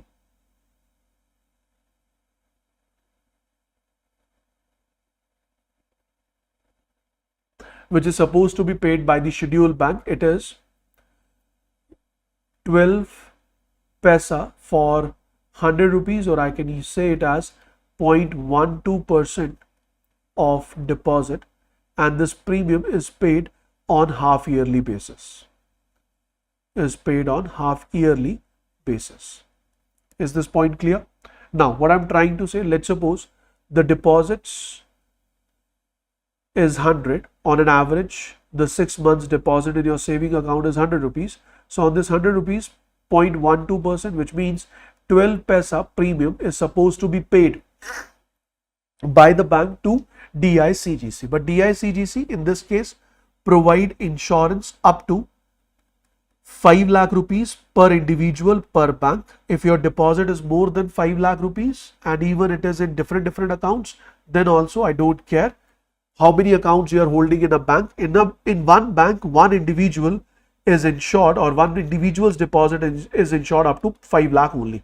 अगर आपके account में 10 लाख है या 10 अकाउंटों में 10 लाख है, 1-1 लाख करके, तो भी आपको कितना पैसा मिलेगा? 5 लाख ही मिलेगा. Your deposit up to 5 lakh is insured.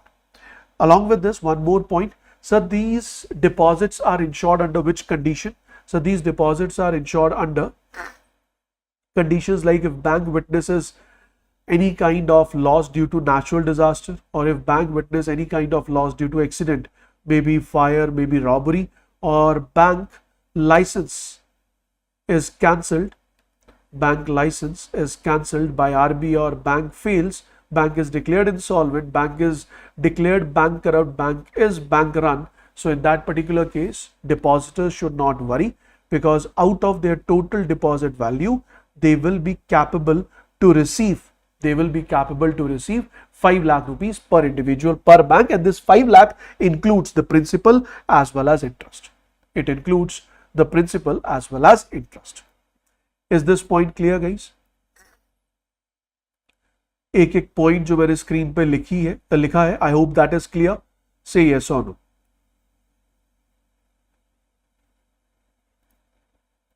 DICGC का पूरा रोल समझ आ गया? Who get the insurance? So bank get your deposits insured from DICGC, because banks are utilizing your deposits, so they are responsible to get it insured. Lastly, the last point which is important in this discussion is what is the deposit value? So the deposit limit is up to 5 lakh rupees per individual per bank. ठीक है जी. अब जो मैं data आपके साथ share करूंगा, I can assure you that you will be very clear with that particular data. So the first point says, one second guys, मैं ना थोड़ा स्लाइड का स्ट्रक्चर चेंज कर देता हूं, so that you can utilize this particular data for future references. Chalo, let's move on to the next slide only. So insured deposits. So the first point in this discussion is insured deposits in India increased by 7.11% on year basis. So if I talk about the insured deposits means I'm not talking about the deposit accounts. So I'm saying insured deposit value has increased to 96.7 lakh crore rupees, and this has increased by 7.11% as of 30th September 2024 according to the RBI's annual statement.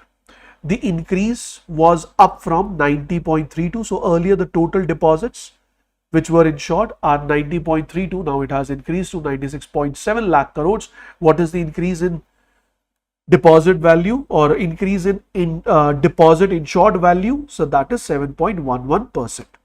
Remember that the number of fully insured deposit accounts which fall within 5 lakh insurance coverage limit stood at 286.9 crore, which means accounting for 97.7% of the total accounts. So what does it say? It says that out of the total accounts in the banks, 97.7% of accounts are 100% are 100% insured, which means out of total number of deposit accounts, 97.7% out of total number of deposit accounts, 97.7% of deposits are holding a deposit value or holding a deposit of up to 5 lakh rupees. क्योंकि अगर deposit 5 lakh है या उससे कम है तभी तो वो सारे का सारा अमाउंट इंश्योर्ड है. अगर डिपॉजिट 5 लाख से ज्यादा होगा तो 100% इंश्योरेंस होगा ही नहीं. 100% insurance होगा ही नहीं. This is the first point. Second point is this figure is marginally lower. Last year this percentage was 97.9%, but this year the percentage is 97.7%. That is nothing to worry. What is important, please pay attention.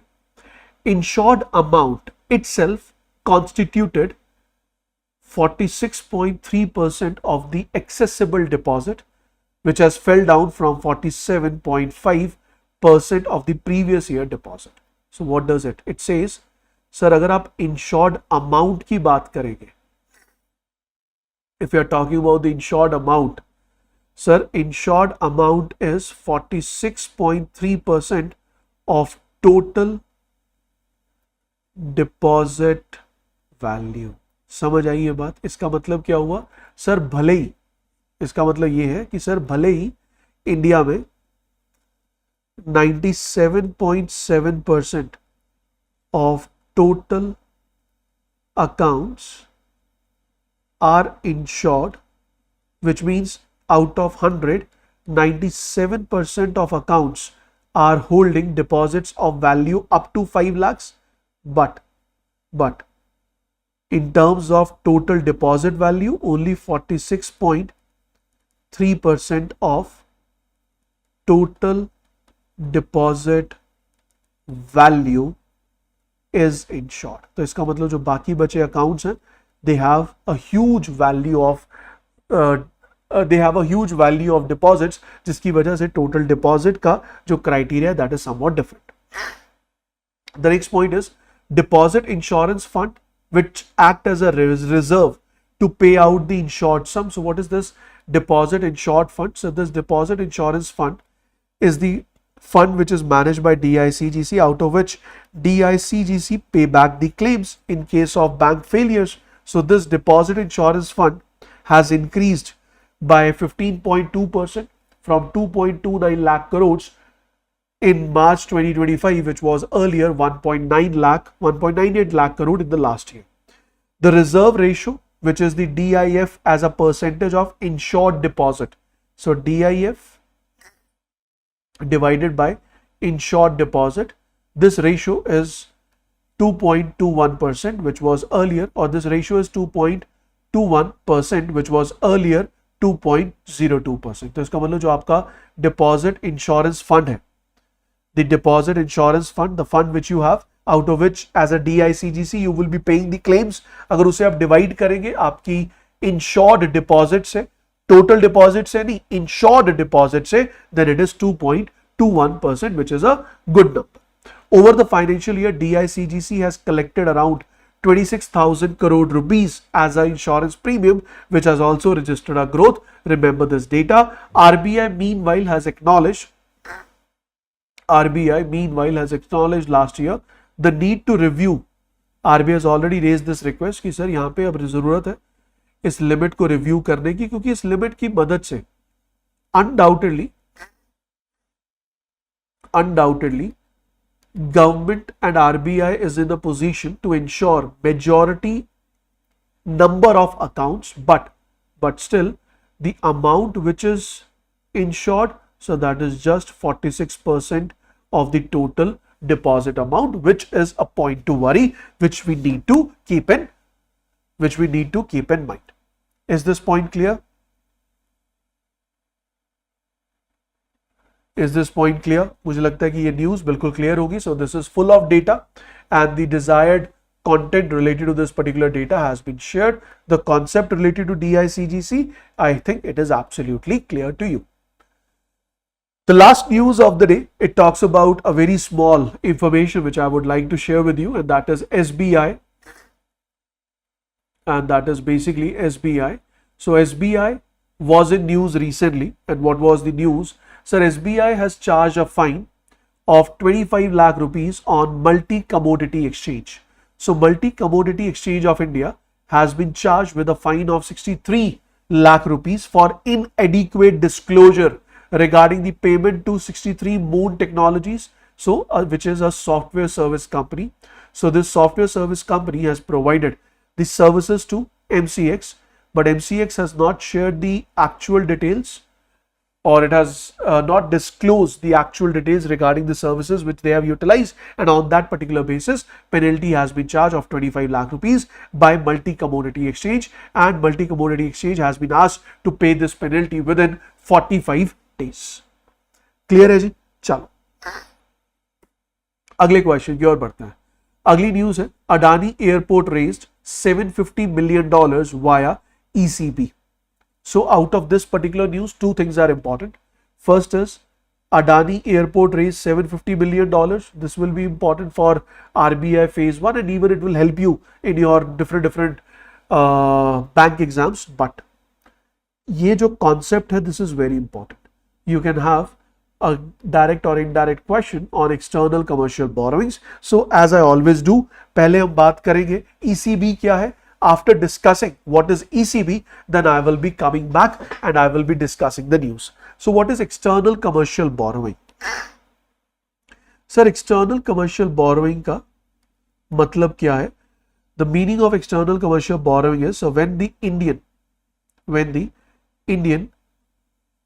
entities, that means an individual or maybe a company or maybe a firm, any individual entity, if it borrow funds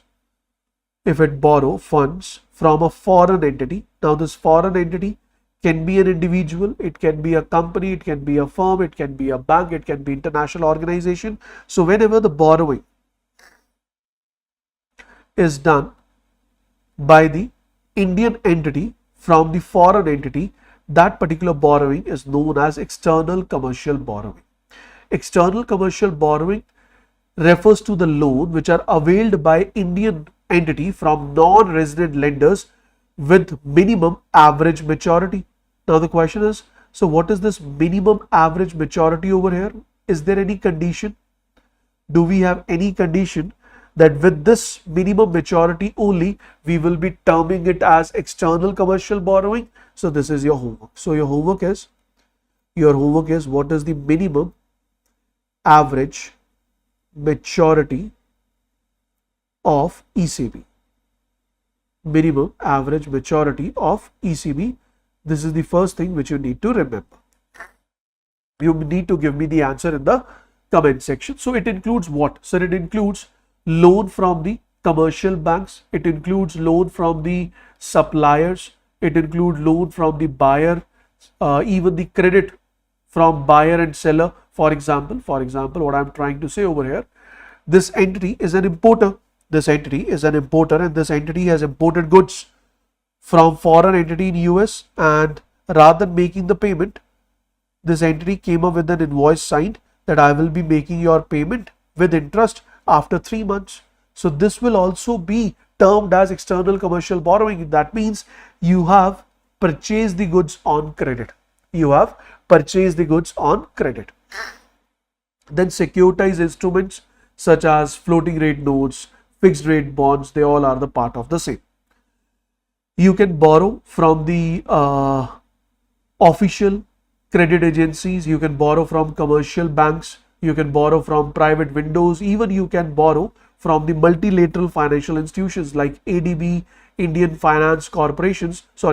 Finance Corporation. They all are included in the category of external commercial borrowing, but this talks about only and only the borrowing done by Indian entity. The moment I say borrowing done by Indian entity, it means Indian individuals, companies, firms, even I include the privately owned companies, even I include the government owned companies like PSUs, they are also included under the same category. Now, moving on to the next part, and the next part is again really very important. What does the next point says? Please pay attention.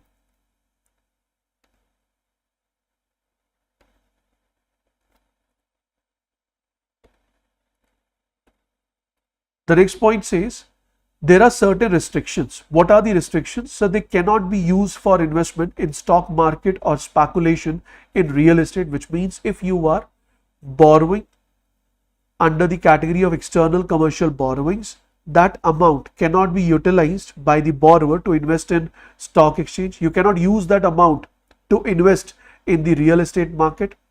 Along with that, what is the minimum maturity? So the minimum maturity in this case is 3 years.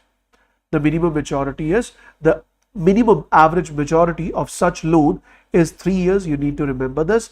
They can be raised in foreign currency, and even you can borrow from Indian rupees. So how you can borrow in Indian rupees? What is that?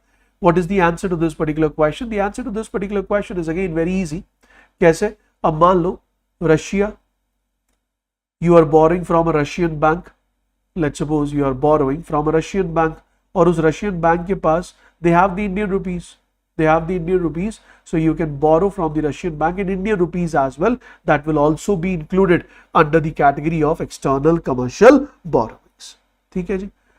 Last but not the least, the Department of Economic Affairs, Ministry of Finance, Government of India and RBI, they all are responsible for assessing the external commercial borrowings. It can be accessed through automatic route as well as it can be accessed through the government route. That means ECB, which means you are allowed to borrow the funds through automatic route without RBI or without government pre-approval. But in case of approval route, you need government approval before you are allowed to borrow the funds. What are the benefits? So it is a cheaper source of funds. Foreign currency needed to cover the cost such as importing machinery and paying supplier. It helps in borrowing large volume of funds which is available for long term. There are certain issues. What are the issues? First issue is foreign liability increases. First issue is obviously foreign liability increases. What I mean with the term foreign liability? So foreign liability basically means if we are borrowing the funds from the foreign nations, from the foreign entities, it results in increase in liability of the foreign individual or foreign parties on the Indian entities. Secondly, this increases the external debt on the country as this loan is available. So foreign liability increases plus it is available on cheaper rate, and due to cheaper rate, huge borrowing is done. Due to cheaper rate, huge borrowings is done, and due to this huge borrowings or high volume or value of borrowings, that will result in increase in issues related to the solvency scenario. So availability of fund is at cheaper rate. Obviously, this borrowing will bring a relaxed attitude. We call it as lax attitude among the Indian companies, and which will result in excessive borrowing. So this may eventually result in higher debt on the balance sheet. Higher debt on the company's balance sheet will result in a possible downgrade rating of the company by the rating agency. Company may have to incur hedging cost in order to cut down the exchange rate risk. It will also increase in such borrowings is accompanied by an increase in currency exchange rate risk as well as the depreciation of the currency risk on the company. So these are the issues which prevail with respect to the external commercial borrowings. Now, a very important data which you need to remember. This is the data from RBI annual report. It says that net inflows under the external commercial borrowings to India was $18.7 billion during 2024-25 as compared to $3.6 billion a year ago. So as you can see, from 3.6 billion it has increased to $18.7 billion. It is net inflow. Net inflow means external commercial borrowings is flowing. What value is actually flowing in? If I talk about alone April month, in the month of April 2025, net external commercial borrowing to India has increased to $2.8 billion from $0.5 billion. Now, what is the point which you need to remember over here? So here you need to remember a point which is really very important. It says that, so these net inflows are increasing. If this net inflow is increasing, this external commercial borrowing is increasing, liability is increasing. It shows that India is borrowing huge loans because of cheaper loans available outside India, and these borrowings will be utilized in order to increase the supply, which will push the growth of the economy. So if it is done in an appropriate, in a controlled manner, it's fine. Otherwise, it will result in increase in liabilities on the organization. I hope the point is clear till now. We are good to go. Let's move on to the news now. So what is the news over here? So the news says Adani Airport Holdings Limited has raised $750 million, around 6,250 crore rupees, through external commercial borrowings from consortium of international banks. What is this consortium of international banks? It basically means when group of banks they come together to lend to a single borrower, and this is generally witnessed in case of huge lending done. So here the single borrower is Adani Airport Holdings Limited, and if I talk about the consortium, it includes first Abu Dhabi Bank, which is the lead bank, which is based in Abu Dhabi, then Barclays, then we have Standard Chartered Bank. So first Abu Dhabi Bank, Barclays Bank, and the last one is Standard Chartered Bank. These are the three banks which are providing loan. The loan was secured at an interest rate of 7.5%. Company plans to utilize the funds to refinance existing 400 million debts. So first company will repay the existing 400 million debts out of this loan, and rest of the loan will be utilized for the development of or for the expansion of their business. For the development or expansion of their business. ठीक है जी, अब आ गया मेरा question जो आप लोगों ने already chat box में पूछ रखा है. That is the question I want to ask from you. As per the new regime, I'll come up in this manner. As per, please pay attention, RBI new relaxed framework 2020, as per the RBI new relaxed framework for ECB external commercial borrowings, what is the borrowing limit? What is the borrowing limit under automatic route? What is the borrowing limit under automatic route per financial year per borrower? Are you getting my question? Are you getting my question? So the options are $750 million, $1.5 billion, $500 million, $1 billion. Okay, so this is what you need to give me the answer in the comment section. So borrowing limit under the automatic route per financial year. So I'm talking about the borrowing limit per financial year. Done, guys?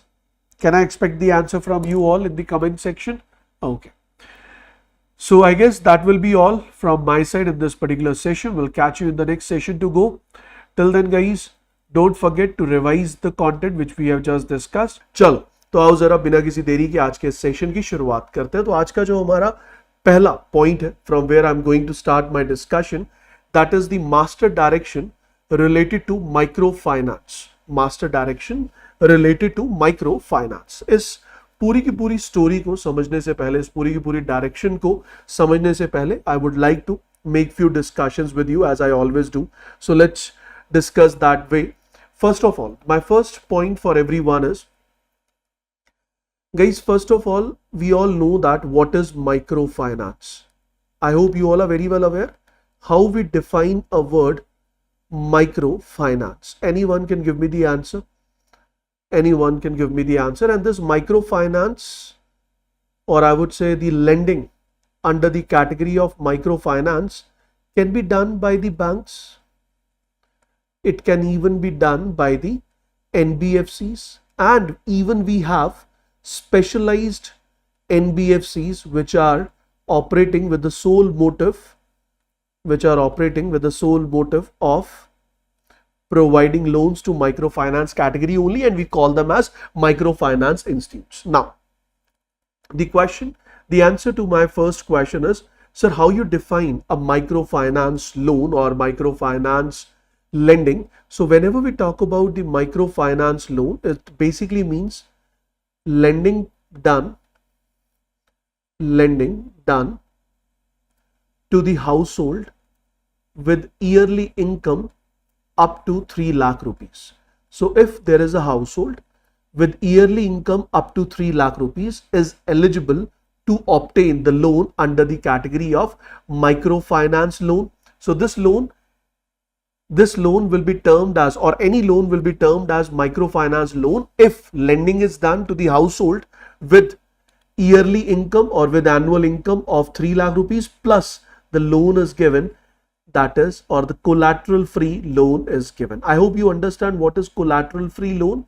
Collateral free loan basically means without security loan, which basically means without security loan. Whenever you provide loan without any security, that means you are providing the loan without any asset given as mortgage in order to recover the loan in the near future.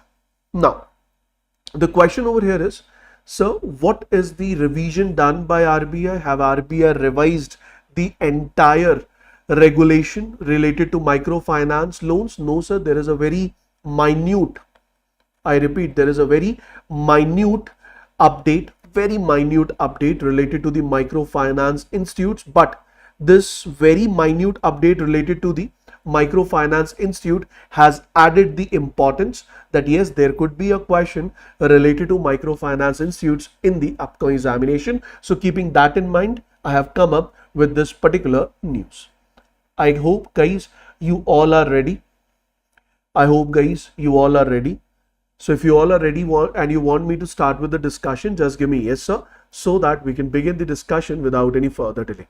So first of all, RBI has made certain changes or certain revisions related to the microfinance institutes. Now the question is, under which act or under which law RBI has this power? The answer to this particular question is, whenever a new regulation is formulated by RBI, the first rule, as we have studied under the context, is whenever RBI comes up with a regulation amendment, then RBI should come up with the acts, the sections which provide powers to RBI in order to make these certain changes. So according to the powers given to RBI as per section 21, section 35, section 56 of Banking Regulation Act 1949. So first act which is important, sections you can ignore, that is Banking Regulation Act 1949. Second is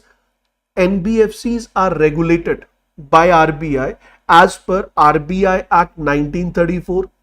Banks are regulated by RBI under Banking Regulation Act 1949, and the National House and the housing finance companies are regulated as per National Housing Bank Act 1987. So the powers given to RBI under these three acts make RBI capable to review as well as to amend certain rules and regulations related to banks, NBFCs as well as housing finance companies, which we can collectively refer it as regulated entities, and I will be referring this term regulated entities again and again in my discussion. Got it? Moving on to the second point. The second point is, so these framework, the microfinance loan regulatory framework, this was amended back in 2022 then it was revised in 2024, and now recently it has been reviewed and revised in May 2025. The question over here is, sir, these rules and regulations are applicable on which all institutes? Then my answer to this particular question is, sir, these are applicable on all those institutes which are regulated by RBI, as well as they are eligible to give or to provide microfinance loans. So it includes none other than banks, it includes NBFCs, as well as it includes the special category of NBFC, that is housing finance company. So in case of banks, obviously it includes all the commercial banks as well as it include the cooperative banks, which include urban cooperative bank, state cooperative bank, central or district cooperative bank, and even it include all the NBFCs, which include special microfinance institutes, as well as it include the housing finance companies as well. तो यहाँ पे एक point आप बहुत clearly समझ लीजिए जो कहीं ना कहीं आपको कंफ्यूज करेगा after few minutes, the moment I'll move ahead. The point which is going to confuse you वो ये है कि सर ये माइक्रो फाइनेंस लोन कौन प्रोवाइड कर सकता है. So my answer to this particular question is an entity, please pay attention, an entity which provides loan to the household with annual income up to 3 lakh rupees per annum plus loan which is provided it is collateral free. Collateral free का मतलब बिना security के loan जब दिया जाए. This type of loan is known as what? Sir इस loan को हम क्या कहेंगे? Will call it as micro finance loan. Point समझ आया? ये लोन क्या कहलाएगा? Sir this loan will be termed as micro finance loan. But who all can provide this microfinance loan? So microfinance loan can be provided by scheduled commercial banks, it can be provided by cooperative banks, and even this can be provided by NBFCs. So we have different types of NBFCs. We have deposit taking NBFCs, we have non-deposit taking NBFCs, but along with or in the category of NBFCs, I would say we have special NBFCs which are involved only and only in microfinance loan. We call them as microfinance institutes. Then we have housing finance companies which provide loan for purchase of house. We call them as housing finance companies, as well as other NBFCs. Is this point clear? So scheduled commercial banks, cooperative banks, even Muthoot Finance can provide loan under microfinance category, but we have special institutes as well which are known as microfinance institutes, or NBFCs, which are termed as microfinance institutes, which are responsible, or their core operation is to provide loan to the microfinance category only. Clear हुआ ये point? If it is clear, just give me yes sir. Tanya, there is no need to remember the sections, but if you are remembering the act, that is more than sufficient. और ये remember करना भी कुछ ज़्यादा tough नहीं है Tina, because RBI is regulating the banks under Banking Regulation Act. RBI is regulating the NBFCs under its own act, RBI Act 1934, and the housing finance companies, they are operated as per housing finance, as per the National Housing Bank Act 1987. बस इतनी ही तो बात है. This is what you need to remember. This is what you need to keep in your mind. समझ आ गई बात? Now, applicability. If I talk about the applicability, so these rules and regulations which we are going to discuss, they are applicable on all the commercial banks, that is small finance banks, local area banks, regional rural banks, even we have public sector banks, private banks, foreign banks, excluding payment bank. Why? Payment banks are excluded. So payment banks that do not provide loan, so there is no point talking about payment banks in the discussion that is lending. Second point is all the primary or urban cooperative banks, state cooperative banks, district or central cooperative banks, they all are included, or this law, this regulation is applicable on them, as well as it is applicable on all the NBFCs which include microfinance institutes, as well as housing finance companies, companies. Now, my second point. The second point is, as per this rules and regulations, the second point is how we define microfinance institute. So microfinance loan is what? So microfinance loan is a loan, or it is defined as a collateral free loan given to the household having annual income up to 3 lakh rupees. For this purpose, household shall mean an individual, family. So what is household? So household basically includes an individual family, which include father, mother or husband, wife and their unmarried children. The moment child is married, then the child family will be treated different, father family will be treated different. Regulated entities, they shall have a board approved policy to provide flexibility of repayment periodicity as per borrower requirement. This is very important. What does it say? It says that regulated entities, they can provide flexibility of repayment periodicity, that how the microfinance borrowers are going to make the repayment. So there is a flexibility announced, and this flexibility is pre-approved by the board of the regulated entity, and as per the approval ये जो flexibility है, that can be provided to the borrower. Clear? That can be provided to the borrower. Clear? Moving on to the next point. Now the next point says, sir, you are saying that the household income should be up to 3 lakh rupees. But the question is, how bank identifies the household income that it is 3 lakhs? क्योंकि उसका reason क्या है कि अगर household include a salaried employee, तो salaried employee के case में तो the company is involved, the employer is involved, the employer is maybe deducting the TDS, or employer is maybe depositing the provident fund. तो वहां से कहीं ना कहीं it will be easy to identify the household income. But the families which we are talking, household income up to 3 lakh rupees, it's really very tough for the banks to identify that whether the family which is sitting in front of me looking forward for microfinance loan, and that too without collateral, whether they are eligible under this category or not. So the question is how the assessment of household income is done. So how the assessment of household income is done? The first point, every regulated entity shall put in place board approved policy for the assessment of household income, which means every regulated entity, they must put in place board approved. Board approved मतलब समझ रहे हैं ना कि जो आपके regulated entity है, bank है, NBFC है, उसके जो board of directors है, उनके द्वारा अप्रूव की गई एक policy, the policy which has been approved by the board of directors of the regulated entity for the assessment of household income. ये है आपका पहला तरीका, ऐसा हो सकता है.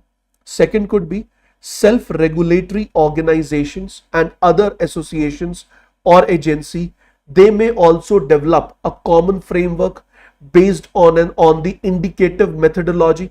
So the SROs or the other associations, they have developed what? A common framework on the indicative methodology. Indicative methodology का मतलब क्या होता है?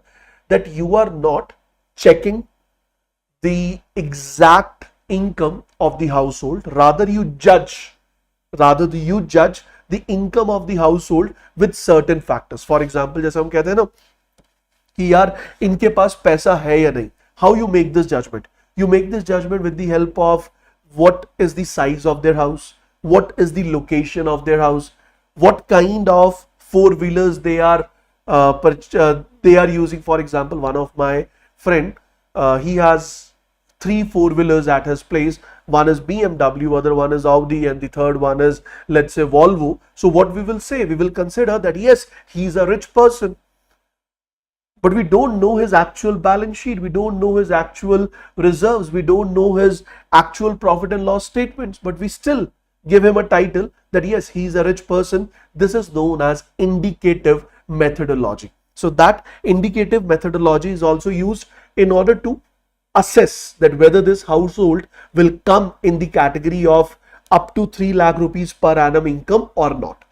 Third point is, each regulated entity shall mandatorily submit information regarding the household income to the credit information company. Now, for example, a household comes to me, I am a bank, to borrow a loan, and they say our household income is 2.5 lakh rupees. I say, okay. I trust you.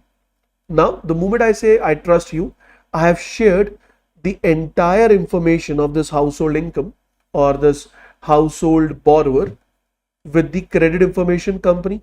Now, this credit information company will firstly keep the record of this particular household borrower's income.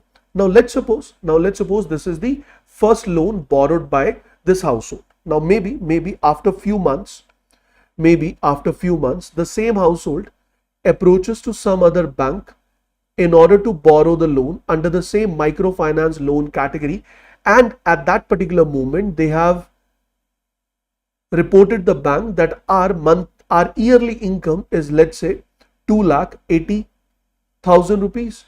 Now this bank will also share the information, or this bank will also update the information with the credit information company. Now credit information company will say, wait, let me check, because I have data corresponding to this household. So the moment credit information company match the previous data with the current data, and if there is any kind of divergence, if there is any kind of difference, then in that particular case bank will be informed and bank will question the household borrower कि भैया पिछली बार जब आपने loan लिया था तब तो आपने कहा था कि आपकी इनकम 2.5 लाख है, आज 4 महीने बाद आप बोल रहे हो कि आपकी इनकम 2,80,000 है, कैसे?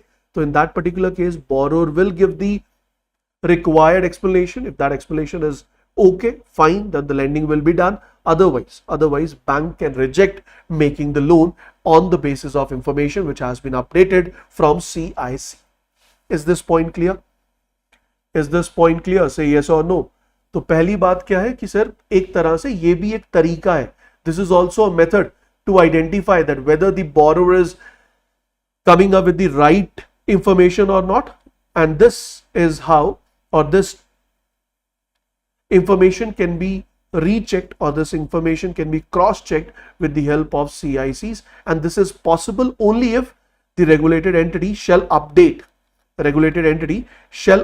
the information on regular basis. अगर आपके पहले बैंक ने ये information update नहीं की होती तो second bank would have never been able to make this comparison. So first bank is liable to update the information, and the next or after the first loan, in the succeeding loans, every time the comparison can be very easily done with the help of data which is stored in CIC.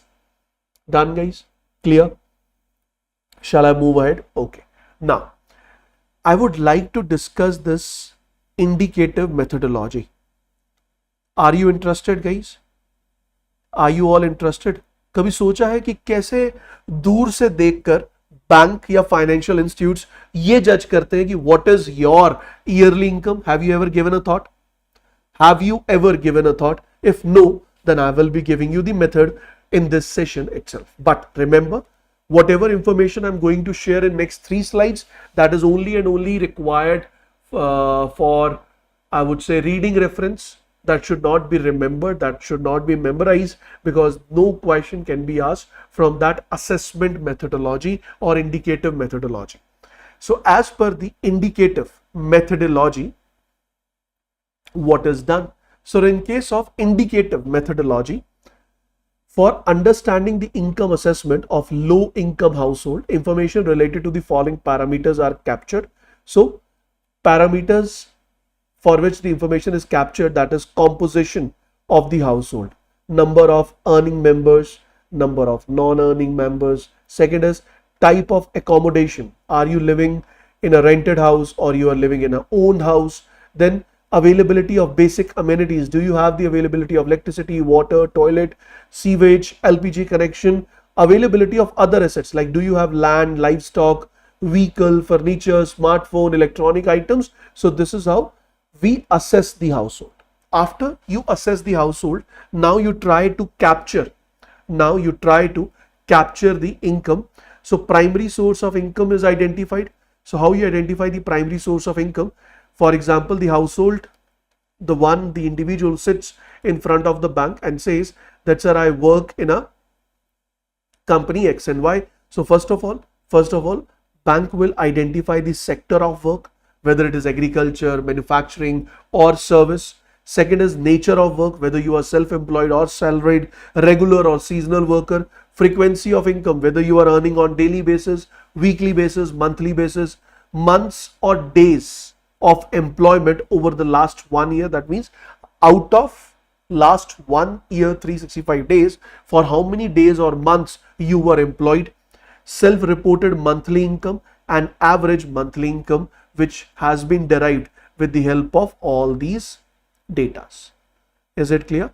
Is it clear? So these are the methods which are used. Along with this, the second assessment is done regarding the remittances. If you are receiving any kind of remittance, for example, the household has father, mother, 2 sons, 1 son is living with the father, other son is living outside in a metro city, maybe in Delhi, and this son is sending the funds to the father on regular basis. So that will be the part of remittance. If they have any land and they are earning rent on it, if they are receiving pension, if they are receiving any government transfer, scholarship, and other details required.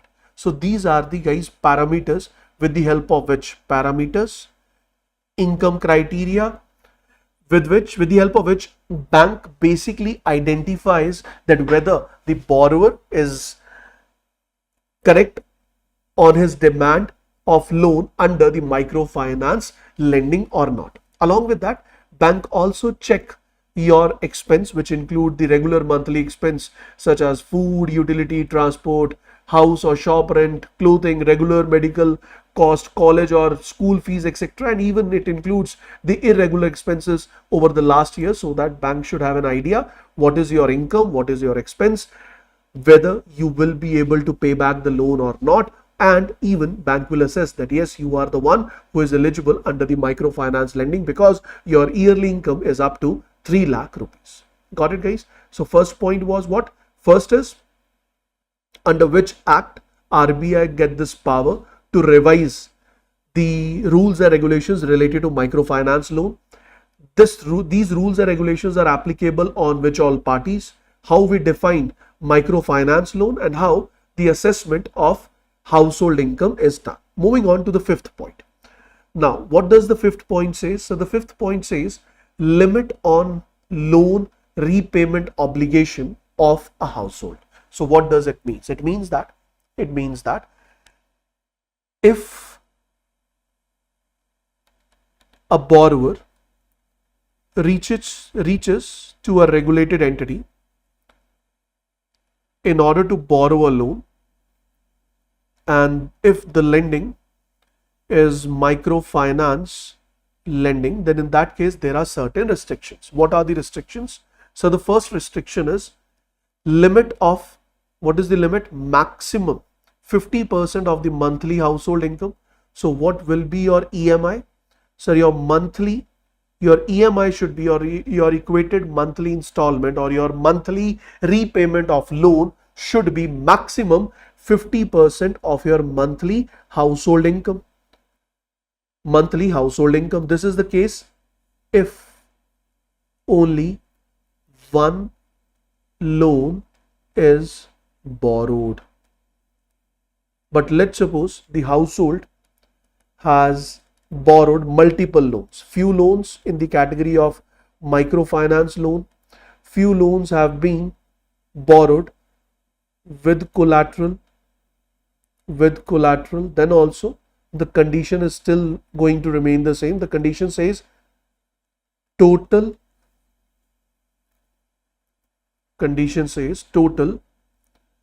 repayment of loan. Total repayment of loan should be less than or equal to 50% of household monthly income. Are you getting my point? So for one loan, repayment limit is 50%, and for all the loans, repayment limit is still the same, that is 50%. So now it depends on the borrower whether it has one or more than one loan running on that particular household. Is this point clear? If it is clear, just give me yes, sir. So each regulated entity, they have a board approved policy regarding a limit on the outflow on account of repayment of monthly loan obligation of a household as a percentage of monthly household income, but there is a limit. So this 50% can be 30, can be 40, can be 45. From bank to bank it may vary, but it cannot go above 50% because this 50% criteria has been fixed by RBI.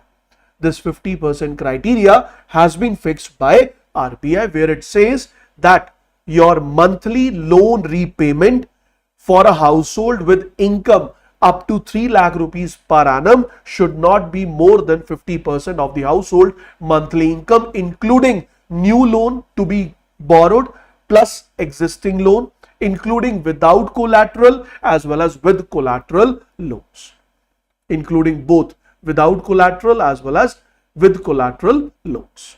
Got it, guys? Clear? Ciao. Moving on to the next point. The next point is pricing of loan, means how lending rate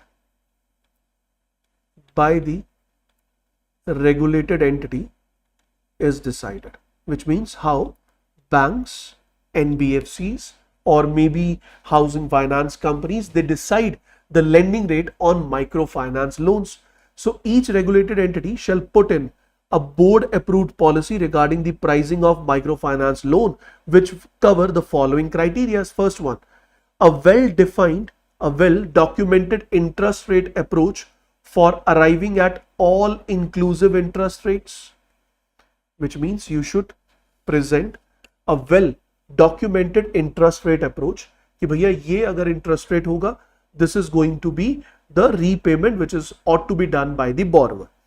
Even the components of the interest rate, that means if you are earning the interest rate on a loan, this interest rate will include what all things? What is interest rate? So this is selling price, है? This is selling price. What is interest rate? Here I'm talking about in this manner. Let's suppose, guys, this is a bank. Bank is providing loan under the category of microfinance loan. Now bank has to decide the lending rate. This lending rate will depend on what? So this lending rate will depend on cost of deposit. Say yes or no. Lending rate will for sure depend on cost of deposit, that is cost of funds. Along with cost of deposit or cost of funds, we will add risk premium. Why risk premium? Because this is a collateral free loan. You are giving the loan without collateral, and obviously it is risky. If in near future the loan repayment is not done, then you have no collateral to recover your loan. So risk premium is added.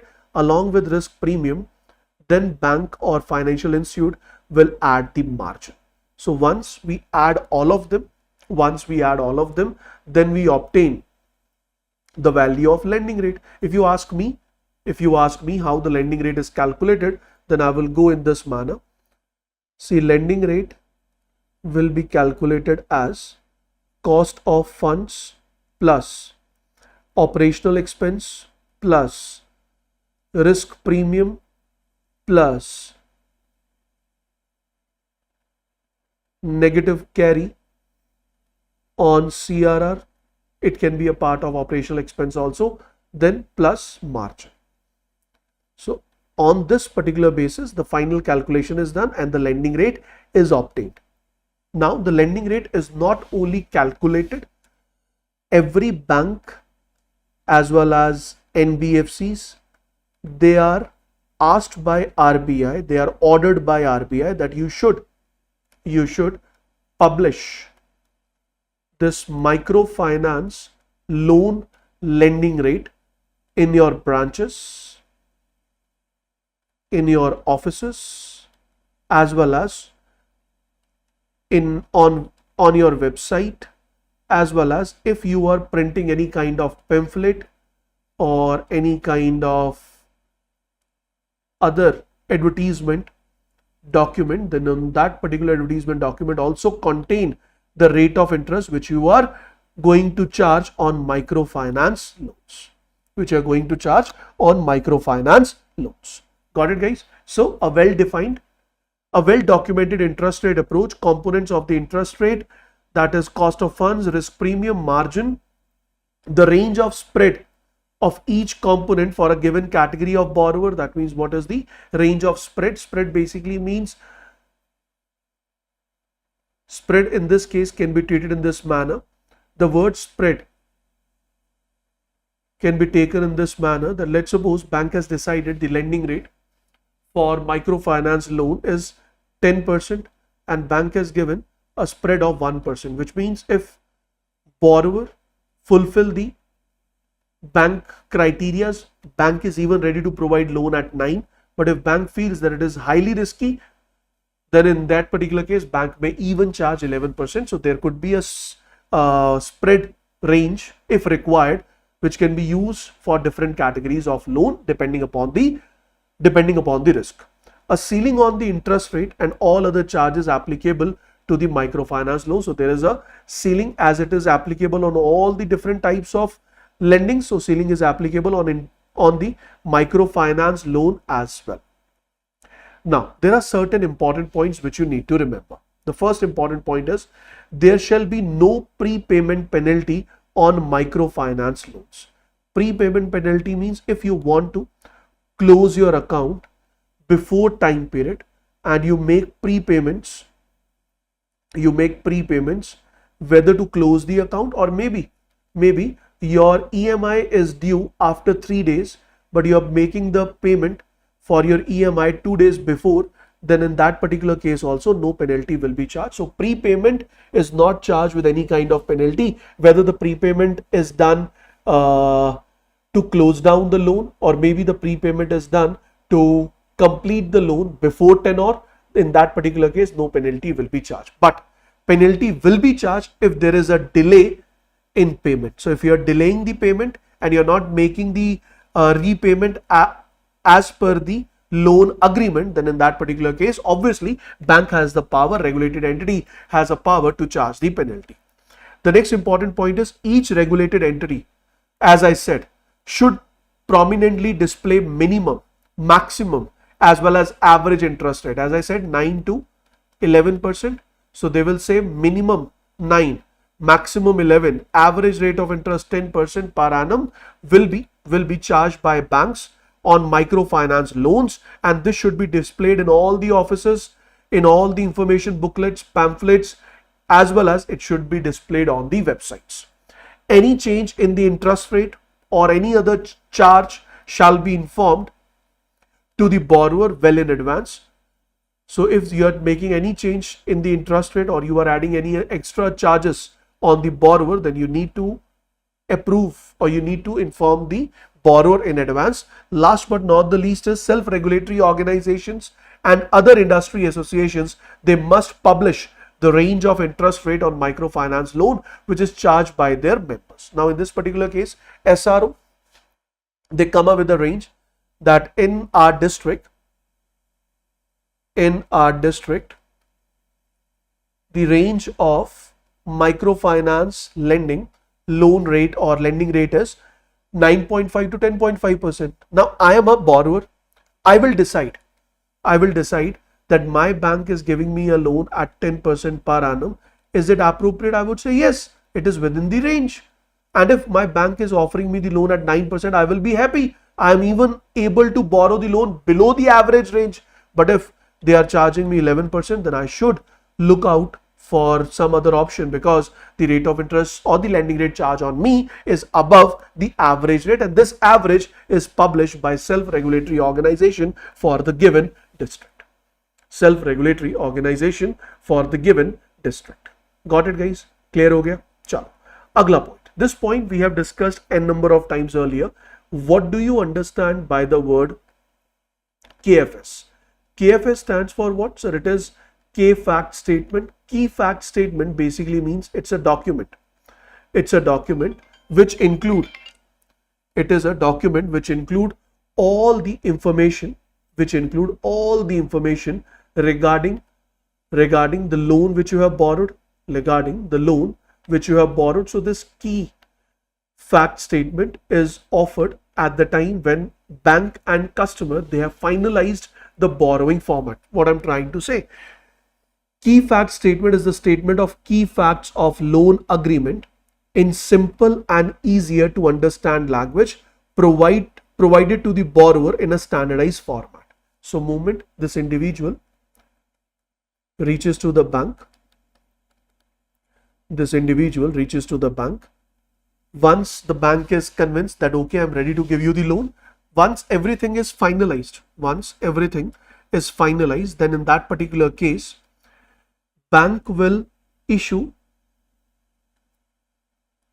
key fact statement to the borrower.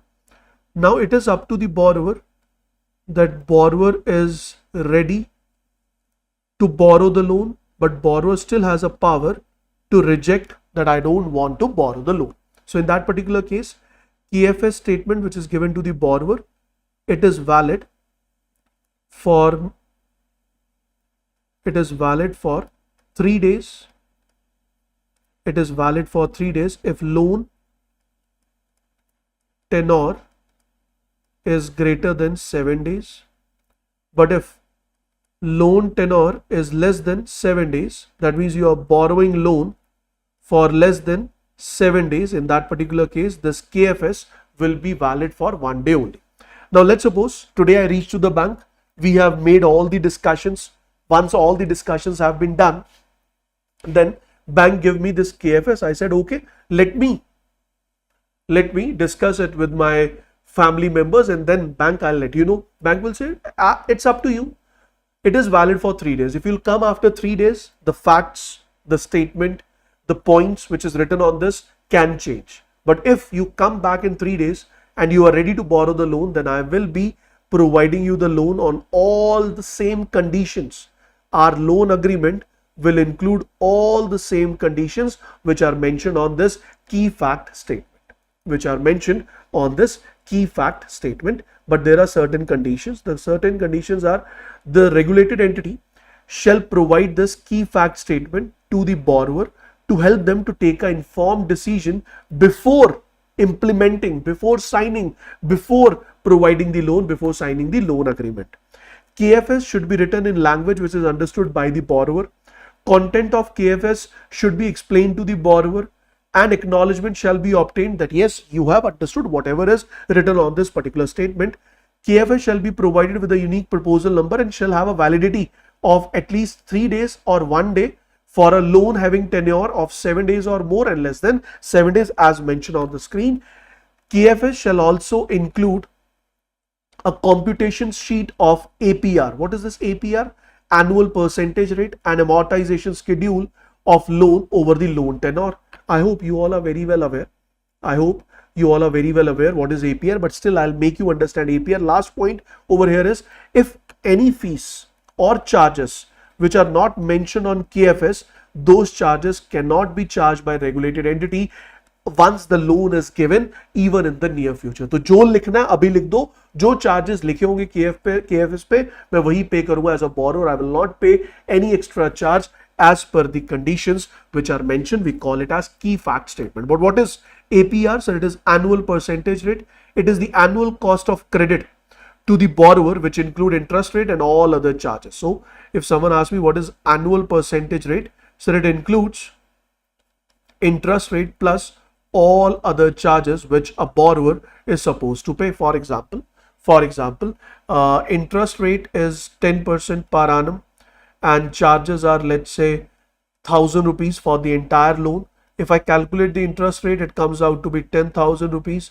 So according to this, interest rate plus charges become 11,000. So according to this, my annual percentage rate will become 11%, where interest rate is 10% or lending rate is 10%. So when you add charges in the list of lending rate or along with the lending rate, that will become annual percentage rate.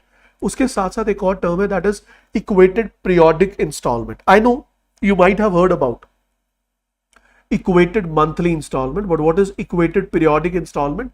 So equated periodic installment is an is an equated or fixed amount of repayment consisting of both principal and interest component to be paid by the borrower on regular intervals to the bank.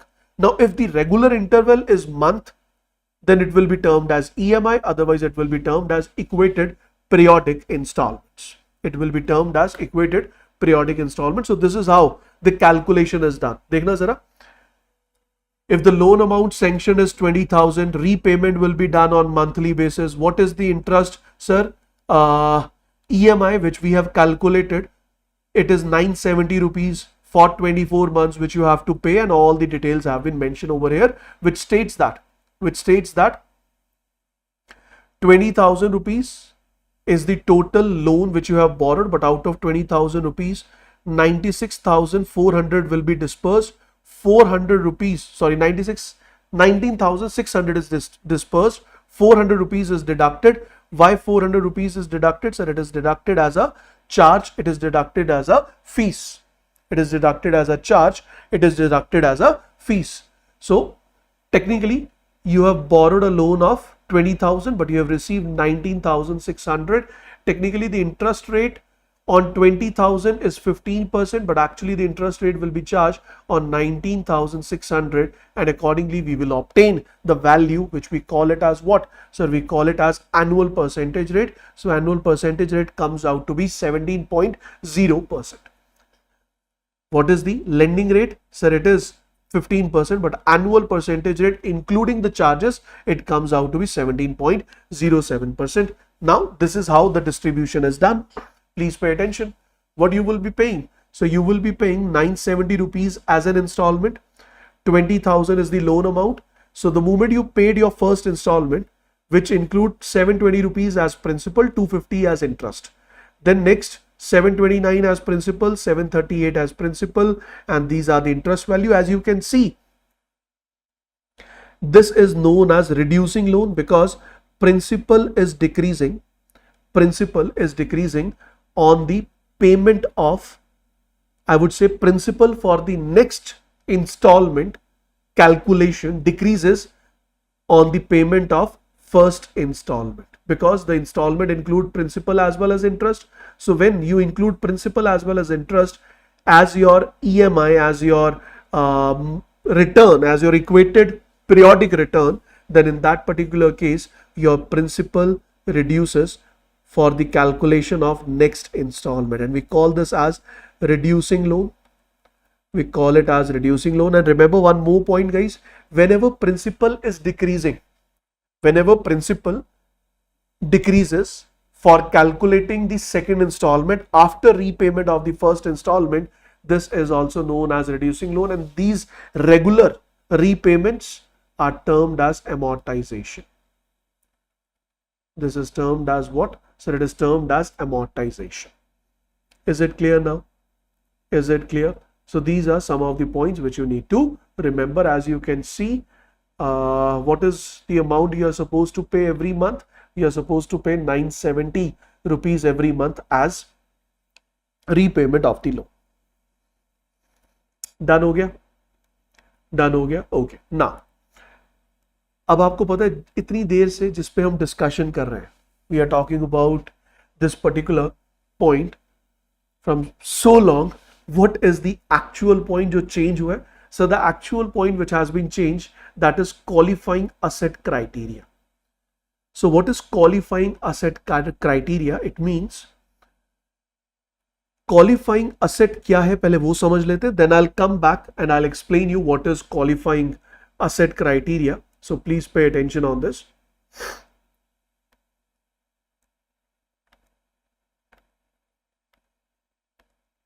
So please pay attention on this.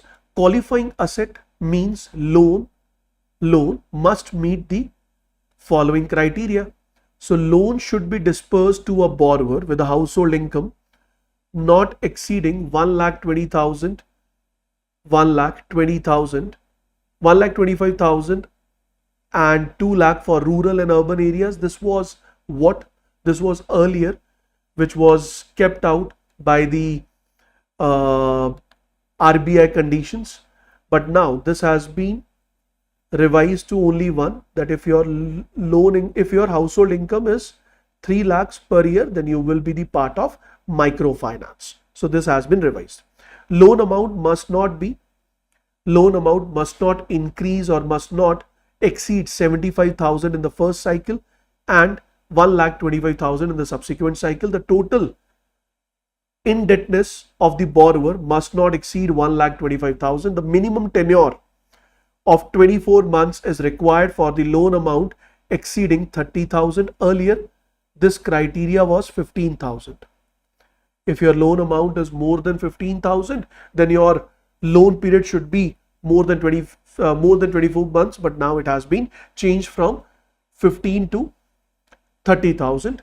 Loan must be collateral free without any prepayment penalty. At least 50% of the aggregate loan must be for income generation activity. So whatever loan you are giving, out of which 50% should be used for income generating activities.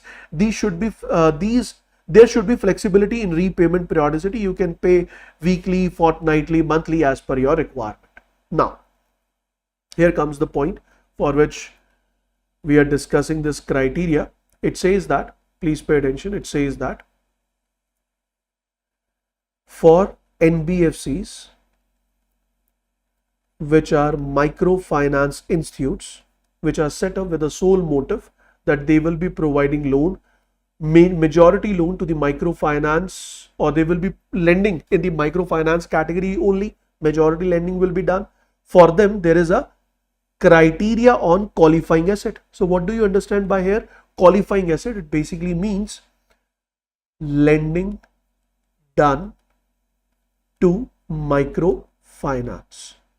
Now, lending done to microfinance, they include one condition. First one is household up to 3 lakh rupees per annum income. Loan is collateral free, and rest of the conditions are mentioned over here.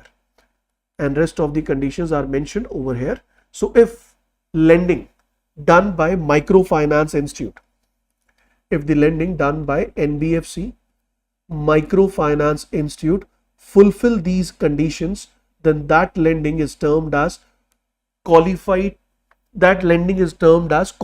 assets. And for NBFCs which fall in the category of microfinance institutes, or which are termed as microfinance institute, there is a condition. Condition is their qualifying asset. Earlier condition was they should be 85% of the total asset, then it was reduced to 75% of total asset, and now it has been reduced to 60% of total asset. So this is the change. जो qualifying asset criteria था, which was earlier 75% of total assets, now it has been reduced to 60%. So पहले 85 से 75 हुआ, and now from 75 it has been reduced to 60%. तो ये इतनी सी news थी जो मैंने कहा था, there is a minute change, but for that minute change I have covered the entire story on microfinance institutes. NBFCs does not qualify as NBFC microfinance institute. So if there is an NBFC but that is not a microfinance institute, for that NBFC your microfinance loan should not exceed 25% of the total assets. So in that case your total loan should not exceed 25% of the total asset. But in case of microfinance institutes, this revision has been done, and this revision has been done from 75% of total asset. Now it says your qualifying asset should not be less than 60% of the total asset. That means it has eased the microfinance institutes कि भैया अगर आपको microfinance loan नहीं कर पा रहे हैं आप पूरे 75% के, don't worry, now you can do it up to 60% of your total asset. बाकी के लोन आप different categories में दे सकते हैं. There is no issue in that. There is no issue with that. Last but not the least is net owned fund. So for NBFCs which fall in the category of microfinance institutes, current net owned fund is 5 crores. That means they should hold 5 crores as net owned fund. 2 crores in northeastern region. By 31st March 2025, 7 crores and 5 crores in northeastern region, and by 31st March 2027, all the microfinance institutes NBFCs, they must have net owned fund value equal to 10 crores. एक बार check कर लो, कोई doubt है तो पूछ लो, otherwise we'll move ahead. I hope the entire story related to microfinance institute is clear. I hope the entire story related to microfinance institute is clear. And if you have the question is कि वो change क्या था? Sir change था कि जो qualifying asset है for microfinance institute, it should be at least 75%, which has now revised from 75 to 60%. ठीक है जी?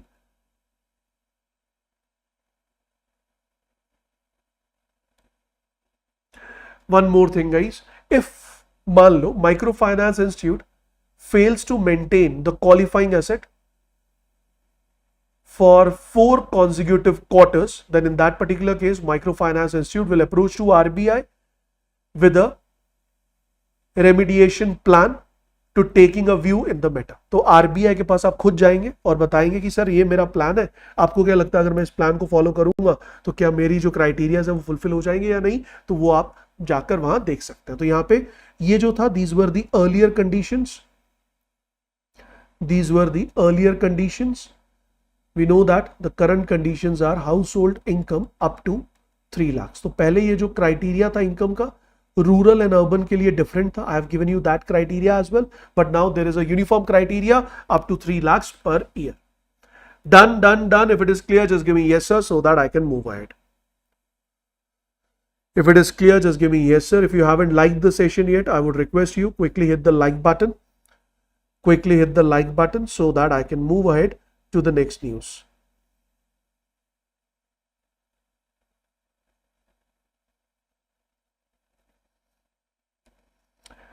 Okay, moving on to the next point. Now the next news is very easy. I'll not take much time of yours. The news says DFCC Bank PLC, which is a Colombo, Sri Lanka based bank, has become the first foreign corporate entity to list green bonds worth 2.5 billion Sri Lankan rupees on National Stock Exchange International Exchange at GIFT City, that is GIFT Gujarat International Finance Tech International Financial Service Center in Gujarat. So what is the news all about? So the news is DFCC Bank PLC ने list किए हैं क्या अपने green bonds, कहां पर? हमारे international stock exchange पर, which is set up by NSE.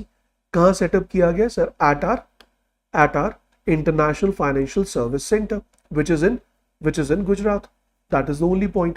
Next point which is important. So these funds, obviously green bonds है, तो जो पैसा raise होगा, the funds which will be raised, they will be utilized for promoting the green energy.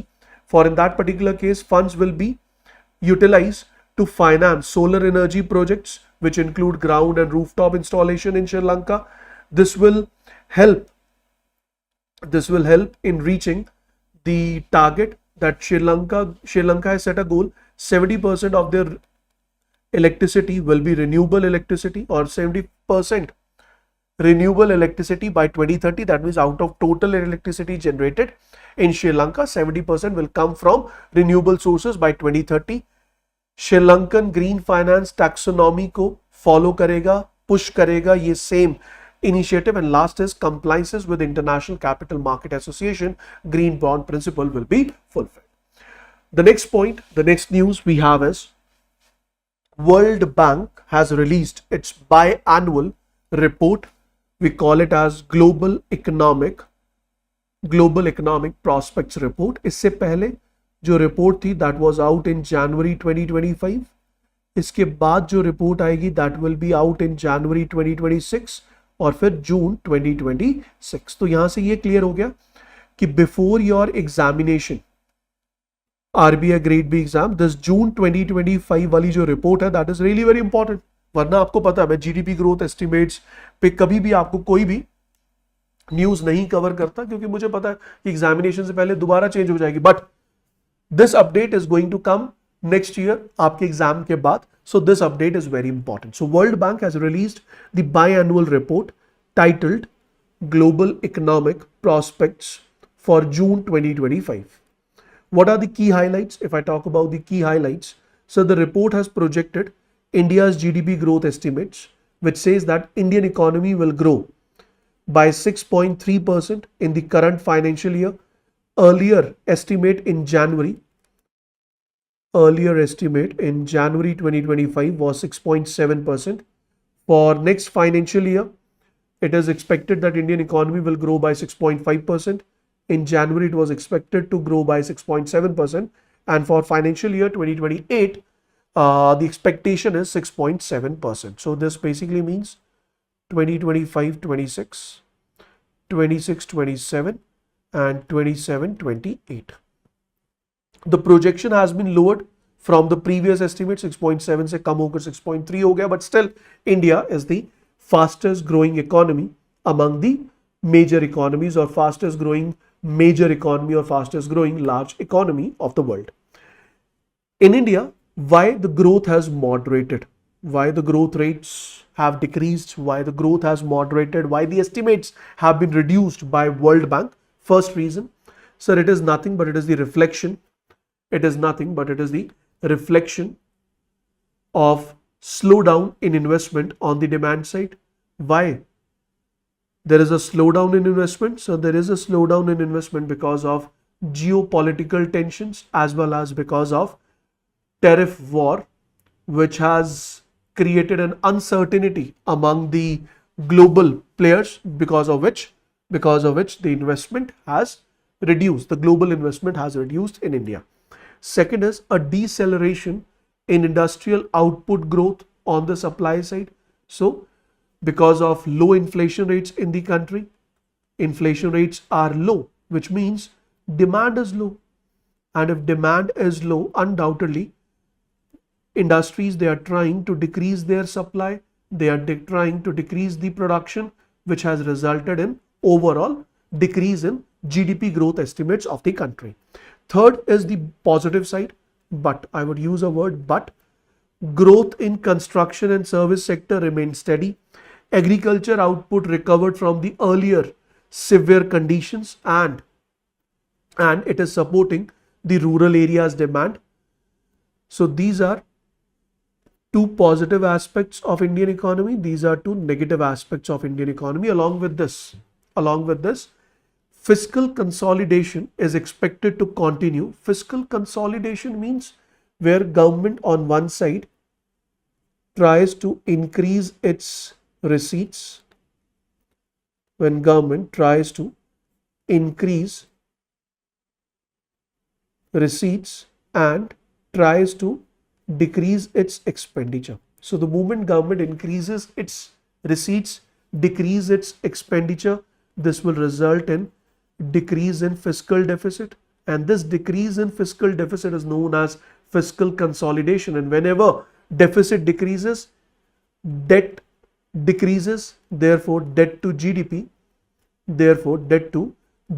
ratio also decreases. Are you getting my point?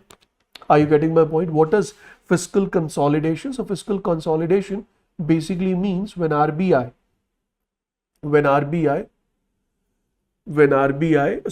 fiscal consolidation means when government try to increase its receipts by increasing the tax rates and all, or by increasing its tax revenue, and on the other side government is trying to decrease its expenditure, so that gap between receipt and expenditure decreases, deficit decreases, debt requirement decreases, which will result in decrease in debt to GDP ratio. So fiscal consolidation is expected to continue in India over the forecast horizon. The growing tax revenue and declining current expenditure projected to contribute to a gradual decline in the debt to GDP ratio. So government is aiming to reduce its debt to GDP ratio to 50%, where the target is set that India's debt to GDP ratio should be 49 to 51% by financial year 2030-31. By financial year 2030-31. By financial year 2030-2031. So India is targeting that our GDP, debt to GDP ratio should be in a range 49 to 51%. So what is the current range as per the budget data? Center debt to GDP ratio is estimated at 56.1% for the current financial year. So for the current financial, this is an important data, guys, which you need to remember. Debt to GDP into 100 gives you the percentage. So it is 56.1% for financial year 2025-26. Target is to decrease this. Target is to decrease this in a range 49 to 51% by financial year 2031. Got it, guys? Clear? Clear? Last. This is the aspect which I have given you. Just read it once. India के growth rates की क्या हालत है in comparison to South Asian countries. तो बस एक list दे दी मैंने. Just read it so that you can have an idea how the South Asian countries are performing. Last is your global scenario. According to World Bank, the global GDP growth forecast is 2.3%, which was earlier 2.7% for 2025, and it is 2.4%, which was earlier 2.7% for 2026, making a downward revision of 0.4 and 0.3%. Why this has been done? So due to the trade tensions, which has increased because of tariff war, as well as policy uncertainty, again due to geopolitical tensions and tariff war, are expected to drive global growth down. It is expected to drive the global growth down this year to the slowest pace since 2008. So this is going to be the slowest global growth rate since 2008 crisis, where we are expecting that the global growth rate is going to be around 2.3%. In the current scenario, around 70% of the economies, they have cut down their growth rates, and around 60% of the developing economies, they have cut down their growth rates, and India is one of them. World Bank projected that global inflation rate to be around 2.9% in 2025 and 26 before easing to 2.5% in 2027.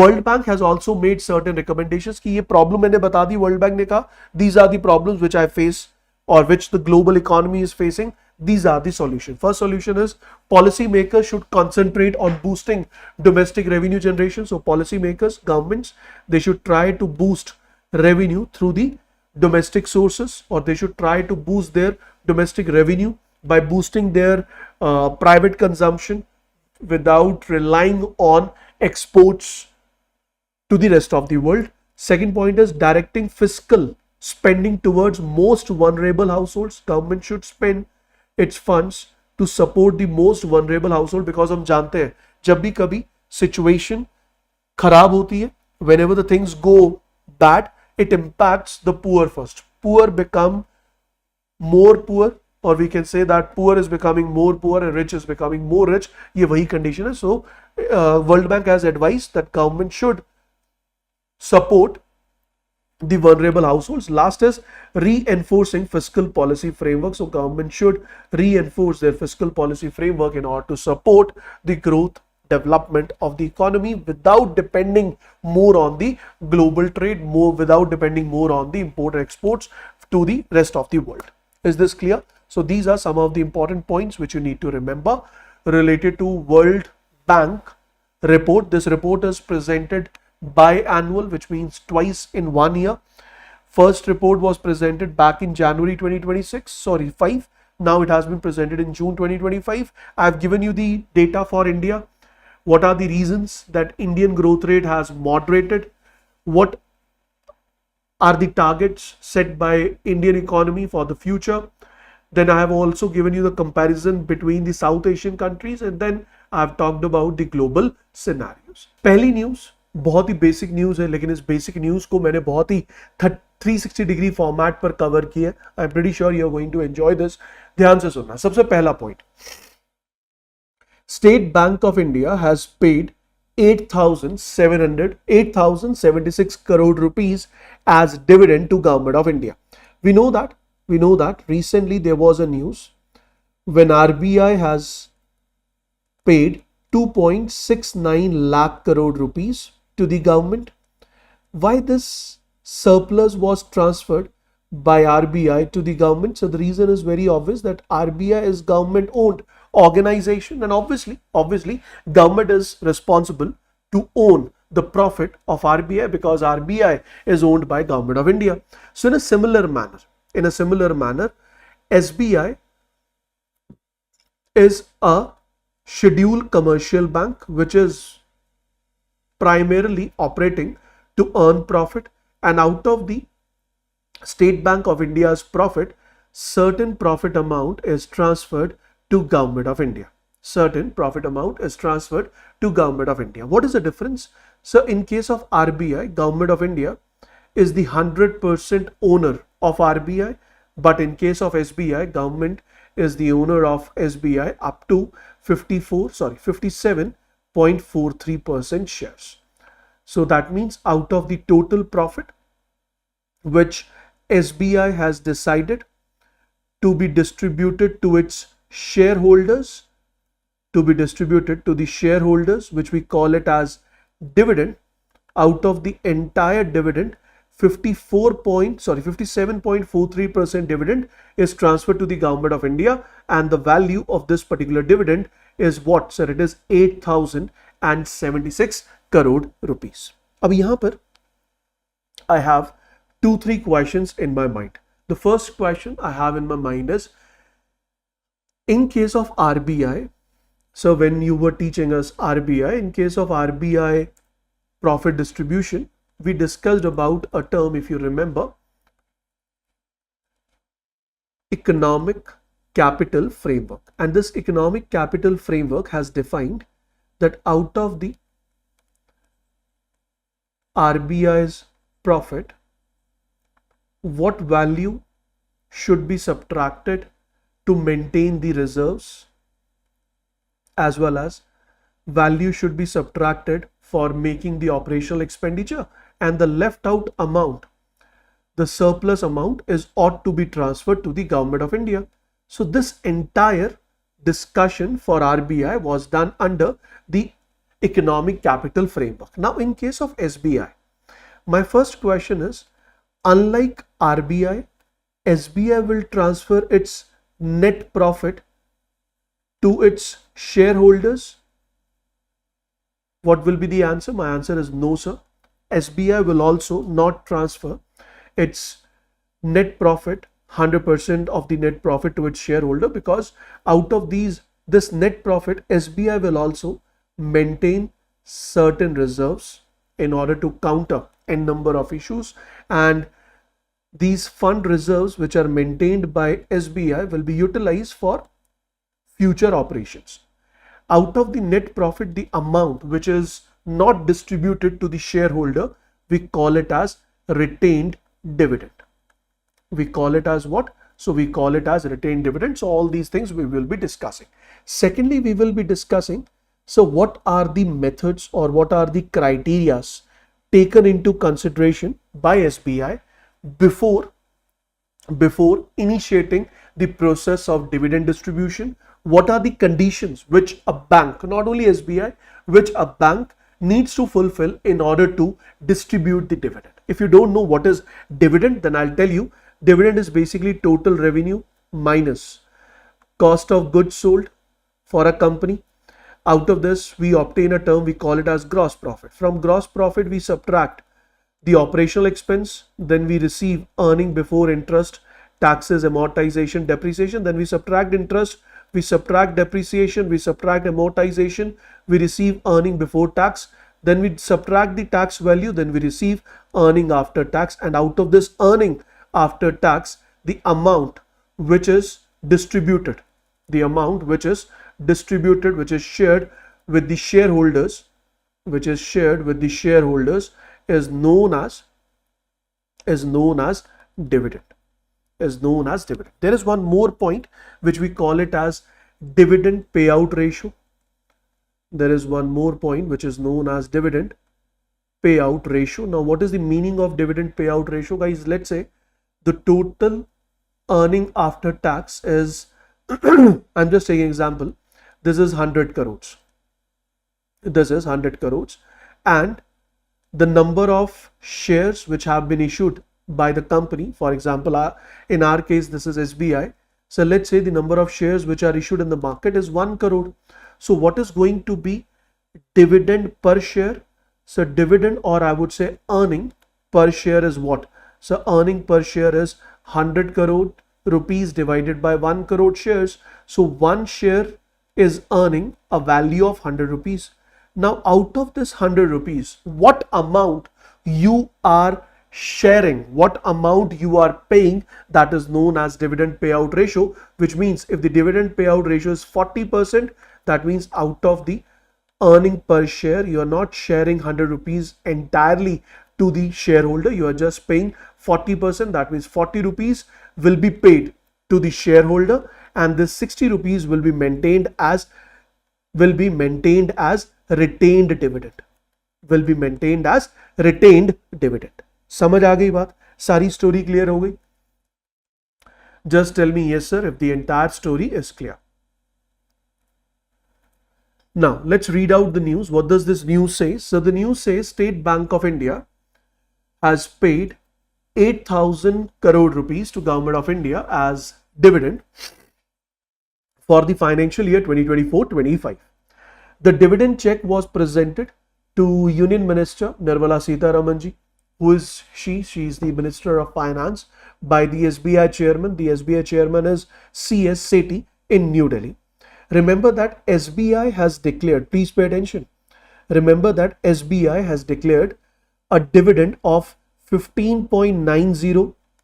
Dividend is 15.90 per share for the financial year 2024-25, which was last year 13.70 rupees per share, when the dividend paid to the government was around 7,000 crores. So from 7,000 crores, the dividend has increased almost by 1,000 crore in comparison to the previous financial year, and per share dividend payment has increased by 2 rupees. If I talk about the Government of India's shareholding in SBI, so Government of India shareholding in SBI is 57.43%. SBI has reported, please pay attention, SBI has reported a record net profit of 70,000 crores for the financial year 2024-25, but what amount is paid to the government? That is 8,000 crores. I agree that government is not the 100% owner, but government is more than 50% owner of this bank, which means 50% of the net profit is around 35,000 crores. So rather than paying 35,000, they have shared only 8,000 crore. That means 100% of the net profit is not distributed to the shareholder as dividend. Last year, profit of this same bank was 61,000 crore rupees. If I talk about the net interest income, I hope you remember what is net interest income in case of a bank. Bank accept deposits, bank provide loan. So difference between the average deposit rate of interest and average lending rate. So difference between average lending rate and average deposit rate of interest is known as net interest margin. And if I calculate the average lending received, average rate of interest paid, for example, it is 10 lakh rupees, received is 7 lakhs. So in absolute value, what interest income bank has received? That is 3 lakhs. So this is net interest income. In terms of percentage, it is termed as net interest margin. So as per the given data, net interest income for the quarter has increased to 42,000 crore rupees, making a 2.7% increase, while the net margin is around 3%. So I don't want that you should remember this data. Rest entire data written on the screen is important, but I would like you, or I would request you to remember SBI's net interest margin is around 3%. ठीक है जी, कहानी समझ आ गई। अब पहला point, अब यहाँ पे हम दो चीजें हैं जो बहुत डिटेल में डिस्कस करेंगे। सबसे पहली चीज तो ये कि सर डिविडेंड डिस्ट्रीब्यूशन पॉलिसी क्या है, what is the actual dividend distribution policy, जिसके बेसिस पर एसबीआई अपने डिविडेंड को, अपने नेट प्रॉफिट को शेयर करता है with its share holders. Will discuss that. Secondly, we'll discuss what is the profit scenario of the entire banking system. Specifically, I'll focus on government sector bank and private banks. And specifically, we'll focus on the government owned scheduled commercial banks, that is the 12 scheduled commercial banks which we have. We will be talking about them as well, which we call it as public sector banks. ठीक है जी? Ready? So let's move on to the second phase of this particular news. The second phase of this particular news talks about the dividend distribution policy. Don't remember anything. Don't panic. I'll mark all the points which you need to remember. So, dividend distribution policy. So, dividend distribution policy is framed as per the Regulation 43 of Security and Exchange Board of India, Regulation 2015. So, company basically comes up regarding its dividend distribution policy as per the SEBI rules and regulations. For a bank which we are focusing on, what are the policy guidelines? The first policy guideline is a bank will be eligible to pay dividend. A bank will be eligible to pay dividend only after fulfilling the Basel III capital requirements. Only after fulfilling the Basel III capital requirements and many other conditions. But on the all over scenario, I would say the central board, it shall take into account the interest of all stakeholders and following aspects while deciding on the proposal of declaring the dividend. So dividend is decided on the basis of what is interim dividend paid, that what actually the dividend you have paid before calculation was done. What is the scenario of the annual financial statement, auditor qualifications, Basel III capital requirements, bank long-term growth plans are also taken into consideration, and rate of dividend shall be determined by the central board. So the first point is on what criteria. Nothing to remember, just have a understanding. If you are a bank decide its dividend distribution on the basis of board approved policy, and board take into consideration different aspects. So these are the aspects which are need to be taken into consideration by the board. But this is a bank, and if it is a bank, then there would be an intervention of RBI. So because of the intervention of RBI, it says that a bank is eligible to declare the dividend. A bank is eligible to declare the dividend not only on the basis of these aspects, but also the financial parameters. What are the financial parameters? A bank is allowed to issue dividend or announce dividend only if bank has fulfilled its capital adequacy ratio requirements. So what are the bank's capital adequacy ratio requirements, or what is capital to risk weighted asset ratio? So in case of Basel norm 3, it says that capital adequacy ratio should be 9%. Basel says it is 8%, but RBI says it should be 9%. So capital adequacy ratio should be 9%, and mandatory capital conservation buffer is required to be 2.5%, which means capital to risk weighted asset ratio should be 11.5%. If bank has 11.5% ratio of capital to risk weighted asset ratio, then only bank is allowed to, then this is the first condition which bank should fulfill. If bank fulfill this condition, then only bank is eligible to distribute the dividend. The moment I write 11.5%, things change.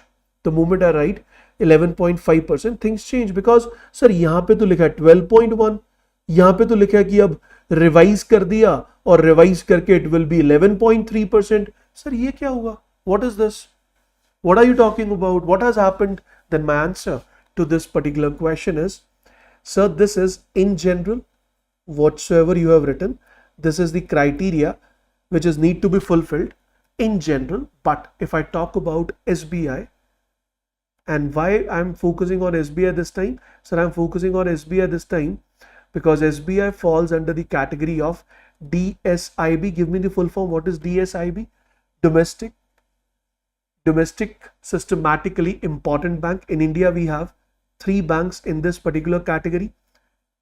As per current financial year, One is SBI, other one is ICICI, and the third one is HDFC. Now, according to RBI, RBI says that capital to risk weighted asset ratio for all the banks is 9%, which is actually 8% by Basel and 9% according to RBI. So 9% plus 2.5% for capital conservation buffer. But we are talking about what? So we are talking about domestic systematically important bank. Domestic systematically important banks, they are required to maintain extra capital, and that is, or that was 0.6%, which has now increased to 0.8%. So if I add 0.6, earlier criteria was 12.1%, but now this 0.6 has been revised and it has now increased to 0.8 for the given financial year we are talking, that is 2025-26. From 2025-26, this DSIB reserves or capital requirement is 0.8% as it is mentioned. So from 1st of April 2025, it will be maintained as 0.8%, according to which domestic systematically important bank should hold capital to risk weighted asset ratio of value at least 12.3%. पता था किसी को ये? Have you ever learned this point? And don't you think this point has a potential that it can be asked in the examination? It has a potential that it can be asked in the examination. Say yes or no. फिर आप कहते हो कि sir आप इतना extra क्यों पढ़ाते हो, आप इतना ज्यादा एक्स्ट्रा कंटेंट क्यों देते हो? Don't you think this has the capability that it can be asked in the examination? जब ऐसे क्वेश्चन एग्जाम में आते हैं तो यही सुनने को मिलता है, एग्जामिनेशन बहुत टफ था। हम ये भूल जाते हैं कि शायद हमने उतने डिटेल में जाके चीजों को पढ़ा ही नहीं था। ठीक है जी, क्लियर है। Moving on to the next point. The next point is, if you are a bank, you can announce dividend only if bank's net NPA is less than 6%. अगर बैंक का net NPA अगर bank का net NPA 6% से ज्यादा है, bank will not allowed to announce dividend. If bank's CRAR is not up to 12.3% or 12.1%, then also the bank is not allowed to announce dividend. If bank's leverage ratio is not 4%, again this is what domestic systematically important bank. In general banks it is 3.5%. So if it is not 4%, then also you are not allowed to announce the dividend. ठीक है जी, clear हो गया point, समझ आया? Now there are certain regulatory requirements. If you fulfill these requirements, then only you are allowed to announce the dividend. Those are not important, you can leave them. It is just for your reference I have given, but this part very important, you have to remember this. Moving on to the next point. The next point says, again a very important point, according to Government of India, according to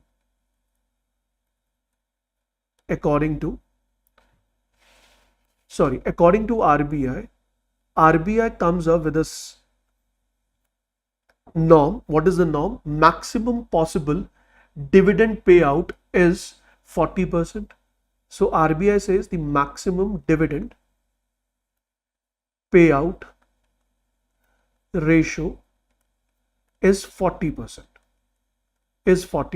and rest 60% of the dividend value, or rest 60% of your dividend value will be retained dividend.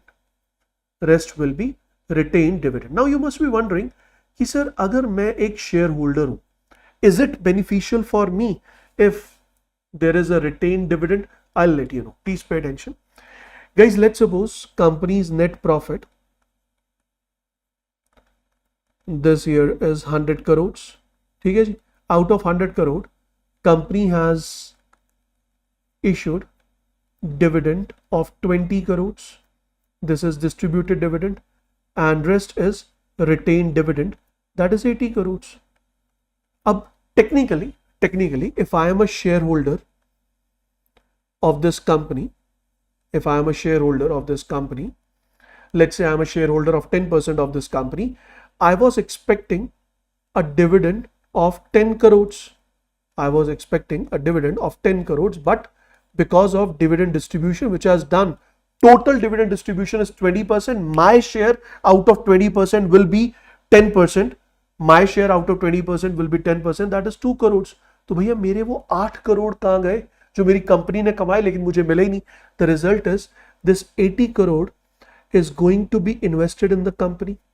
The moment this 80 crore is reinvested in the company, this will result in increase in company's asset value.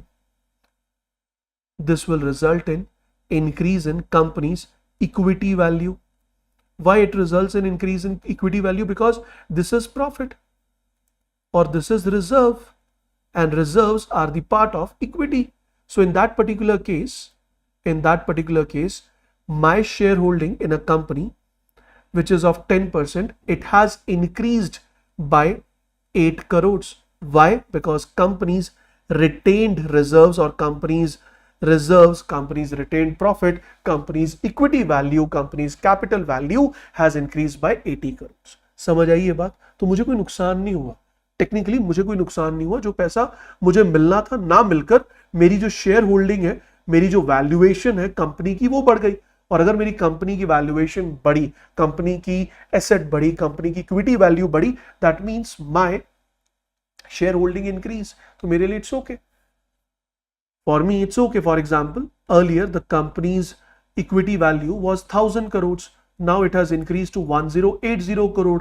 I am a 10% shareholder. Earlier I was owner of 100 crores. Now I am owner of 108 crores. तो नुकसान नहीं हुआ. Just rather than getting the profit, the valuation or the shareholding value has increased. That is a point. Coming back to the point. So according to RBI, the dividend payout ratio maximum allowed is 40%. So what does it mean? It means that what dividend can be distributed, so maximum dividend distribution or dividend payout is 40%. If net NPA is zero, and bank's CRAR is greater than 100%, then dividend is going to be 40%. If net NPA is 0 to 3%, it will be up to 35%, or it will be 25 or 15%. So why I have come up with this particular distribution? I have come up with this particular distribution to give you one point which you need to remember. According to RBI, maximum permissible dividend payout is 40%, and this is maximum. It will change on the basis of CRAR. It will change on the basis of last 3 years CRAR as well as net NPA. Last 3 years CRAR as well as net NPA. This data, this is not important. Don't sit and start memorizing it, but you must understand the logic, how bank decide what dividend is need to be distributed. RBI says maximum dividend payout ratio is 40%, and that 40% is the maximum value. It will decrease depending upon net NPA as well as CRAR. Now RBI आ गया, अब आ गया अगला point, that is government. So according to Ministry of Finance, Government of India, a letter was introduced in January 2013 which has directed the bank to pay minimum dividend of 20% of their paid up capital or 20% of their post tax profits. So क्या लिखा है? So directed to pay minimum dividend of 20% of the paid up capital. भैया या तो आप अपने 20% of paid up capital को as a dividend pay करो, या फिर जो आपका earning after tax है उसका 20% you should pay as dividend. So this is the condition which has been introduced by government. और ये क्या है? This is minimum. Government says minimum 20% of earning after tax, and RBI says maximum dividend payout ratio. Maximum dividend payout ratio is 40%. अगर किसी को अभी भी doubt है what is dividend payout ratio, so please pay attention. Dividend payout ratio shall be calculated as the percentage of dividend payable in a year to net profit during the year. So कितना पैसा आपको net profit है जो आप पे कर सकते थे, और उसमें से आप कितना पैसा पे कर रहे हैं, that is so dividend payable in a year which you are paying this time out of the net profit. तो अगर आपका नेट प्रॉफिट 100 है per shareholder and you are paying only 40, so your dividend payout ratio is 40%. That is what I was trying to discuss. But over here what I'm trying to discuss कि भैया government क्या कहती है कि minimum dividend pay out कितना होगा by the banks, so that is minimum 20% of the net और net 20% of the net profit. ठीक है जी। फिर जो मिनिस्ट्री ऑफ फाइनेंस है government of India, it has given one more letter in 2021 where they have clarified that the minimum dividend is subject to regulatory guidelines which are issued by RBI, and therefore specific prior permission shall sought only if the dividend proposed to be paid is less than the minimum required under Government of India guidelines as well as permissible under a regulatory guidelines। तो ये क्या आया sir, इसमें एक चीज और बोलती, ये जो आपने लिखा ना 20%, ये मिनिमम पे आउट कब है sir, when you fulfill all the prior conditions, when you fulfill the financial parameters, when you fulfill the regulatory provisions, then only you are eligible to process the dividend, and in that case minimum is 20% according to government, maximum is 40% according to RBI। ठीक है जी, clear हो गया point, समझ आ गया। So on that particular basis the decision has been taken and this year SBI has distributed 8,000 crore rupees out of a net profit of 70,000 crore rupees. समझ आ गई बात? If it is clear, give me yes sir so that I can move ahead. Now I will be moving on to the next point, and the next point is again very interesting. The next point basically talks about the Indian commercial banks, and obviously I am focusing on the two types of banks. One is your private banks and the other one is government owned banks. Please pay attention.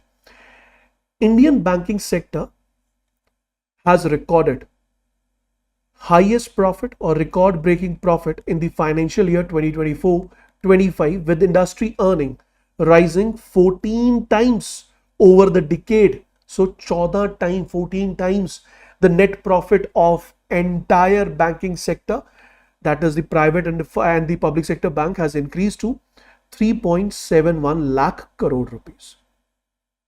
3.71 lakh crore rupees, driven by lending income, treasury gains, as well as reduced provisions for the NPAs. So government owned banks, they have demonstrated 20% increase. So government owned banks, they have witnessed a 20% increase in their net profits, and it has increased to 1.83 lakh crore rupees. And in case of private banks, it has been recorded 7% increase with a value 1.87 lakh crore rupees. ठीक है जी। Out of the Indian banking sector, highest profit has been earned by State Bank of India, 70,000 crore rupees, HDFC Bank 67,000, and ICICI Bank 47,000 crore rupees. The earnings of the private sector bank has been negatively hit.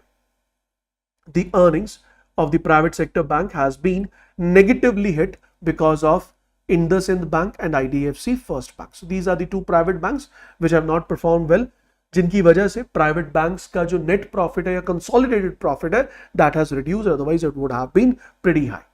अब इसमें कुछ remarkable performances है, और इस बार की जो remarkable performance है in terms of Indian bank profit record, ये क्यों इतना ज्यादा अच्छा है? The reason is improved asset quality.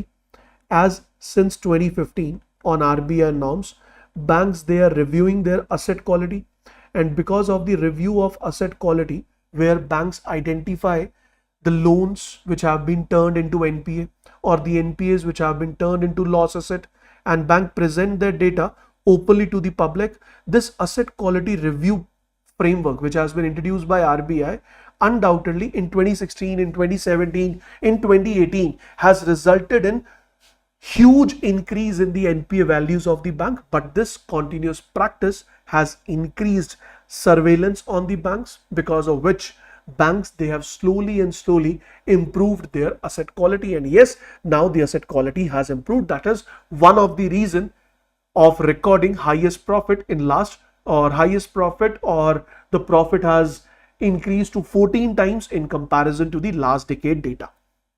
Then there is a steady credit growth increase. That means credit is growing or credit growth rate is steady. There is a disciplined financial management because of n number of RBI and SEBI norms. NPA has fallen down to a decade low, that is only 2.4% as of March 2025. So gross NPA it has fallen down to just 2.4%. अगर NPA कम होगी तो obviously bank को reserves provisioning कम करनी होगी, reserves कम रखने होंगे, bank's profit will be utilized for earning rather than for reserving, which has increased the profits of the bank. Along with this, banks have total recovered 3.9 lakh crore rupees under the insolvency and bankruptcy code. So those loans which turned into NPA, which turned into bad asset, now they have been recovered with the help of insolvency and bankruptcy code, and total recovery is of 3.9 lakh crore rupees. Undoubtedly, it has given extra liquidity to the banking sector, which pushed the profits of the banking sector further. Last but not the least is, especially in case of government owned banks, government has infused capital. What is capital infusion? We also call it as recapitalization. It basically means when the owner of a company invest capital in a company in order to revive the company out of losses, in order to avoid that the company could be declared as insolvent or bank run. That kind of investment is known as capital infusion or recapitalization. So government has infused capital of value 3.15 lakh crore rupees in the government owned banks since 2015, and this capital infusion has again given a push to the banking sector. Now if I specifically talk about government owned banks, एक बार ऊपर देखो change हो गया, the title has changed for the slide. So government owned bank, as we have studied that for the government owned banks, the profits they have increased by 26% on year basis.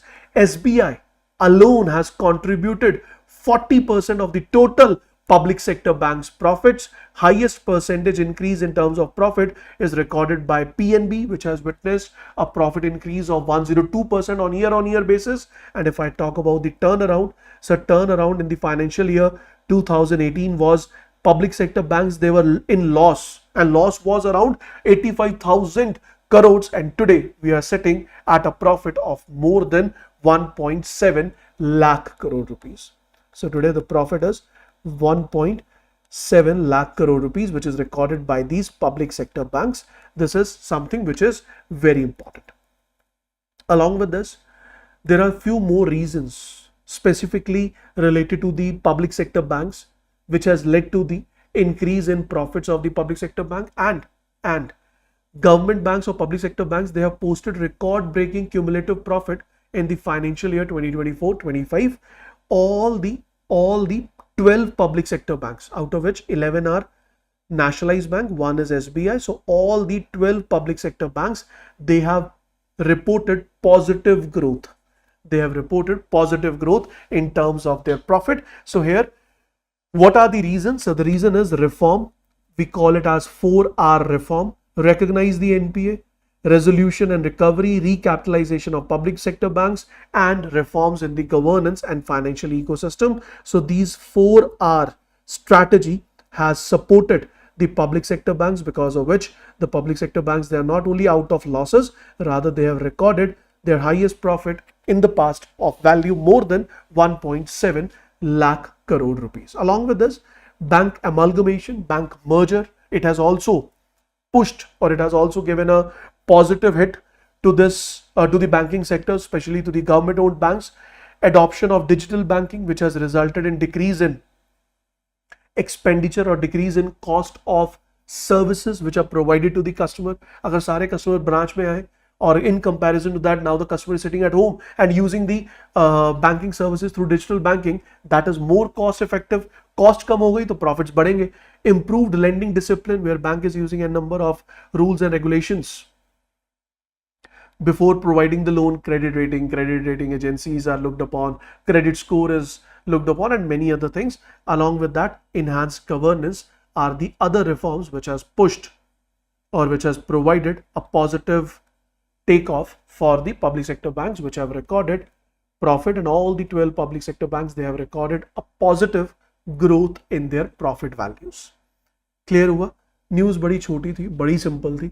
अगर मैं चाहता तो इस news को 5 minute में करवा के निकल जाता, क्योंकि न्यूज़ इतनी ही थी बस। बट इस न्यूज़ को देखकर मेरे दिमाग में दो चीज़ें आई। पहला, आरबीआई डिसाइड करता है अपना डिस्ट्रीब्यूशन ऑफ डिविडेंड, तो बैंक्स भी करते होंगे, और बैंक्स के डिसीजन में गवर्नमेंट भी इन्वॉल्व होगा, आरबीआई भी इन्वॉल्व होगा। उनका क्या रोल है, तो मैंने आपको ये सारा रोल दिखा दिया। गवर्नमेंट का क्या रोल, आरबीआई का क्या रोल, कैसे डिस्ट्रीब्यूट होगा, क्या कंडीशंस हैं जिसके बेसिस पे डिस्ट्रीब्यूशन होगा, मैंने वो बता दिया।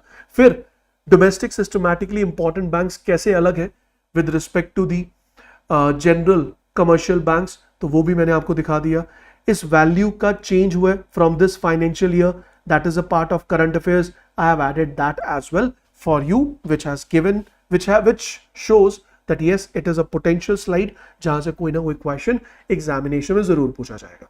जैसे मैं कंप्लीट कर रहा था इसे, तो मेरे दिमाग में आया कि एसबीआई का तो पढ़ लिया, व्हाट अबाउट अदर बैंक्स। फिर मेरे दिमाग में आया प्राइवेट बैंक्स या government banks, so I have completed the entire discussion for private as well as government banks. समझ आई बात? क्लियर हो गया? If it is clear, just give me yes sir, so that I can move on to the next news. If it is clear, just give me yes sir, so that I can move on to the next news. Any doubt? You may ask please. Prachi jaldi आएगा. I'll be coming up with the left out 3 sessions on annual report. I'll inform you once I will be conducting them.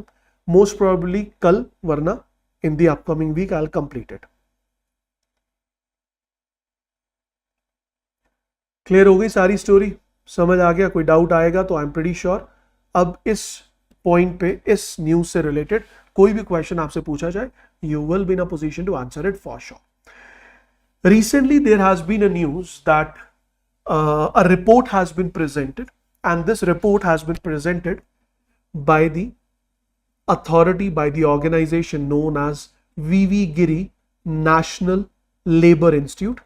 This VV Giri National Labour Institute, it is based in Noida, UP, and it is affiliated by Ministry of Labour and Employment.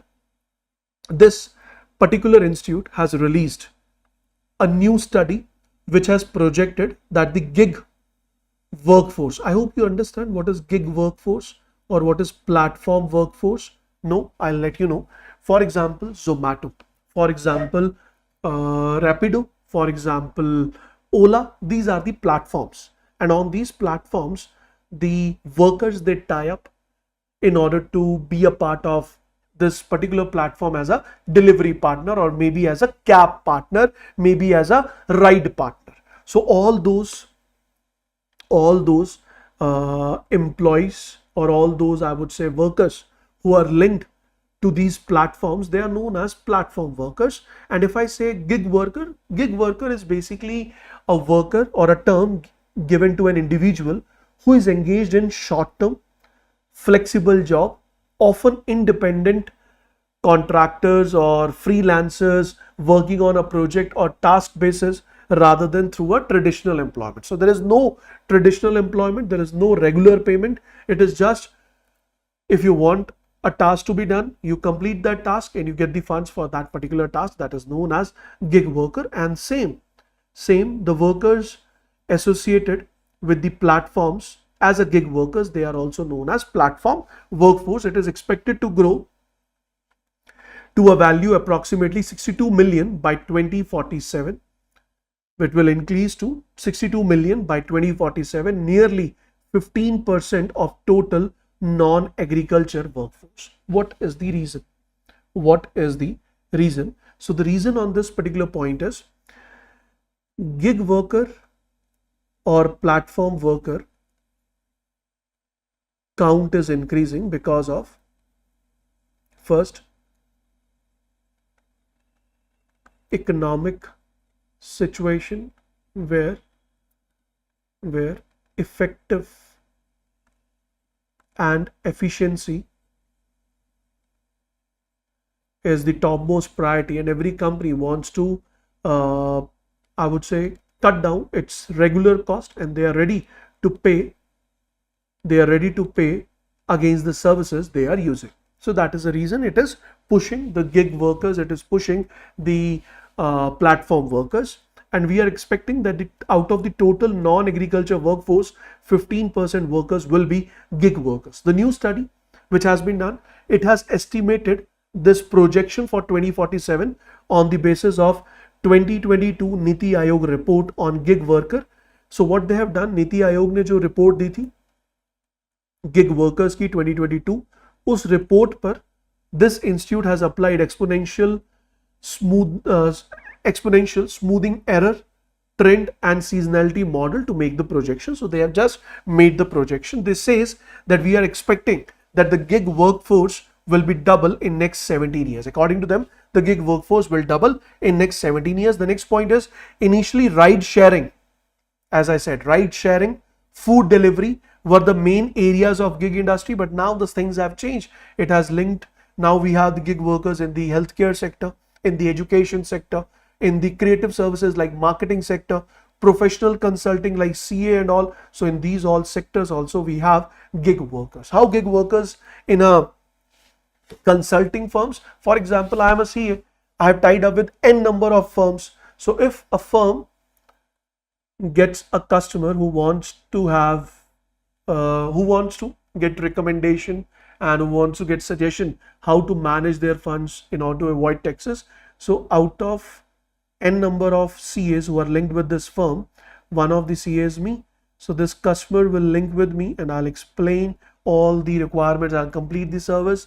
The customer will pay to the firm. Firm will pay me for that particular meeting, for that particular service. That is what I'm trying to say. Most of the, I would say, you must have seen the websites where you can book appointment, online appointment of your doctor, and the doctor will be connecting with you on the online platform only. So that is again, in that particular case, doctor is a gig worker for that particular online platform. So that is what I'm trying to discuss in this scenario. So as per Niti Aayog, more than 3 million workers were employed by nearly 11 platform companies in 2020, and this is estimated to increase to 23 million by 2030, including 7% of the total non-agriculture workforce. According to Niti Aayog, 3 million workers were employed by nearly 11 Indian platform companies in 2020. This count is going to double. This count is going to become 8 times to 23 million by 2030, and 23 million will be 7% of the total non-agriculture workforce of the India. So according to this particular organization, it has also highlighted the gig workforce may grow only to 32.5 million instead of 62 million by 2047. It also says that it may only grow not only to 62, but it can also grow maybe up to 32.5 million due to various economic factors such as technological disruptions or advancements, regulatory or policy changes, or maybe economic shocks. But if everything remains same, if everything remains stable, then we are expecting that the gig worker count will increase to 62 million. This has increased, or this has increased the pressure on the government, that now government should come in the picture and government should legalize these gig workers. Government should introduce the rights of the gig workers, the legal rights of the gig workers, which include bargaining and unionization, as this will help in understanding. This will help the gig workers to understand the algos which are used by the platforms through which task is assigned to them, as well as on the basis of which the pay is paid to them. So here it says that there is an emphasis which has need to be done, that government should come in the picture. Government कुछ rules and regulations बनाए, उन rules and regulations के तहत gig workers को भी कुछ powers दी जाए, so that they can question the platform ki on what basis you are assigning the task, on what basis you are making the payment, so that they know how the calculation is done. So the study gave examples of various countries like UK, Canada, Spain, Netherlands, where the gig workers, they are legally recognized for that particular purpose. This report is also urging in front of the government that the legal recognition of the gig workers is very much required. Got it, guys? Clear? Moving on to the next news.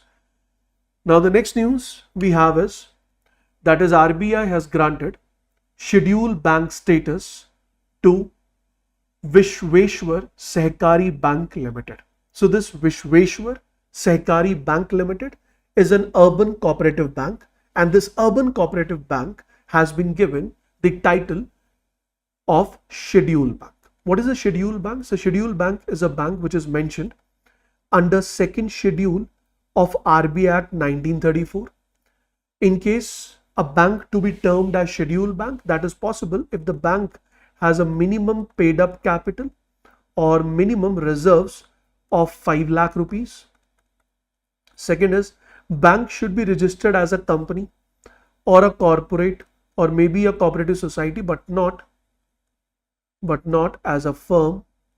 So if there is a firm, that firm will never be included as a schedule bank, or as a schedule will not be included in the schedule bank category. It must hold a categorization of either a company or a corporate or a cooperative society. Last is second schedule, minimum capital criteria in terms of company recognition or cooperative society recognition. Along with this, bank should fulfill the norms of RBI. If these three conditions are fulfilled, then only the bank or the financial institute will be given a title of schedule bank. Once you receive the title of schedule bank, you will be eligible to enjoy debt or loan services from RBI, so that you can borrow the funds from RBI against repo rate or MSF or maybe bank rate. RBI will even give you suggestions, RBI will even give you advice, RBI will act as your last resort whenever bank is in tough scenarios. So this is how scheduled banks are, I would say, on a benefit. Scheduled banks are on the benefit side in comparison to the non-scheduled banks. So after this declaration, Vishweshwar Sehkari Bank has become the 50th cooperative bank of India and third scheduled cooperative bank or third scheduled urban cooperative bank from Pune. What is a scheduled bank, sir? In India, we have two types of scheduled banks. One is scheduled commercial bank, like we have public sector banks, government owned banks, private banks, foreign banks, RRBs, and then we have scheduled cooperative banks. To become a scheduled bank, minimum paid up capital requirement is 5 lakh rupees. Scheduled bank becomes eligible for debt and loans at bank rate from RBI, and it gets the membership in the clearing house so that the scheduled bank can become the part of payment and settlement system of the country. As you know, NBFCs, they are not the members of clearing houses, and that is the reason the NBFCs, they are not allowed, they don't have the power to issue. They don't have the power to accept demand deposit, because they cannot issue debit card or checkbooks against those demand deposits, because they are not the part of payment and settlement system. But scheduled banks are the part of same. Moving to the next. What are the criterias for an urban cooperative bank to be included as a scheduled cooperative bank? So in order to be termed as a scheduled cooperative bank, the 4 conditions are need to be fulfilled. First is scheduled primary urban cooperative bank must maintain average daily balance, that is at least 5% of its NDTL.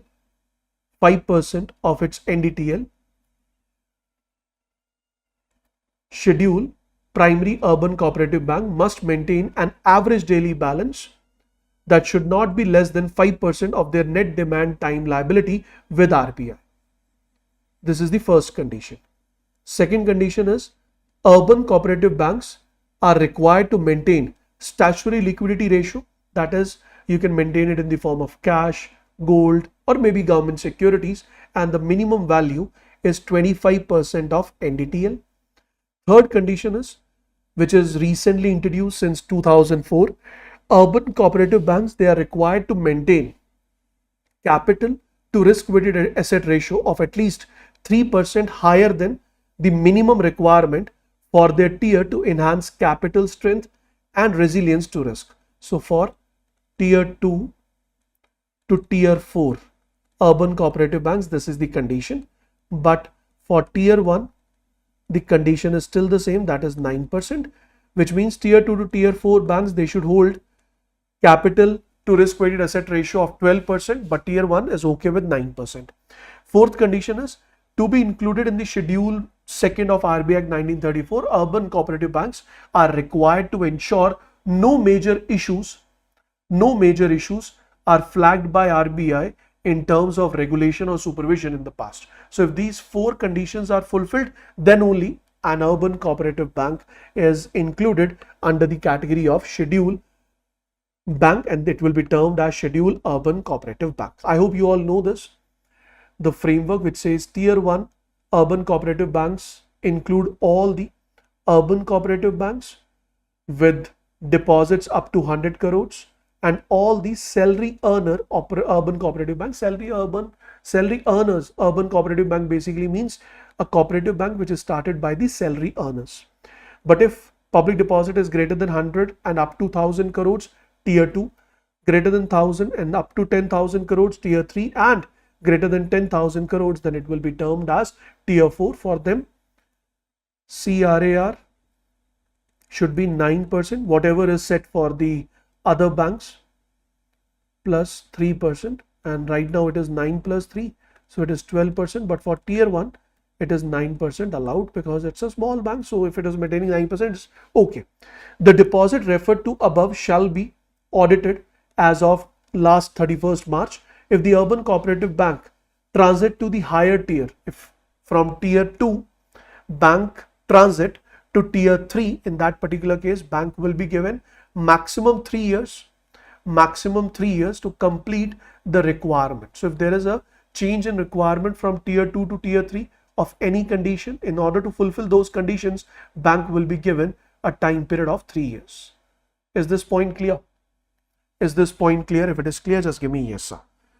अब urban cooperative bank से related मेरे पास एक और news है which I would like to discuss with you, but first tell me, is it clear whatever we have discussed? Is it clear?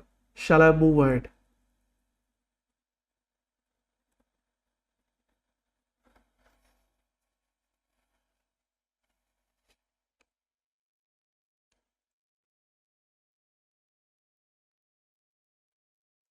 No doubt till this point?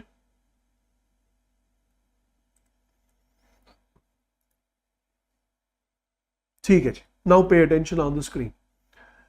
Now, guys, do you remember that for a bank, before the bank start providing a loan, bank maintains certain reserves. So these are liquidity reserve ratio, which include CRR, it includes SLR. We have discussed this part in the past many times. Along with that, for a bank, we have discussed a term that is known as ANBC, adjusted net bank credit. Adjusted net bank credit is basically the bank credit except the loan which has been, or the bills which have been rediscounted from RBI or any other organizations. Now whenever we talk about a bank, every bank is liable to provide the loan after maintaining the reserves. Then bank will be providing the loan. And if I talk about the loan, so lending done by the bank is further categorized into 2 categories. One, we call it as priority sector, and other we call it as commercial sector. In case of priority sector, there is a criteria. Criteria is 40% of ANBC, adjusted net bank credit, should be lended in the priority sector. For banks like we have public sector banks, we have foreign banks, we have private banks. This is 75% of ANBC. In case of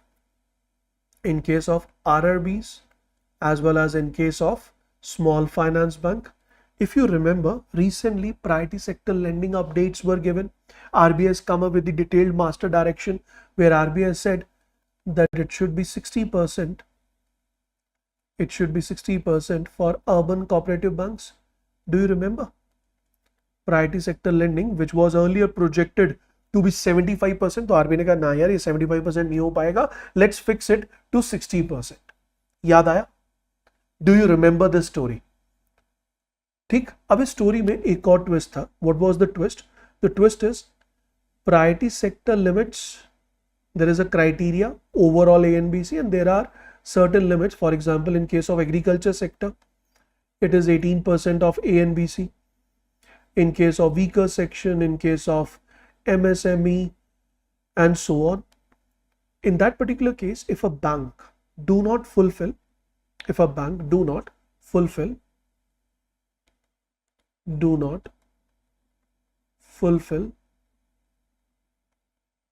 the priority sector lending limits, then what will happen? Then the shortfall will be transferred to different accounts. If a bank is not if bank has not fulfilled the priority sector lending limits in case of agriculture sector, then it will be transferred to RFID, Rural Infrastructure Development Fund. This account is maintained with NABARD. Then NHB, in case of NHB, it is Urban Infrastructure Development Fund, NHB, or the surplus for the shortfall will be transferred to Micro Small Enterprise Refinance Fund, which is managed by SEBI. And even we have Mudra. So this shortfall will be transferred to NABARD, NHB, SEBI, or Mudra. This we have studied. There is nothing wrong in that. But there is a certain condition which we need to remember over here. What is that condition we need to remember? So the condition which I am talking about, or due to which this point is important, that point is exposure. What is exposure? If I talk about a bank, or if I talk about a financial institute, if I take an example of a financial institute, so this financial institute, or let's say a lending institute, this lending institute is lending funds to an entity E. So the amount which is lended by this lending institute, by this lending institute to this entity will be termed as exposure. Will be termed as what? Exposure. What is this exposure all about? Sir, exposure का मतलब है यहाँ पे exposed. You are exposed to what? Sir, you are exposed to credit risk. Maybe you have made an investment in this entity. आपने share खरीदे इस particular entity के. You have made an investment in an entity. Then again you are exposed because you are exposed to market risk. Again that will be the part of exposure. तो इन सारे terms को ध्यान में रखते हुए, इन सारे criterias को ध्यान में रखते हुए, RBI has come up with a term. What RBI has said that if we are talking about urban cooperative bank, and if that urban cooperative bank is providing loan or investing funds to a particular entity, then this exposure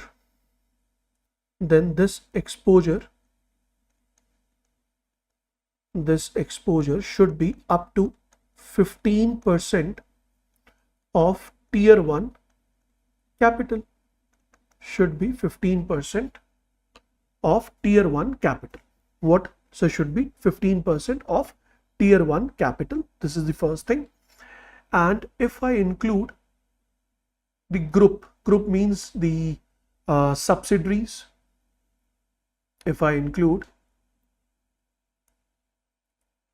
the subsidiaries of this entity, for example, entity A, entity B, entity C, and this is entity A. So for entity A, exposure limit is 15%, but if I include the group, then in case of the entire group, this exposure should be up to 25% of tier 1 capital. तो exposure का मतलब समझ आया? Exposure का मतलब आपके funds जो आपने इन्वेस्ट किए, लोन पे दिए, which are exposed to risk because of involvement of the second party. Now if you have invested, it would be market risk. If you have lended, it would be credit risk. So that is basically the exposure or the value of risk which Urban Cooperative Bank is going to witness due to a single party or group of parties. ठीक है जी, यहां तक कोई दिक्कत? यहां तक कोई दिक्कत? ये एक्सपोजर वाला पार्ट समझ आया? ये एक्सपोजर वाला पार्ट समझ आया? Is this point clear? Give me yes sir. Is this point clear? Give me yes sir. What is this exposure? ये clear हुआ ना? So exposure is whatever value is given by loan or maybe invested, that all will fall under the category of exposure. क्योंकि अगर आपने loan दिया credit risk है, अगर आपने इन्वेस्ट किया तो मार्केट रिस्क है, अगर आपने डिपॉजिट किया तो उस केस में भी रिस्क है, डिपॉजिट केस में भी रिस्क है. क्यों? क्योंकि अगर आपने डिपॉजिट दिया और या डिपॉजिट किया इन दिस एंटिटी और अगर ये एंटिटी कल को डूब गई, मर गई, तो भी आपके फंड्स पे रिस्क तो है. So that is the entire exposure, that is the entire exposure. ठीक है, अब यहां पर एक पॉइंट है जो मैं आपके साथ इंट्रोड्यूस करूंगा which is really very important. What does that point says? मान लेते हैं कि ये अर्बन कोऑपरेटिव बैंक है. ठीक है, मान लेते हैं ये अर्बन कोऑपरेटिव बैंक है. This urban cooperative bank has already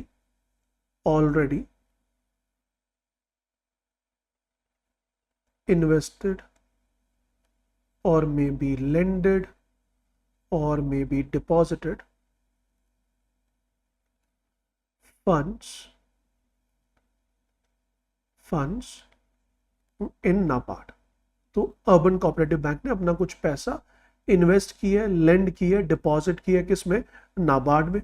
तो इसका मतलब urban cooperative bank is exposed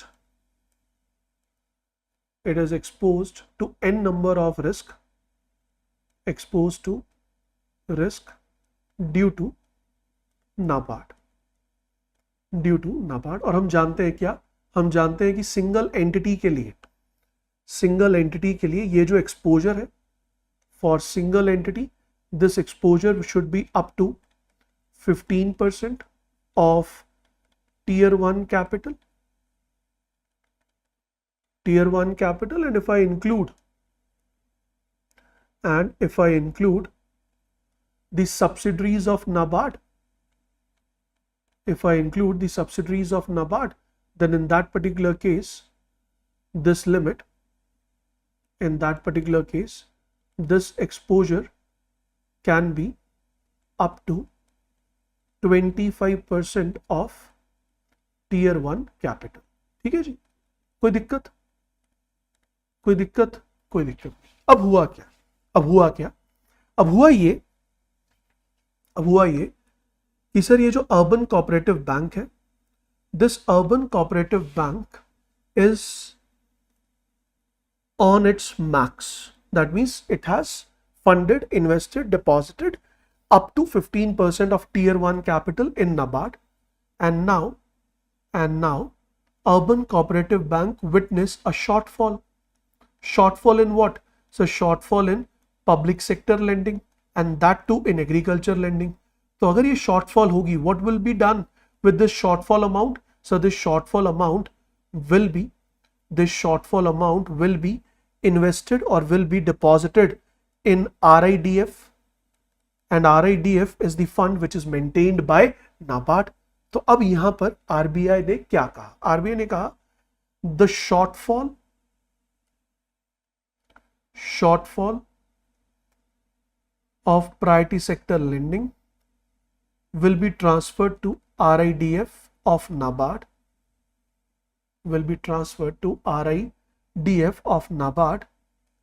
but on this RIDF of NABARD transfer amount, this shortfall amount, it won't be included under, not included as exposure.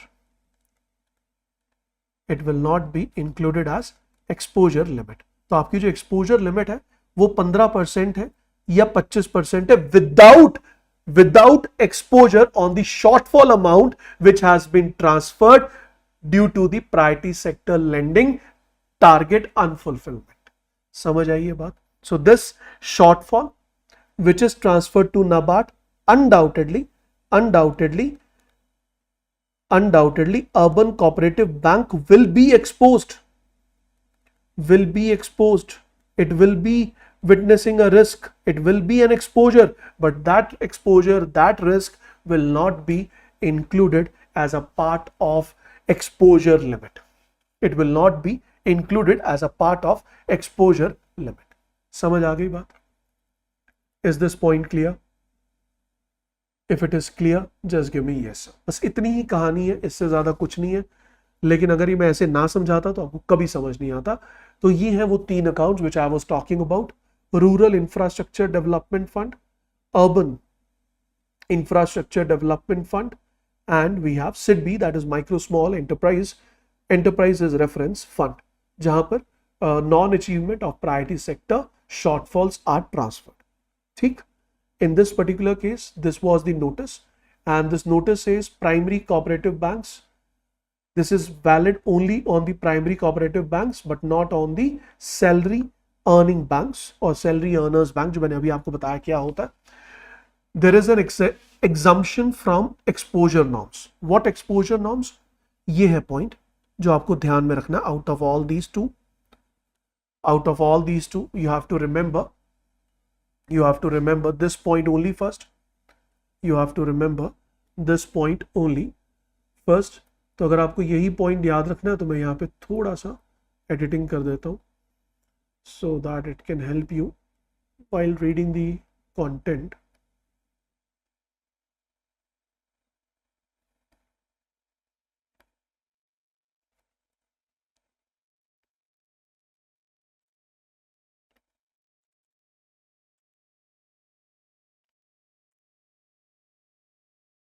So we are concerned about this particular term which says that prudential exposure limit is Urban Cooperative Bank for single borrower or party.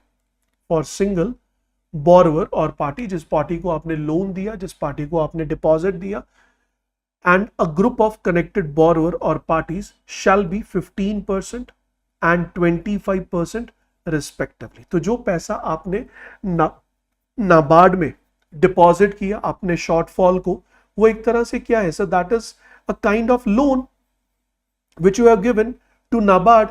So if you have given this loan to NABARD, that means lending is done. So this lending is a part of what? So it is a part of exposure.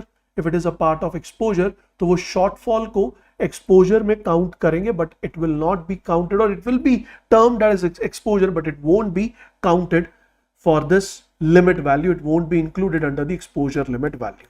तो क्या कहा गया? It has been said this.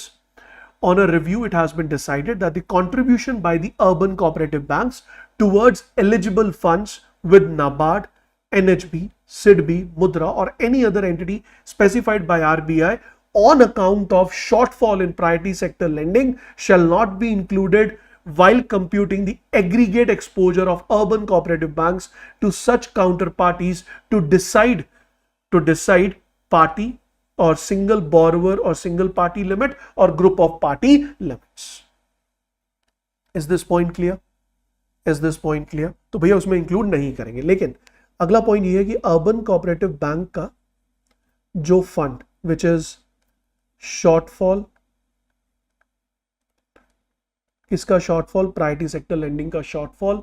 This shortfall amount is transferred to NABARD or maybe transferred to SEBI or maybe transferred to NHB.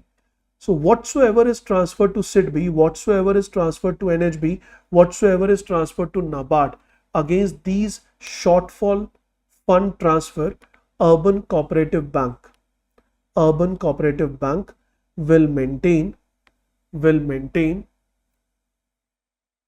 reserves, and these deposits, the shortfall transfer, or I will write in this manner, shortfall, priority sector lending shortfall,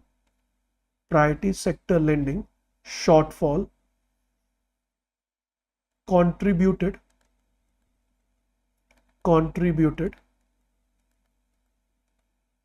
to NABARD or other organizations will be treated as 100% risk, risk weight. So 100% risk weight means you have deposited the fund with NABARD or you have lended the fund with NABARD, whatsoever is the case, this is your asset. This shortfall amount जो आपने NABARD को दे दी, ये असल में urban cooperative bank के लिए क्या है? So for urban cooperative bank, it is the asset. It is the asset of urban cooperative bank and on this asset, urban cooperative bank is going to maintain a risk weight of 100%. तो जब आप capital to risk weighted asset ratio calculate करेंगे, in that calculation, this asset will be included as 100% risk weight. This will be included as 100% risk weight for capital adequacy purposes. Is it clear? Is it clear? If it is clear, just give me yes sir. उठा के देख लेना, YouTube पे 50 जगह जाके घूम लेना, इतनी डिटेल में, इतने ढंग से इस टर्म को नहीं समझाया गया. Go and check it, not once, at least thrice.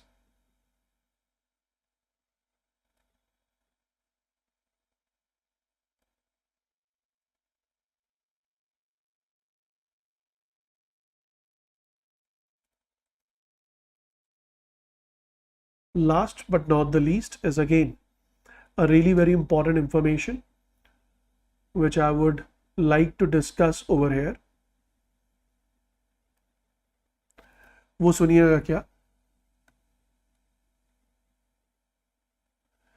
उसमें एक इंपॉर्टेंट पॉइंट है. वो क्या, जो मैंने अभी आपको दिखाई थी पूरी की पूरी स्क्रीन, उसमें पहले क्या कंडीशन थी? पहले कंडीशन थी कि सर जो पर पार्टी एक्सपोजर था ना, that should be 15% and group of parties exposure should be 40% of total capital funds. फिर इसे total capital fund से रिवाइज करके tier 1 capital पर लाया गया. और उसके साथ साथ there is one more term which says urban cooperative bank के ऊपर एक condition है. The condition says that urban cooperative bank shall have at least 50% of their loan or advances in the category of small value loan. तो याद रखना, urban cooperative bank should provide 50% of total loans, 50% of total loans in the category of what? Sir, in the category of small value loan. पहले जो small value loan था ना, उसकी value थी 25 lakhs, उसकी वैल्यू थी 25 lakhs or 0.2% of tier 1 capital, whichever is higher, subject to a maximum of 1 crore rupees per borrower. अब इसको रिवाइज कर दिया गया. This has been revised, और इसे रिवाइज करके क्या किया गया? So this revision has been done, the amendment has been done, and if I talk about this particular amendment, पहले तो minimum small value which was 40%, it has been now increased to 50%. तो 40 से 50% का increase किया गया. और दूसरा जो revision किया गया, that is the revised definition of small loan as a loan value not more than 25 lakhs or 0.4% of tier 1 capital, whichever is higher, subject to a ceiling of per borrower up to 3 crore rupees. तो ये कुछ नए changes है. Do remember that small loan, 50% of the total loan should be given in the category of small loan, और small loan की अब definition जो पहले 25 lakh and 0.2% of tier 1 थी, whichever is higher, now it is 0.4% of tier 1, और per borrower जो ceiling पहले 1 crore थी, this has now been increased to 3 crore rupees. This is the latest revision which has been done. ठीक है जी, clear हो गया पॉइंट, समझ आ गया. News is very easy. You have gone through with this news और you have heard about this particular news from me itself, but today I will be concluding it in one go. So what is the news all about? Actually guys, there have been 3 announcements which have been made by RBI related to the latest amendment. So first amendment is related to, or I'll start my discussion, the amendment is related to KYC, know your customer. With respect to know your customer, there is a term related to update or periodic updation, as well as there is an update related to the inoperative or unclaimed accounts. Inoperative or unclaimed accounts. So in one go, I will be explaining the entire news, and then we will be reading out the news quickly so that we can conclude it. So please pay attention guys. This is going to be very easy.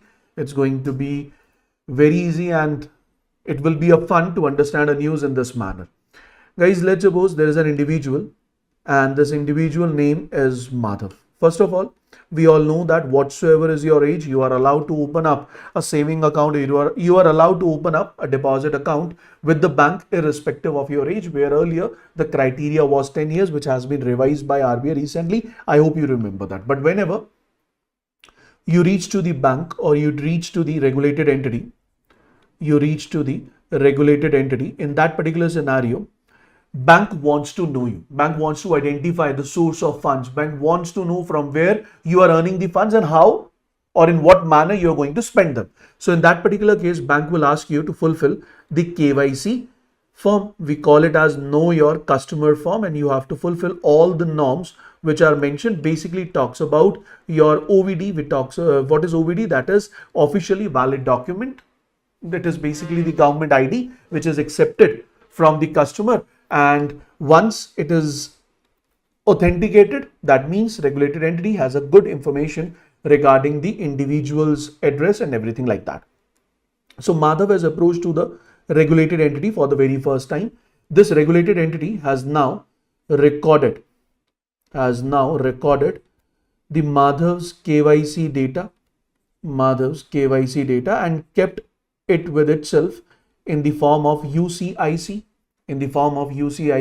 Along with that, regulated entity is supposed to forward this data on the central KYC registry. Now, what is the benefit? So the benefit is, once the regulated entity has maintained the entire data of Madhav, that means the documents which have been submitted by Madhav, it has been recorded with the regulated entity. Now, after few months, if Madhav wants to open up a current account, earlier Madhav has opened up a savings account, and now Madhav wants to open up a fixed deposit account with the regulated entity. In that particular case, Madhav is not supposed to share all the documents again. Rather, regulated entity can retrieve this document from its own server, which has been stored with a unique code, with respect to the individual. The name of the individual is Madhav. Got it? Now, this is the first thing. Second thing is, if let's say Madhav approaches to some other bank. In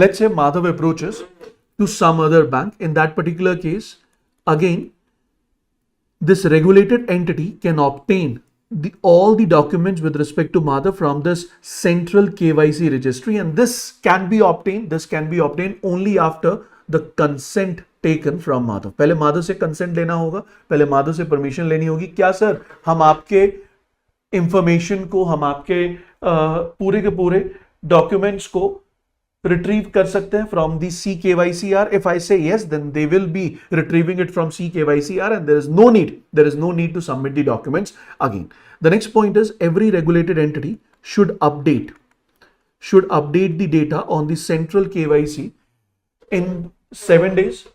Shall update the data on the central KYC in 7 days.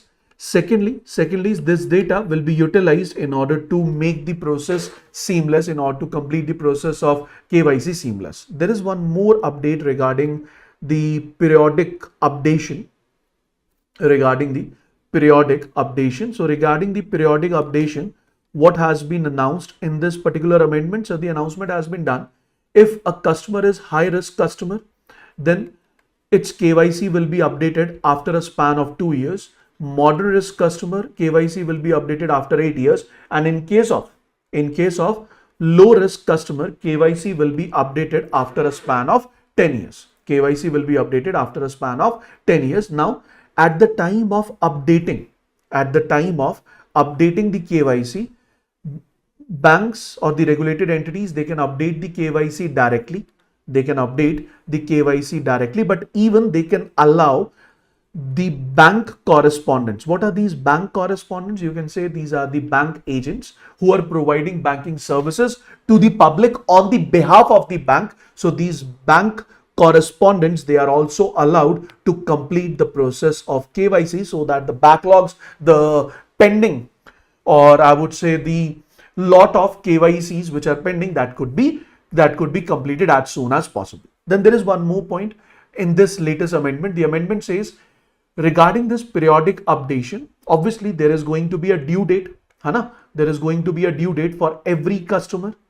There is going to be a due date for every customer. There is going to be a due date for every entity. So there is a condition. Condition is, bank should intimate the entity 3 times. Bank should intimate the entity 3 times, and out of these 3 times, at least one time intimation should be done with the help of letter, that yes, भैया ये आपकी due date है and you need to complete your process of KYC before the due date. So 3 times intimation will be done. Once the due date is crossed, then after the due date also, entity will be informed 3 times again. Out of which at least one time information will be shared or intimation will be done with the help of letter. अब question ये आता है कि sir अगर KYC complete नहीं हुआ, KYC update नहीं हुआ, उस केस में क्या होगा? सर उस केस में as per the frequently asked question section in the RBI, on the RBI website, it says that your account services will be dismissed. और यहां पर एक पॉइंट और ऐड किया गया लेटेस्ट अमेंडमेंट में, वो क्या कि सर अगर हाई रिस्क कस्टमर का KYC अपडेट नहीं हुआ, ऑब्वियसली सर्विसेज डिसमिस कर सकता है bank. For moderate also bank can dismiss the services, but in case of low risk customer, these services will not be dismissed for next 1 year. तो low risk customer के case में there is a window given for next 1 year, और by 30th June 2026, अगर 30th June 2026 तक आप complete कर लेते हैं अपनी KYC अपडेट को आफ्टर द ड्यू डेट. अब मान लो आपका जो ड्यू डेट है that is on, let's say आज कितनी डेट है, let's say that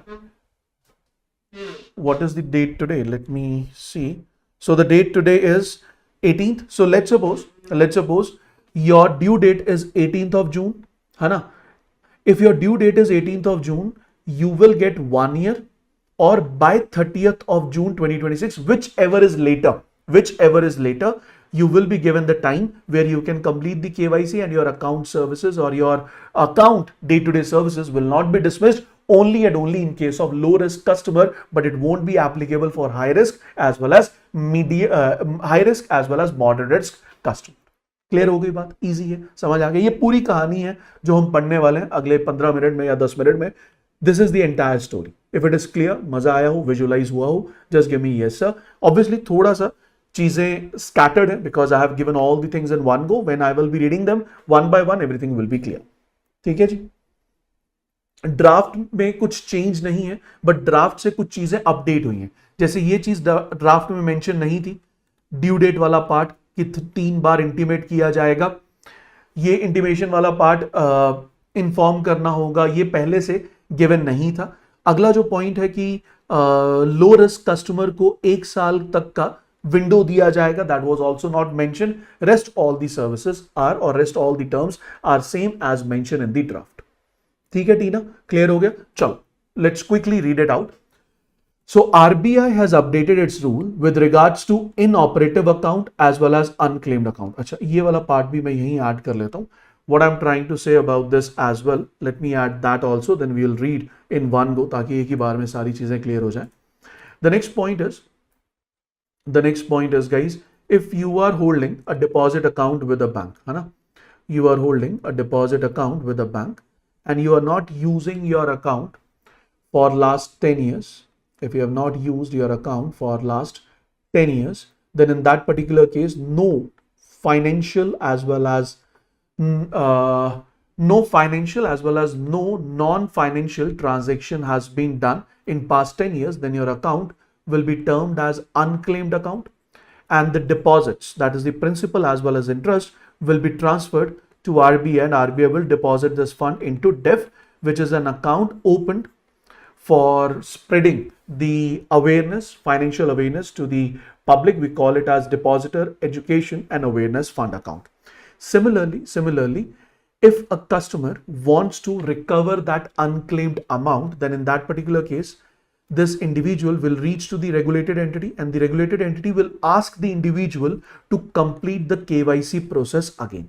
Earlier, individuals supposed to go to the home branch in order to complete this KYC process, or in order to fulfill the KYC conditions, so that the funds can be paid back to the customer from DEF account. But now this KYC is allowed on non-home branch also. This KYC update is allowed on non-home branch also. Even if you cannot go to the branch, on your request, you can enjoy the services with the help of a video identification process also.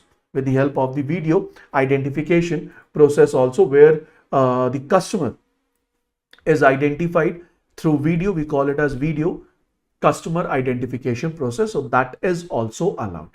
Now, what is the revision? So the revision is, in case your account is declared as unclaimed account, or maybe your account is declared as inoperative account. Inoperative account means for 2 years you have not made any transaction, financial or non-financial transaction, then your account is inoperative. Your account services are suspended temporarily. If you want to restart or restore your account services, then again you have to complete the KYC, or you have to complete the KYC norms again. And in order to complete these KYC norm, you can either go to the non-home branch, you can go to the branch, and even you can use the service, that is video customer identification process. Is it clear, everyone?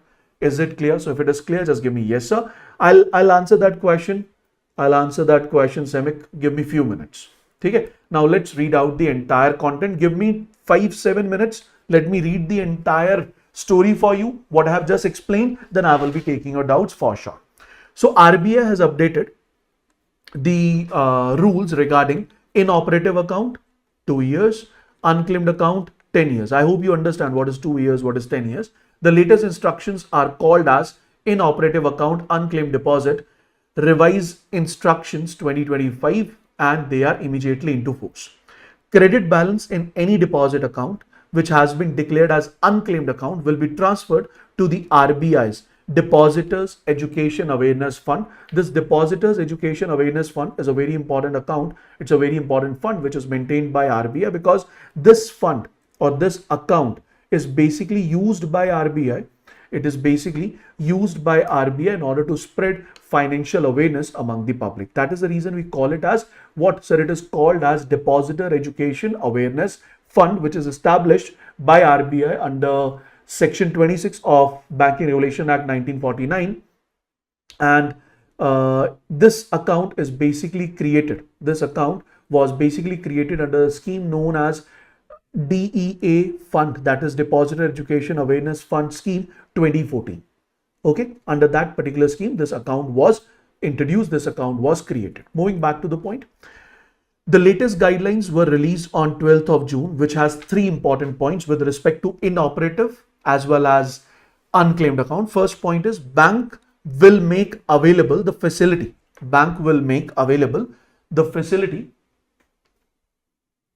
Bank will make available the facility of updation of KYC for activation of inoperative accounts and unclaimed account at all branches including non-home branches. तो पहला जो point है वो क्या कि अब आपकी जो KYC अपडेट है वो नॉन होम ब्रांच पर भी हो जाएगा, which was not allowed earlier for inoperative as well as unclaimed account. Second is you can update your KYC if you request the bank, and if the service is available, then you can enjoy the service, that is video customer identification service, where the customer will be identified live with the help of a video call. Third but not the least, last but not the least, is bank may even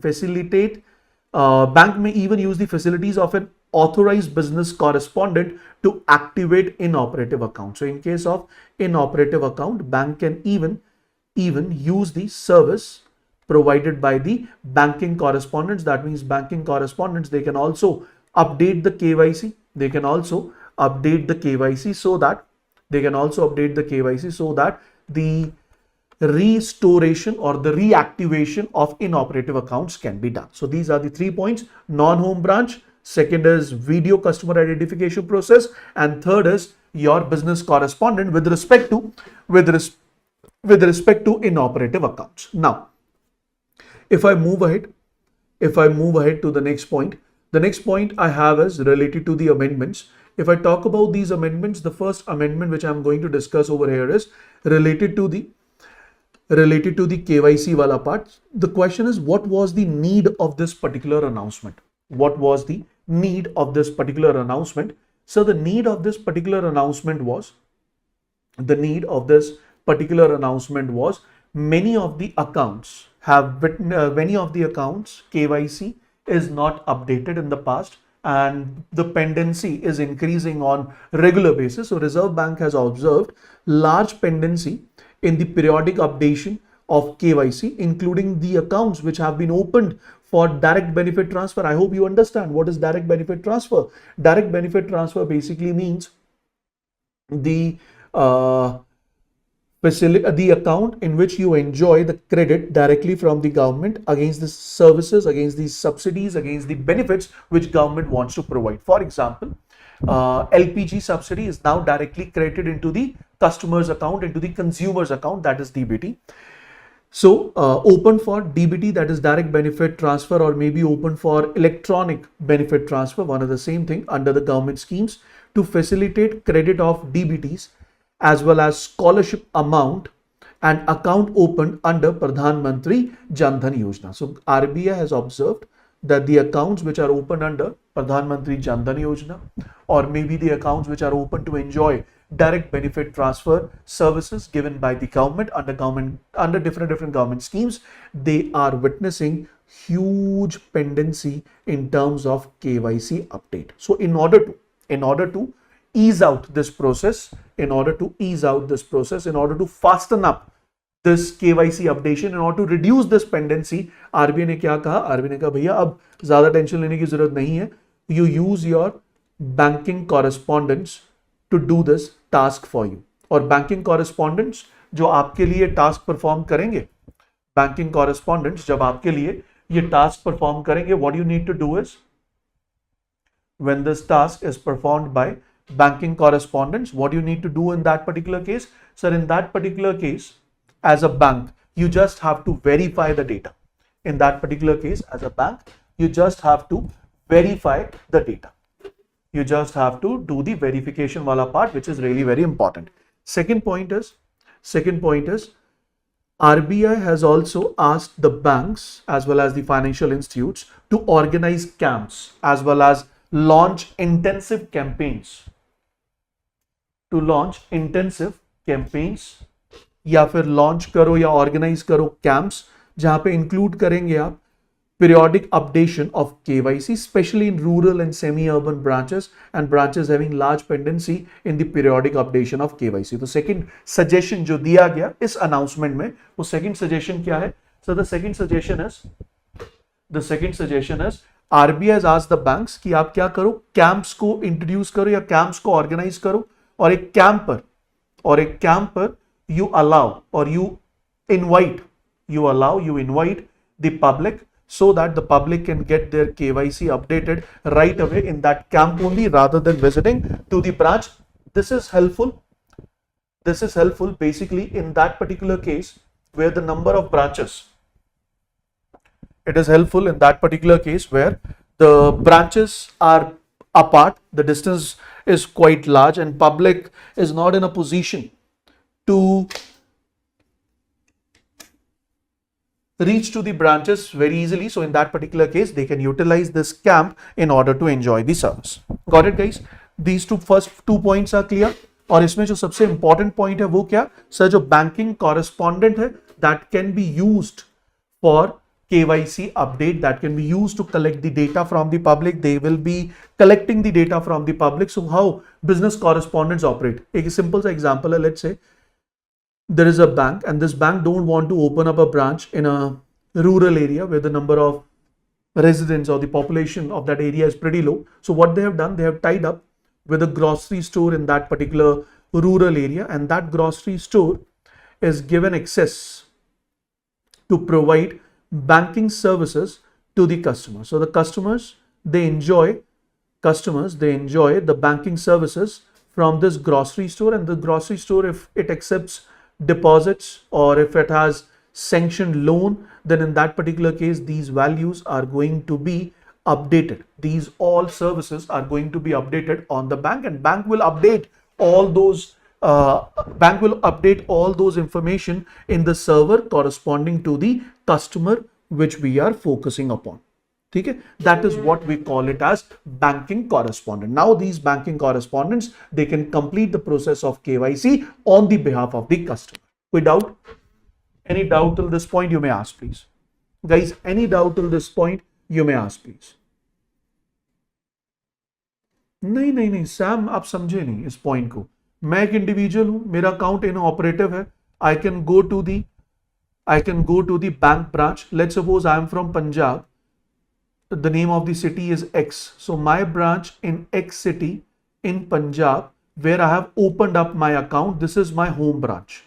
Okay? Right now I'm staying in Delhi. So if I want to update my KYC, then I can get it updated in Delhi itself by visiting any of the branch of the same bank. So that branch will be termed as non-home branch. So earlier, in case of inoperative accounts, this was not allowed. In case of unclaimed account, this was not allowed. But now you can update the KYC for inoperative as well as unclaimed account through the non-home branches as well. लेकिन अब मान लो अगर आपका account inoperative है, you go to the grocery store in your village who has been tied up with the bank and he has the license to operate as a banking correspondent, then you submit your documents to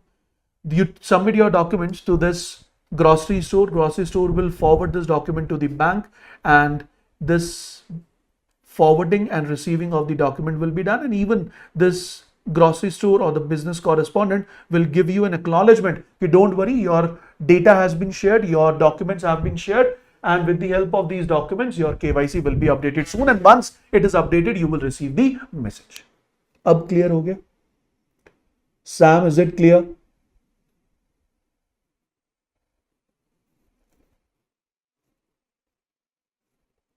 Is it clear everyone? Shall I move ahead? इससे ज़्यादा क्या explain करूँ यार, बच्चों की तरह एक चीज़ explain कर दी है. Now I'm expecting a reply from you all guys. If it is clear, just give me yes sir.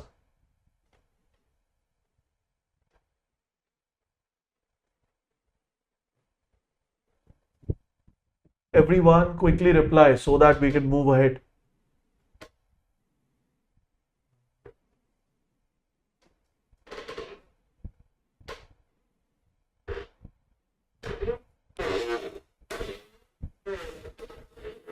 Okay, moving on to the next point. What does the next point says?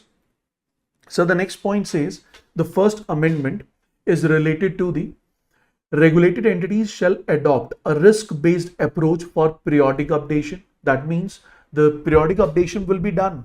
KYC will be updated periodically, but it will be on the basis of risk. Now the question is, someone has asked me, so what is a low risk customer? For example, I don't remember the name, but let's suppose there is an individual named A, is a government employee, and this government employee has opened up a deposit account with the deposit account with the bank, and this deposit account has been linked with the government salary, which is credited on monthly basis. So this is an account which we can call as account with lowest risk. Why this account is with lowest risk? Because the salary will be credited by the government employee every month on the same date in the given account. So this account has a least risk in terms of bank asset and liability management. So for this case, we will be updating the KYC after 10 years. But on the other side, if there is a account where KYC norms are not fulfilled, the individual identification is not properly done, or certain criteria are not fulfilled, then in that particular case, that particular account will be checked, will be reviewed, KYC will be done again and again at a span of 2 years. At a span of 2 years. Okay, moving on to the next point. The next point is, what happens if the periodic KYC is not done even after the intimation or reminders given by the bank? Then in that particular case, we will say, under the Prevention of Money Laundering Act 2005, it will enable the regulated entities to obtain the identity record from the customer, failing which the regulated entity shall close the account of the customer after giving due notice. तो due notice देने के बाद customer के पास ये bank के पास ये power है कि bank can close down your account. But as per the latest update, in case of a low risk account, if your KYC is not updated and your due date is crossed, then even after crossing the due date, you have a span of 1 year or till 30th June 2026, whichever is later.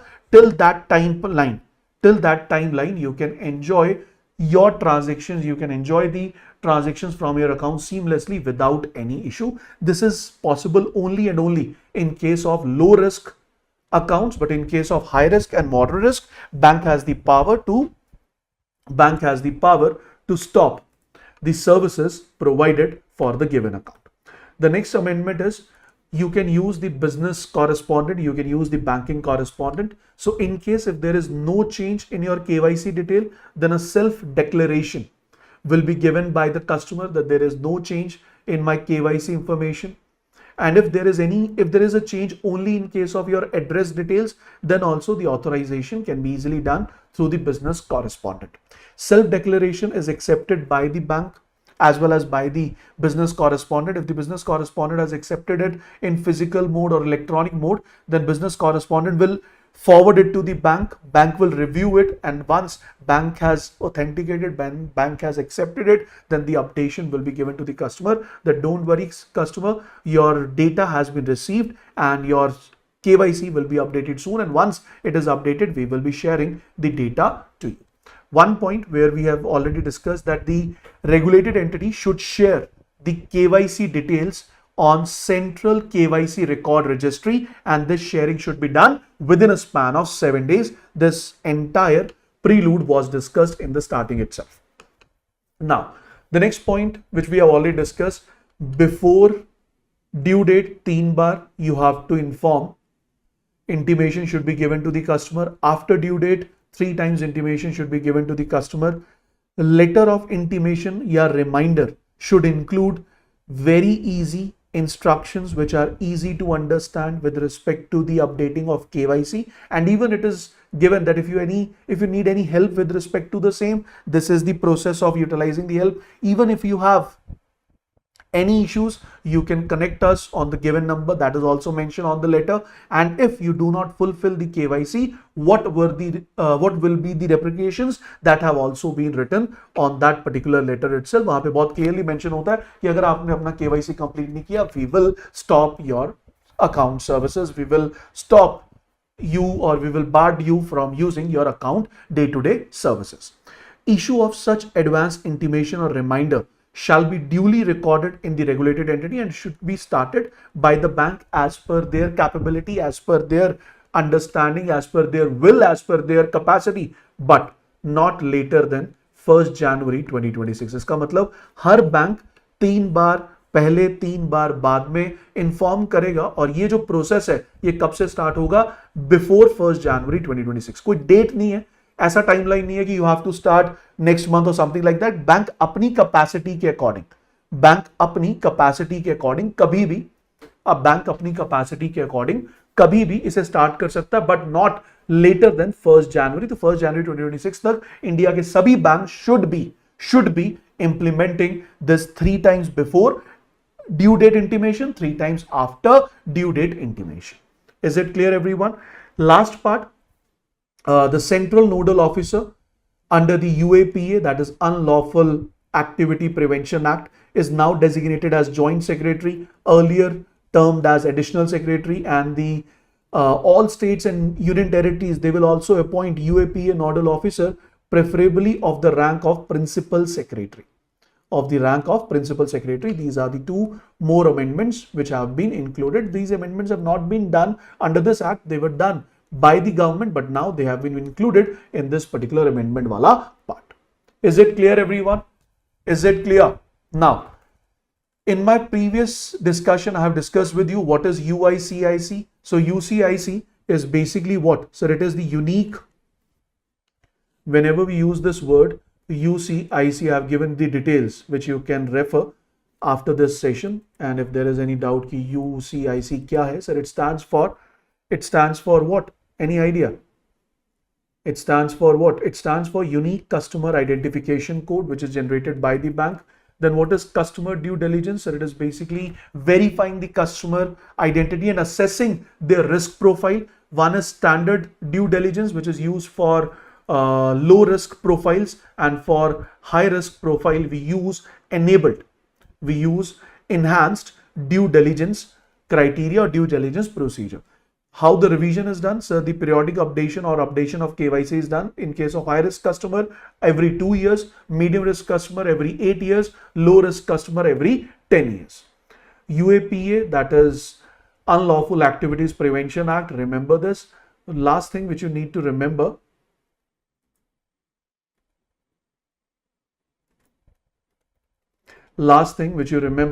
in this discussion is related to CKYC. It is related to CKYC. I have read the entire detail of CKYC. Just read it once. And even I have added the detail related to the process of KYC. Please pay attention, guys. Whenever we talk about KYC, the process of onboarding. Onboarding का मतलब क्या हुआ कि अगर आप bank में जाकर अपना अकाउंट ओपन करते हैं तो आप KYC कैसे कैसे कर सकते हैं? How bank can know you? So bank can know you face to face. That means you go to the bank. Bank का ऑफिसर आपको मिलेगा, आप बैंक के ऑफिसर को मिलोगे. You are standing here, bank officer is sitting in front of you. This kind of interaction where the KYC process, KYC norms are completed, we call it as face-to-face mode for onboarding the customer. In case of non-face-to-face mode, आप घर बैठे, you're sitting at home, no video call, nothing.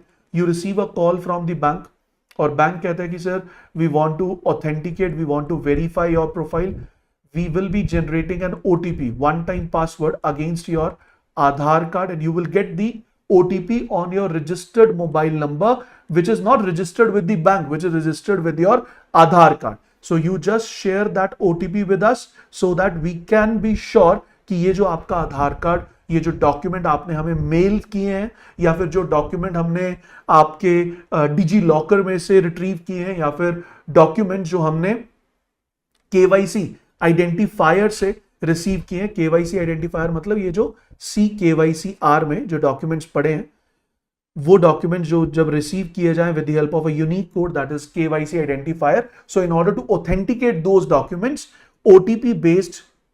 OTP based e-verification is done. We call it as non-face to face. And the last one, we call it as video based customer identification process, which we have already discussed. इसके अलावा we have one more term that is known as simplified process of updation. So for the simplified process of updation, we have already discussed all the points. Is it clear, guys?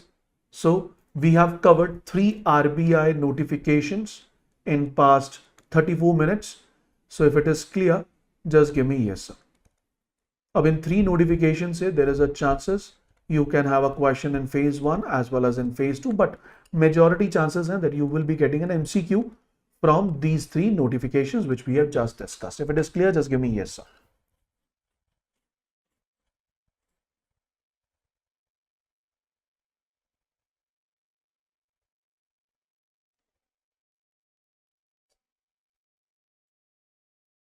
Done?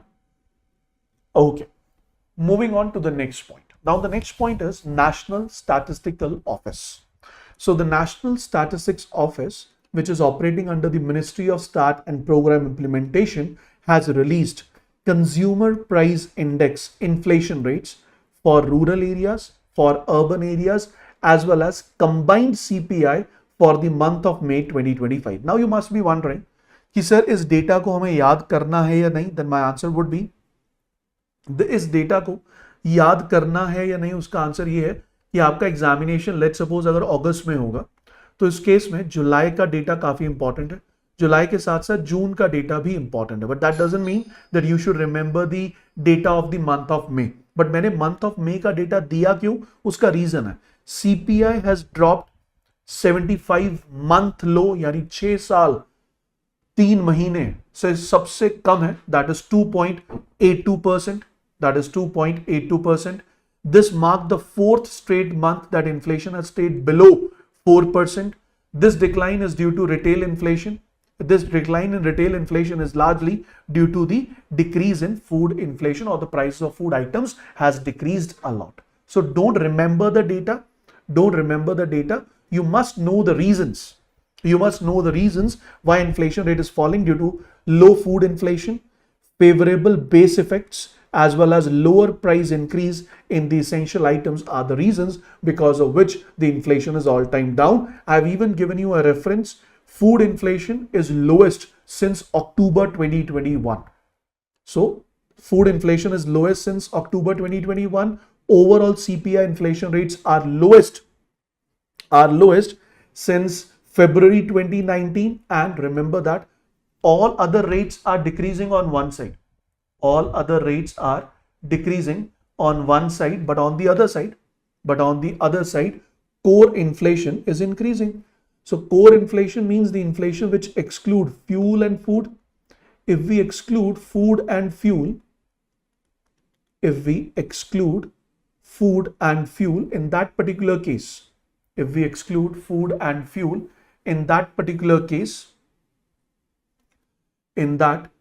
case, core inflation is calculated, or that inflation is known as core inflation. And this core inflation is also is not falling down in line with the overall inflation. So overall inflation is falling down, but if I specifically talk about core inflation, it is increasing on month basis. There is one more data related to the states and union territories. Kerala and Punjab recorded highest inflation rates. Telangana, Bihar and Andhra Pradesh recorded the lowest inflation rate. So it's just for your reference. This can help you in writing a descriptive answer. And this data can help you in answering the MCQ based question. So this is only what you need to remember from here. So I hope all your doubts कि भैया इतने सारे data में क्या याद करना है, क्या नहीं याद करना, I hope I have answered all your questions in an appropriate manner. If it is clear till this point, just give me yes, sir. If it is clear till this point, just give me yes, sir, so that I can move ahead.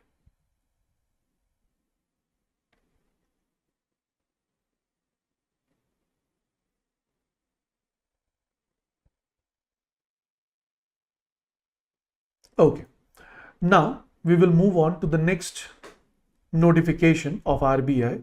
The next notification is related to state government securities. We call it as stripping, or we call it as reconstitution. First of all, before I start discussing this particular news, I would like to discuss with you what actually is the meaning of the word stripping. What actually is the meaning of the word stripping or reconstitution? Okay? I'll take an example to explain you this. Guys, let's suppose there is a government security and the face value means the value written on the government security, the value written on the government security is 10,000 rupees. Value written on the government security is 10,000 rupees. And what is the rate of interest? Sir, we have a coupon rate. What is coupon rate? That is the rate of interest. It is 10% per annum. It is 10% per annum. Okay? Which means if I'm an individual and I purchase this government security from the government, obviously I will be paying 10,000 rupees to the government. I will be paying 10,000 rupees to the government, and against 10,000 rupees which I have paid to the government, I will be receiving this particular piece of paper. Against this particular piece of paper, every year, for example, I have purchased it for 5 years. For 5 years, then after 1 year, after 2 year, after 3 year, after 4 year, and after 5 year, I will be receiving the funds. So after 1 year, I'll receive interest, that is 1,000 rupees. After 2 years, I will receive interest, again 1,000 rupees. After 3 years, again I will receive interest, that is 1,000 rupees. Again after 4 years, I receive interest, that is 4,000 rupees. And after 5 years, I will be receiving the interest, 1,000. And even maturity is there. I will be returning that security. If I return that security, I will get the face value and I will get 10,000 rupees in return. This is how we invest, है ना? इसीलिए हम invest करते हैं. But अब यहाँ पे एक प्रॉब्लम आई. प्रॉब्लम क्या आई कि सर ये जो गवर्नमेंट सिक्योरिटीज हैं, these are the instruments which are tradable. Tradable means government ने कहा कि सर ये जो गवर्नमेंट सिक्योरिटीज है ना, there is no need to hold them for next 5 years. If you want, you can sell them. You can sell them in the secondary market. You can sell them in the secondary market means you can sell this security to someone else and you receive your funds and you go away. For example, after 1 year, I have received 1,000 rupees as an interest from the government, and just after receiving the interest, I'm selling down this government security. And let's suppose I have sold down this government security for at face value only. Let's say I have sold it for 10,000. तो जो पैसा मुझे 1 साल के बाद मिलना था, जो पैसा मुझे 4 साल के बाद मिलना है, वो पैसा मुझे आज मिल गया, दैट इज 10,000. और 1 साल का इंटरेस्ट भी मिल गया, दैट इज 1,000. तो एक समझो कि मैंने 10,000 रुपए इन्वेस्ट किए, 1 साल का इंटरेस्ट मिला 1,000. After 1 year I have 11,000 in my hand. This is possible because I can trade my government securities. I can trade my government securities on the what? Sir, I can trade my government securities on this in the secondary market. अब ये तो 10,000 था, so it was possible to sell. But let's suppose if I talk about a huge value of security. If I talk about a huge value of security, I'm just removing my image. Let's suppose the huge value of security is 10,000 crore. 10,000 crore. और in securities को आपने अलग अलग format में या अलग अलग denomination में you have introduce for the public. Now one security which has been introduced against this 10,000 crore value is of 1,000 rupees with coupon rate of 10% per annum but paid half yearly. Paid half yearly का मतलब क्या sir? इस case में जो आपकी payment होगी that will be done after 6 months. Now what is stripping? Stripping का मतलब क्या है सर? Stripping का मतलब है जब आप अपनी गवर्नमेंट सिक्योरिटी को दो हिस्सों में बांटते हैं. दो हिस्सों में बांटने का मतलब कि ये मेरी गवर्नमेंट सिक्योरिटी है, एक सिर्फ और सिर्फ प्रिंसिपल, दूसरा सिर्फ और सिर्फ interest. Principal different, interest different. Principal different, interest different. That is basically known as stripping. अब इसमें क्या होगा? If I take an example to explain you this entire story, please pay attention guys, you are going to enjoy this, I can assure you.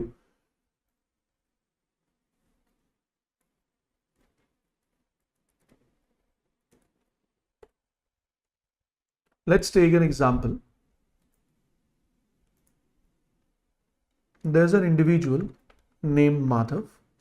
So Madhav has purchased the government security, and this government security has purchased by Madhav for a value of, at a face value of 10,000 rupees, and coupon rate is 10% per annum. But it is paid half yearly. Half yearly वाला concept मैं जानबूझ के लेके आया हूं क्योंकि majority securities में half yearly payment होती है। तो हाफ ईयरली पेमेंट का मतलब क्या हुआ सर? हाफ ईयरली पेमेंट का मतलब ये है कि अगर इंटरेस्ट 10% है यानी 1000, हर 6 महीने पे इंटरेस्ट कितना मिलेगा? 500 रुपीज। हर 6 महीने पे इंटरेस्ट कितना मिलेगा? That is 500 rupees. And let's suppose the maturity of this security is 2 years। ठीक है, today is what date sir? Today is 18th of June 2025। now after 6 months, July, August, September, October, November, December, है ना, on 18th of December 2025 I have received 500 rupees as interest. I have received 500 rupees as interest, and I have this instrument with me on which it is written the face value is 10,000 and coupon rate is 10% per annum. Now I am in need of funds. मुझे पैसों की जरूरत है। अब मैंने क्या किया, मैंने आरबीआई से परमिशन ली और मैंने आरबीआई को कहा कि आरबीआई मुझे अपनी सिक्योरिटी को स्ट्रिप डाउन करना है, काटना है। आरबीआई ने कहा ठीक है।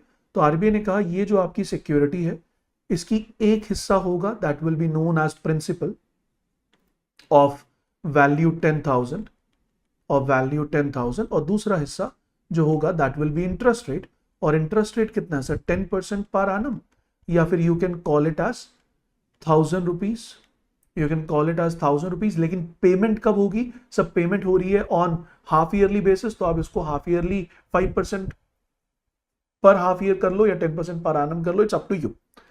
अब क्या हुआ, I went to the secondary market और सेकेंडरी मार्केट में मैंने ये जो सिक्योरिटी है, I sold this security to an individual, और उस इंडिविजुअल को कहा कि भैया ये 10,000 की सिक्योरिटी है, मुझसे खरीद लो और इसके बदले में 10,000 रुपए आपको आरबीआई से मिल जाएंगे आफ्टर 2 years या आफ्टर 1.5 years। द इंडिविजुअल जो ये सामने खड़ा है राहुल, ही सेज सर मुझे फायदा क्या होगा? What would be the benefit? You are selling a security which is of face value 10,000 rupees and you say that I will be receiving 10,000 on maturity, then how I'm going to earn the profit? I replied, Madhav replied that sir, I will be selling this security at a discounted value. Discounted means I am ready to sell this security of worth 10,000 rupees to you at just 9,000 rupees.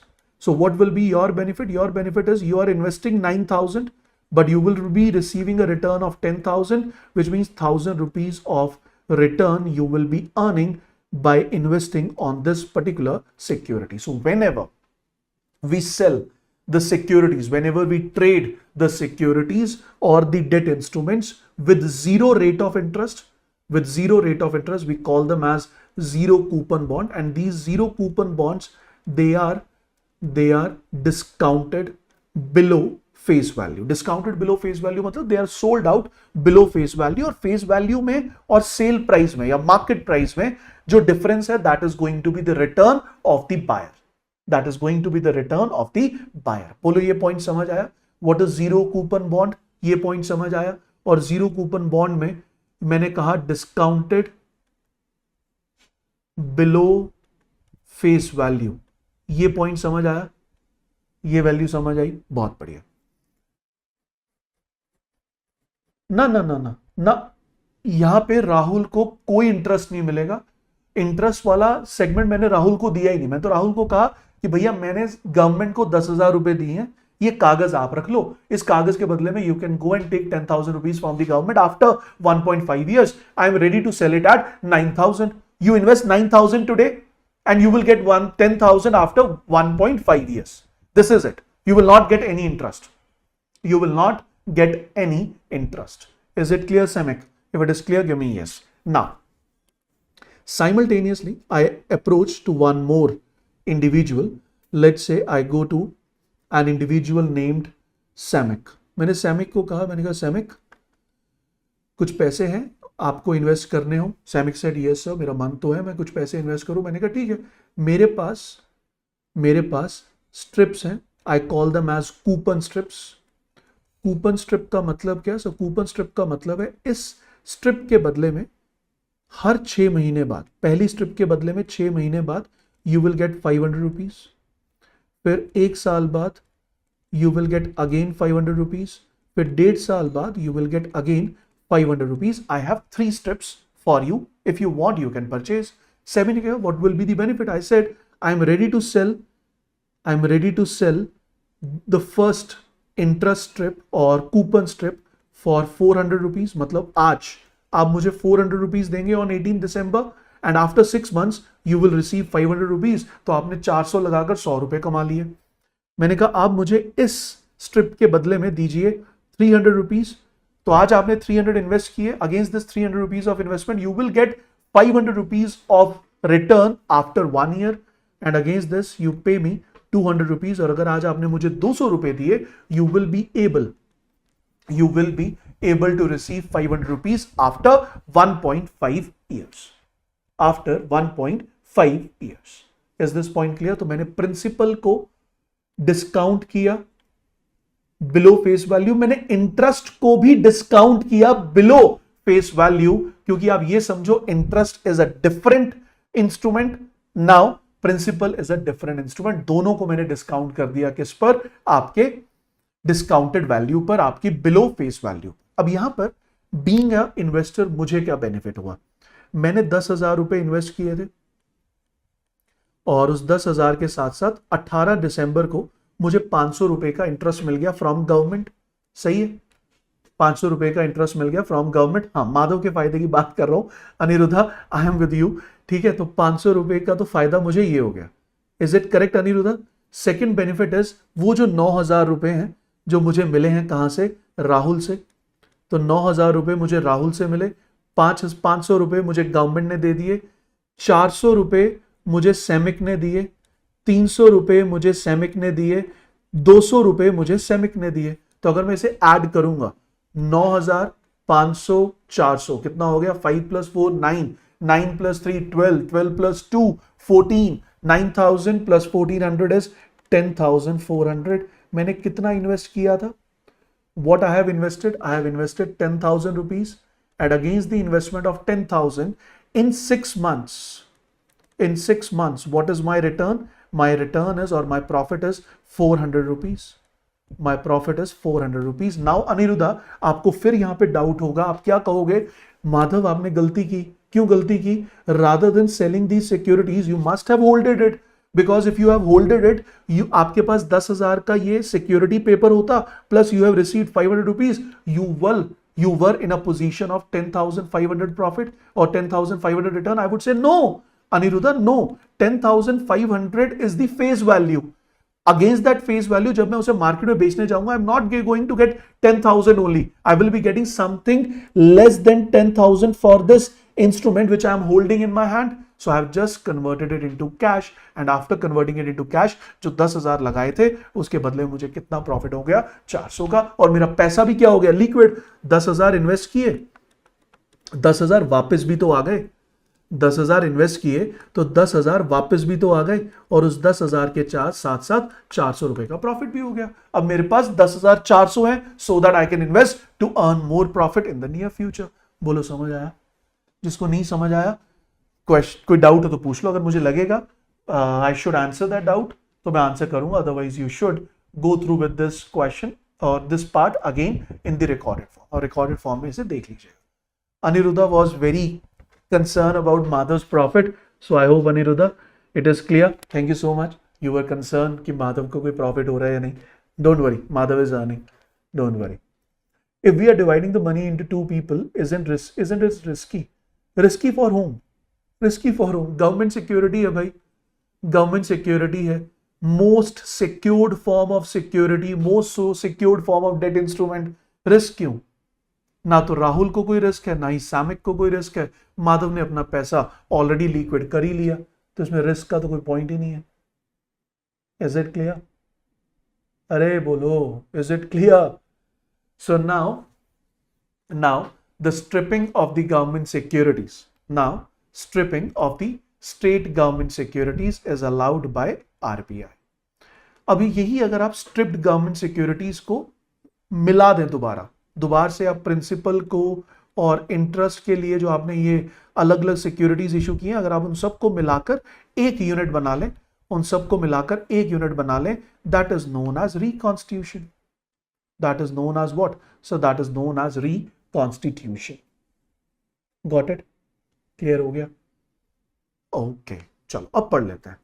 अब पढ़ते हैं, चीजें clear हो जाएंगी. So based on the consultation with individual state government, union territory, and the feedback which has been received from the market participant, RBI has decided to introduce strips. Strips means separate trading of registered interest and principal of securities in state government securities. And principal of securities in state government securities. ये आज की बात नहीं है, 2019 में for the very first time government has talked about it.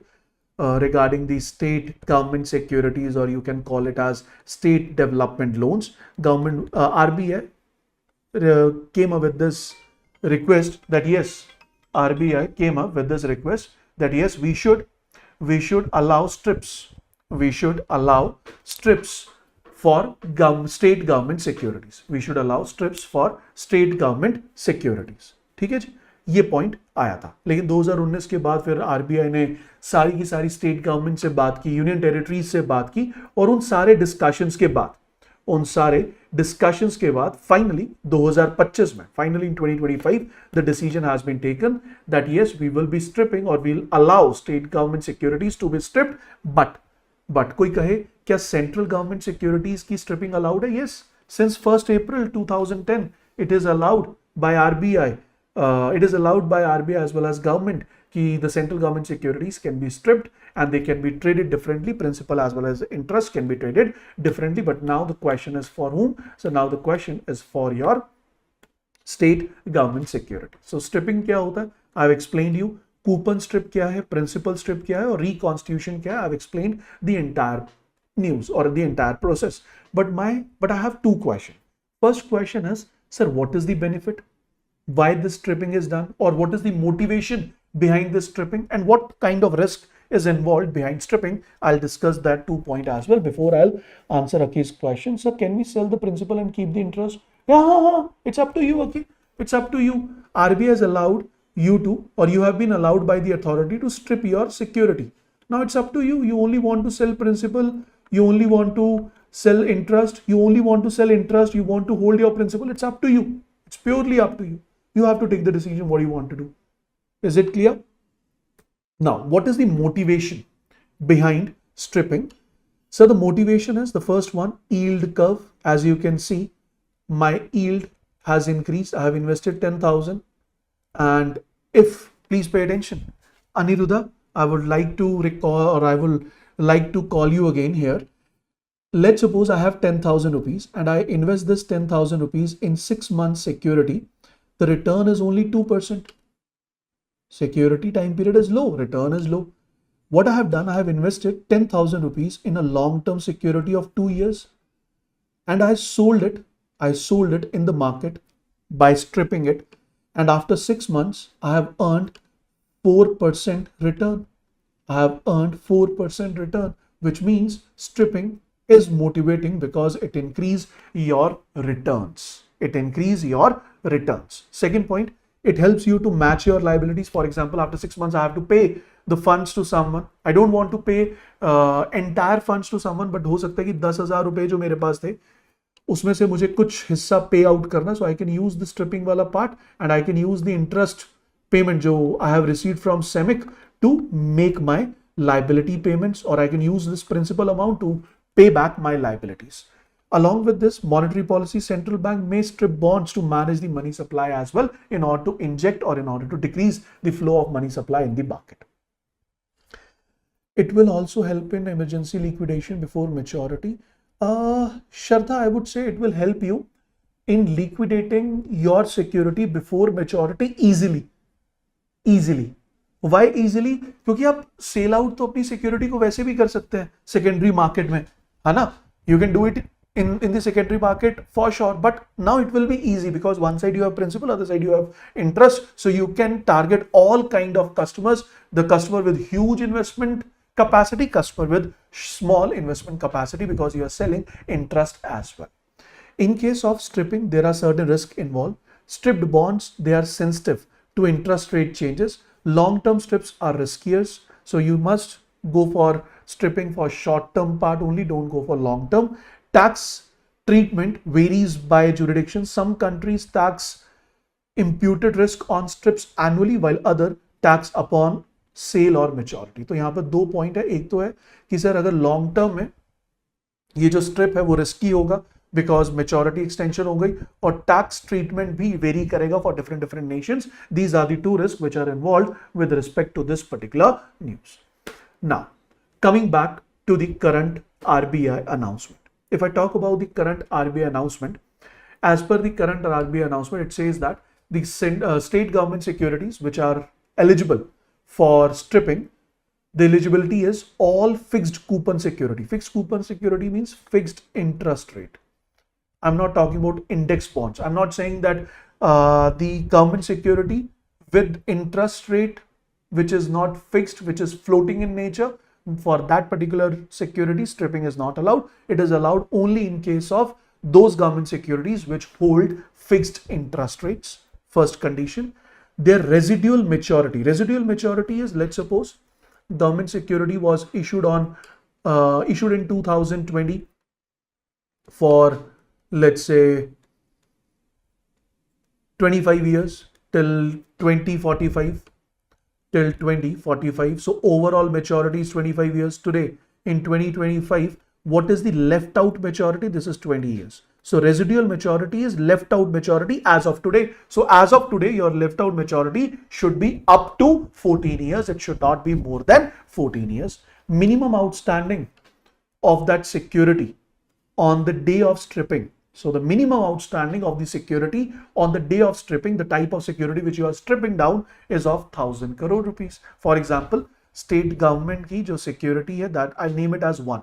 So the outstanding of this government security should be 1,000 rupees on the day of stripping, provided that such securities are eligible for the purpose to meet SLR requirements as well. That means these banks, these securities, or I would say stripping, is allowed only for those securities which are eligible under SLR. Which are eligible for SLR, which means we know that bank hold certain amount in the form of gold, cash or government securities. So all those government securities issued by center or state government which are eligible or allowed by the RBI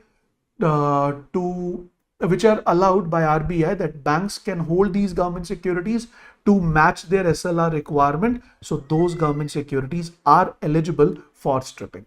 Obviously, stripping is possible only if the government securities are transferable. If the government securities are not transferable, then stripping is not allowed. Now, how the request is placed. If I talk about the placement of the request, guys, let's suppose I'm talking about a financial institute. Let's suppose I'm talking about a financial institute such as a commercial bank. I'm talking about a financial institute that could be a commercial bank, or it could be a scheduled urban cooperative bank. Scheduled urban cooperative bank. It could be insurance company. It could be pension fund company, or it could be mutual fund company, or it could be provident fund company. So these are the companies which hold an account with RBI, and we name that account as SGL. We name that account as SGL. याद करो. I have made you this point, or I have helped you to understand this point. If an individual wants to trade in the share market, then that particular individual must open up or must hold a trading account to trade the securities, must link a bank account, that is the current or saving account, with the trading account, as well as it should link a demat account with the trading account. तो जब आप कोई security खरीदेंगे, that security in the dematerialized form will be stored in this demat account, in a dematerialized form, and credit and debit of the funds will be done from this current or saving account which you have opened. Now here, commercial bank, scheduled urban cooperative banks, or your provident funds, your pension fund companies, your mutual fund.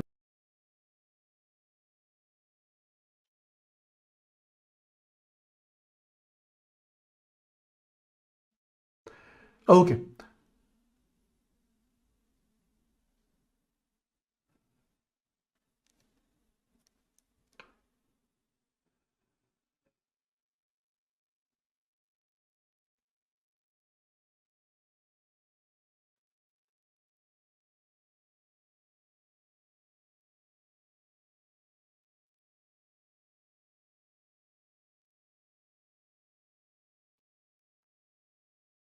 I hope I'm audible now.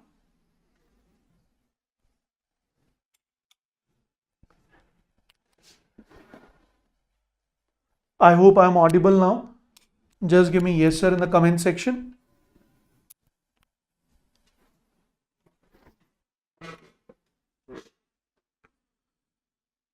Just give me yes, sir, in the comment section. Okay.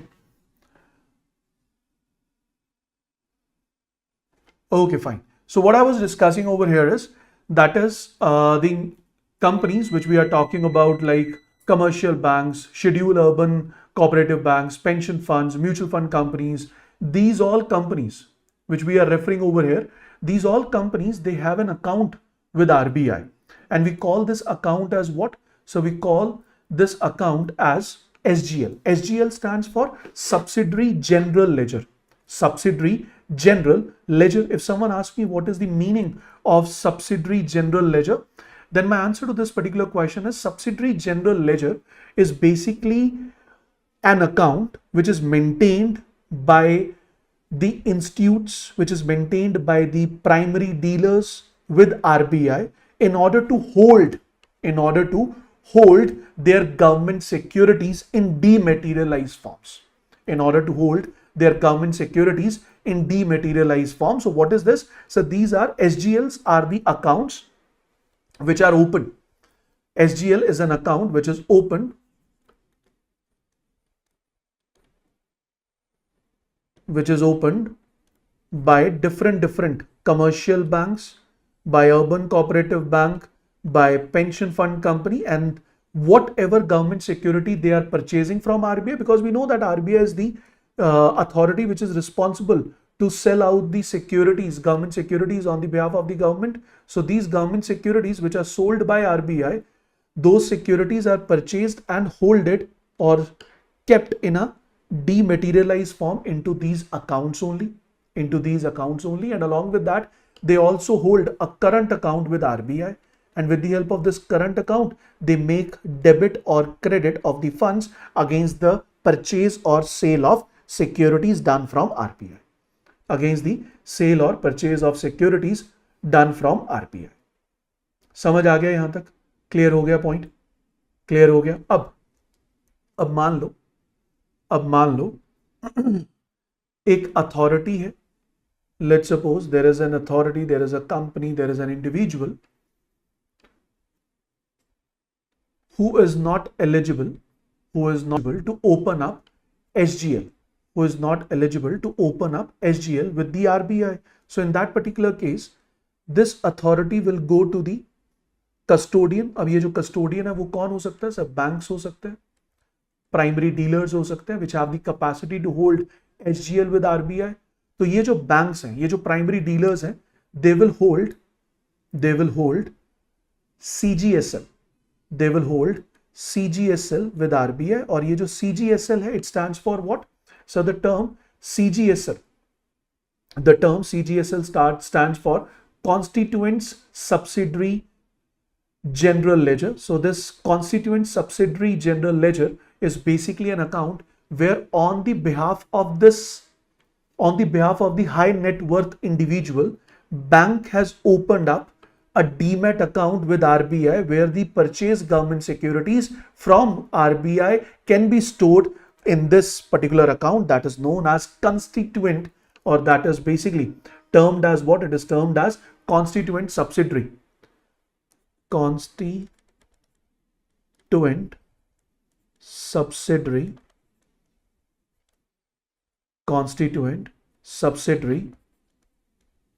General Ledger. और ये क्या है? So this is only Subsidiary General Ledger. ये क्या है? This is only Subsidiary General Ledger. तो gilt account is basically design to hold government securities and it is maintained by an entity और an individual with a custodian. अब पढ़ते हैं इसको। Market participants they have SGL account with RBI. हाँ जी sir, bank के पास अपना एसजीएल है आरबीआई के पास, जहां पे वो they can place request directly in RBI CBS for stripping. So with the help of this SGL account on the RBI's core banking solution, they can request for stripping or reconstitution of the government securities. But let's suppose if you are a high net worth customer, you don't hold SGL, rather you hold a gilt account, the account which you hold in custodian, the account which you hold with custodian is the gilt account, and against this gilt account, your custodian open up a constituent subsidiary ledger account with RBI. So the gilt account holder should be placed with their respective custodian maintaining the CGL account with RBI, in turn will place the request on the behalf of the constituent in ECB. समझ आ गई बात? इसका मतलब ये है कि जो बैंक्स हैं जिनके पास SGL है वो डायरेक्टली RBI पर रिक्वेस्ट कर सकते हैं स्ट्रिपिंग या रिकॉन्स्टिट्यूशन की, लेकिन अगर कोई हाई नेटवर्थ इंडिविजुअल है जिसने गिल्ट अकाउंट ओपन किया है विद द कस्टोडियन, मतलब with the bank, with the primary dealer, और प्राइमरी डीलर ने उस गिल्ट अकाउंट के कॉरेस्पॉन्डिंग CGSL ओपन करके दिया है. What is this CGSL? What is this CGSL? So that is constituent subsidiary general ledger, जो कि कस्टोडियन ने यानी बैंक ने on the behalf of high net worth customer maintain किया है विद आरबीआई, और उस अकाउंट में हाई नेटवर्थ इंडिविजुअल या फिर जो कस्टमर्स हैं of this urban cooperative bank, of this primary dealer, उन कस्टमर्स के सिक्योरिटीज को डीमेटेरियलाइज फॉर्म में क्या किया जाता है, स्टोर किया जाता है. And if they want to strip their securities और reconstitute their securities, they will raise their request to the primary dealer or bank, and bank will raise their request to RBI through this constituent subsidiary general ledger. अगर आपके पास SGL है तो directly अपनी request raise कर दो, SGL नहीं है तो भैया कॉन्स्टिट्यूएंट SGL के जरिए अपनी रिक्वेस्ट को आप रेज कर सकते हैं. Last but not the least is the nomenclature. Last but not the least is your nomenclature. और अगर मैं नॉमेनक्लेचर की बात करूं तो नॉमेनक्लेचर क्या कहता है? ISIN, दैट इज, अगर हम इंटरनेशनल नॉमेनक्लेचर के हिसाब से बात करें, स्ट्रिप्स जो कि आपका स्टेट गवर्नमेंट सिक्योरिटीज का है, that will be similar to the strips in the central government securities. That will be similar to the central government security. International security identification number, ISIN, stands for International Security Identification Number, and nomenclature for strips will be similar to that of central government dated securities. अगर आप ध्यान से देखें तो पहला क्या sir, IN is the country code. IN is the country code. Then we have issuer type or state code. Then we have month and year of maturity of the strip. Year of maturity of strip. Then we have security type. Then we have subsequent strips, series number, और उसके बाद है आपका checksum digit. So this is how the nomenclature is done. Obviously there's no need to memorize anything. कुछ भी याद करने की जरूरत नहीं है, लेकिन अगर मैं आपको एक को एक्सप्लेन करके दे दूं तो if I explain this with respect to the state government, with respect, I write it like this: MHSGS 20JUN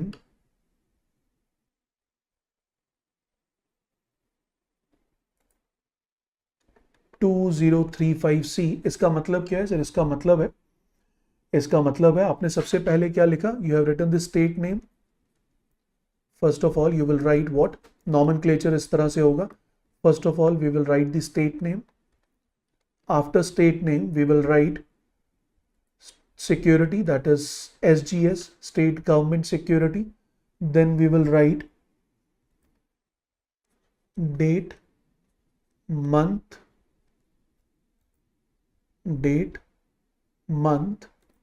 and year of maturity.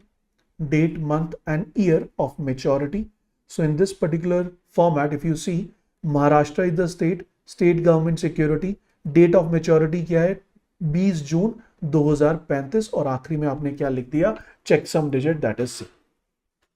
Clear हो गया पॉइंट, समझ आ गया? This is how the nomenclature of these securities work. So guys, this is all about the securities we have, and I'm pretty sure all the discussion which has been done is crystal clear. If you have any doubt, you may ask please. Otherwise, we will conclude the discussion. और इसके बाद जब आप video को देखेंगे later on, you can, even if you have any doubt, you can ask your doubts later on as well. I will be taking your doubts in the comment section for sure. Done हो गया जी? Is it clear? No more doubt? If you have any doubt regarding this particular topic, you may ask please.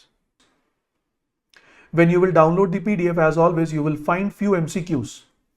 You will find few MCQs on the basis of the news which we have just covered. I want everyone to share their answers on these MCQs in the comment section. जब तक comment section में 20 responses मिलने शुरू नहीं होंगे, at least 20 responses every day, तब तक I won't be sharing the correct answers. तब तक I won't be sharing the correct answers. If you are not worried, you don't want to know the correct answers, I also don't run behind you to give you the correct answers. So I need at least 20 responses if you want me that I should share the correct answers with you in the next class. तो आपको PDF मिल जाएगी अगले 20 से 25 minute में. You will get the PDF, download the PDF, read the content. After reading the content, you have MCQs based on today's news. Attempt those MCQs and share their answers in the comment section below. And do share your feedback and suggestions for this session in the comment section. Thank you so much for joining. We'll catch you soon. Bye-bye. Take care. Good luck.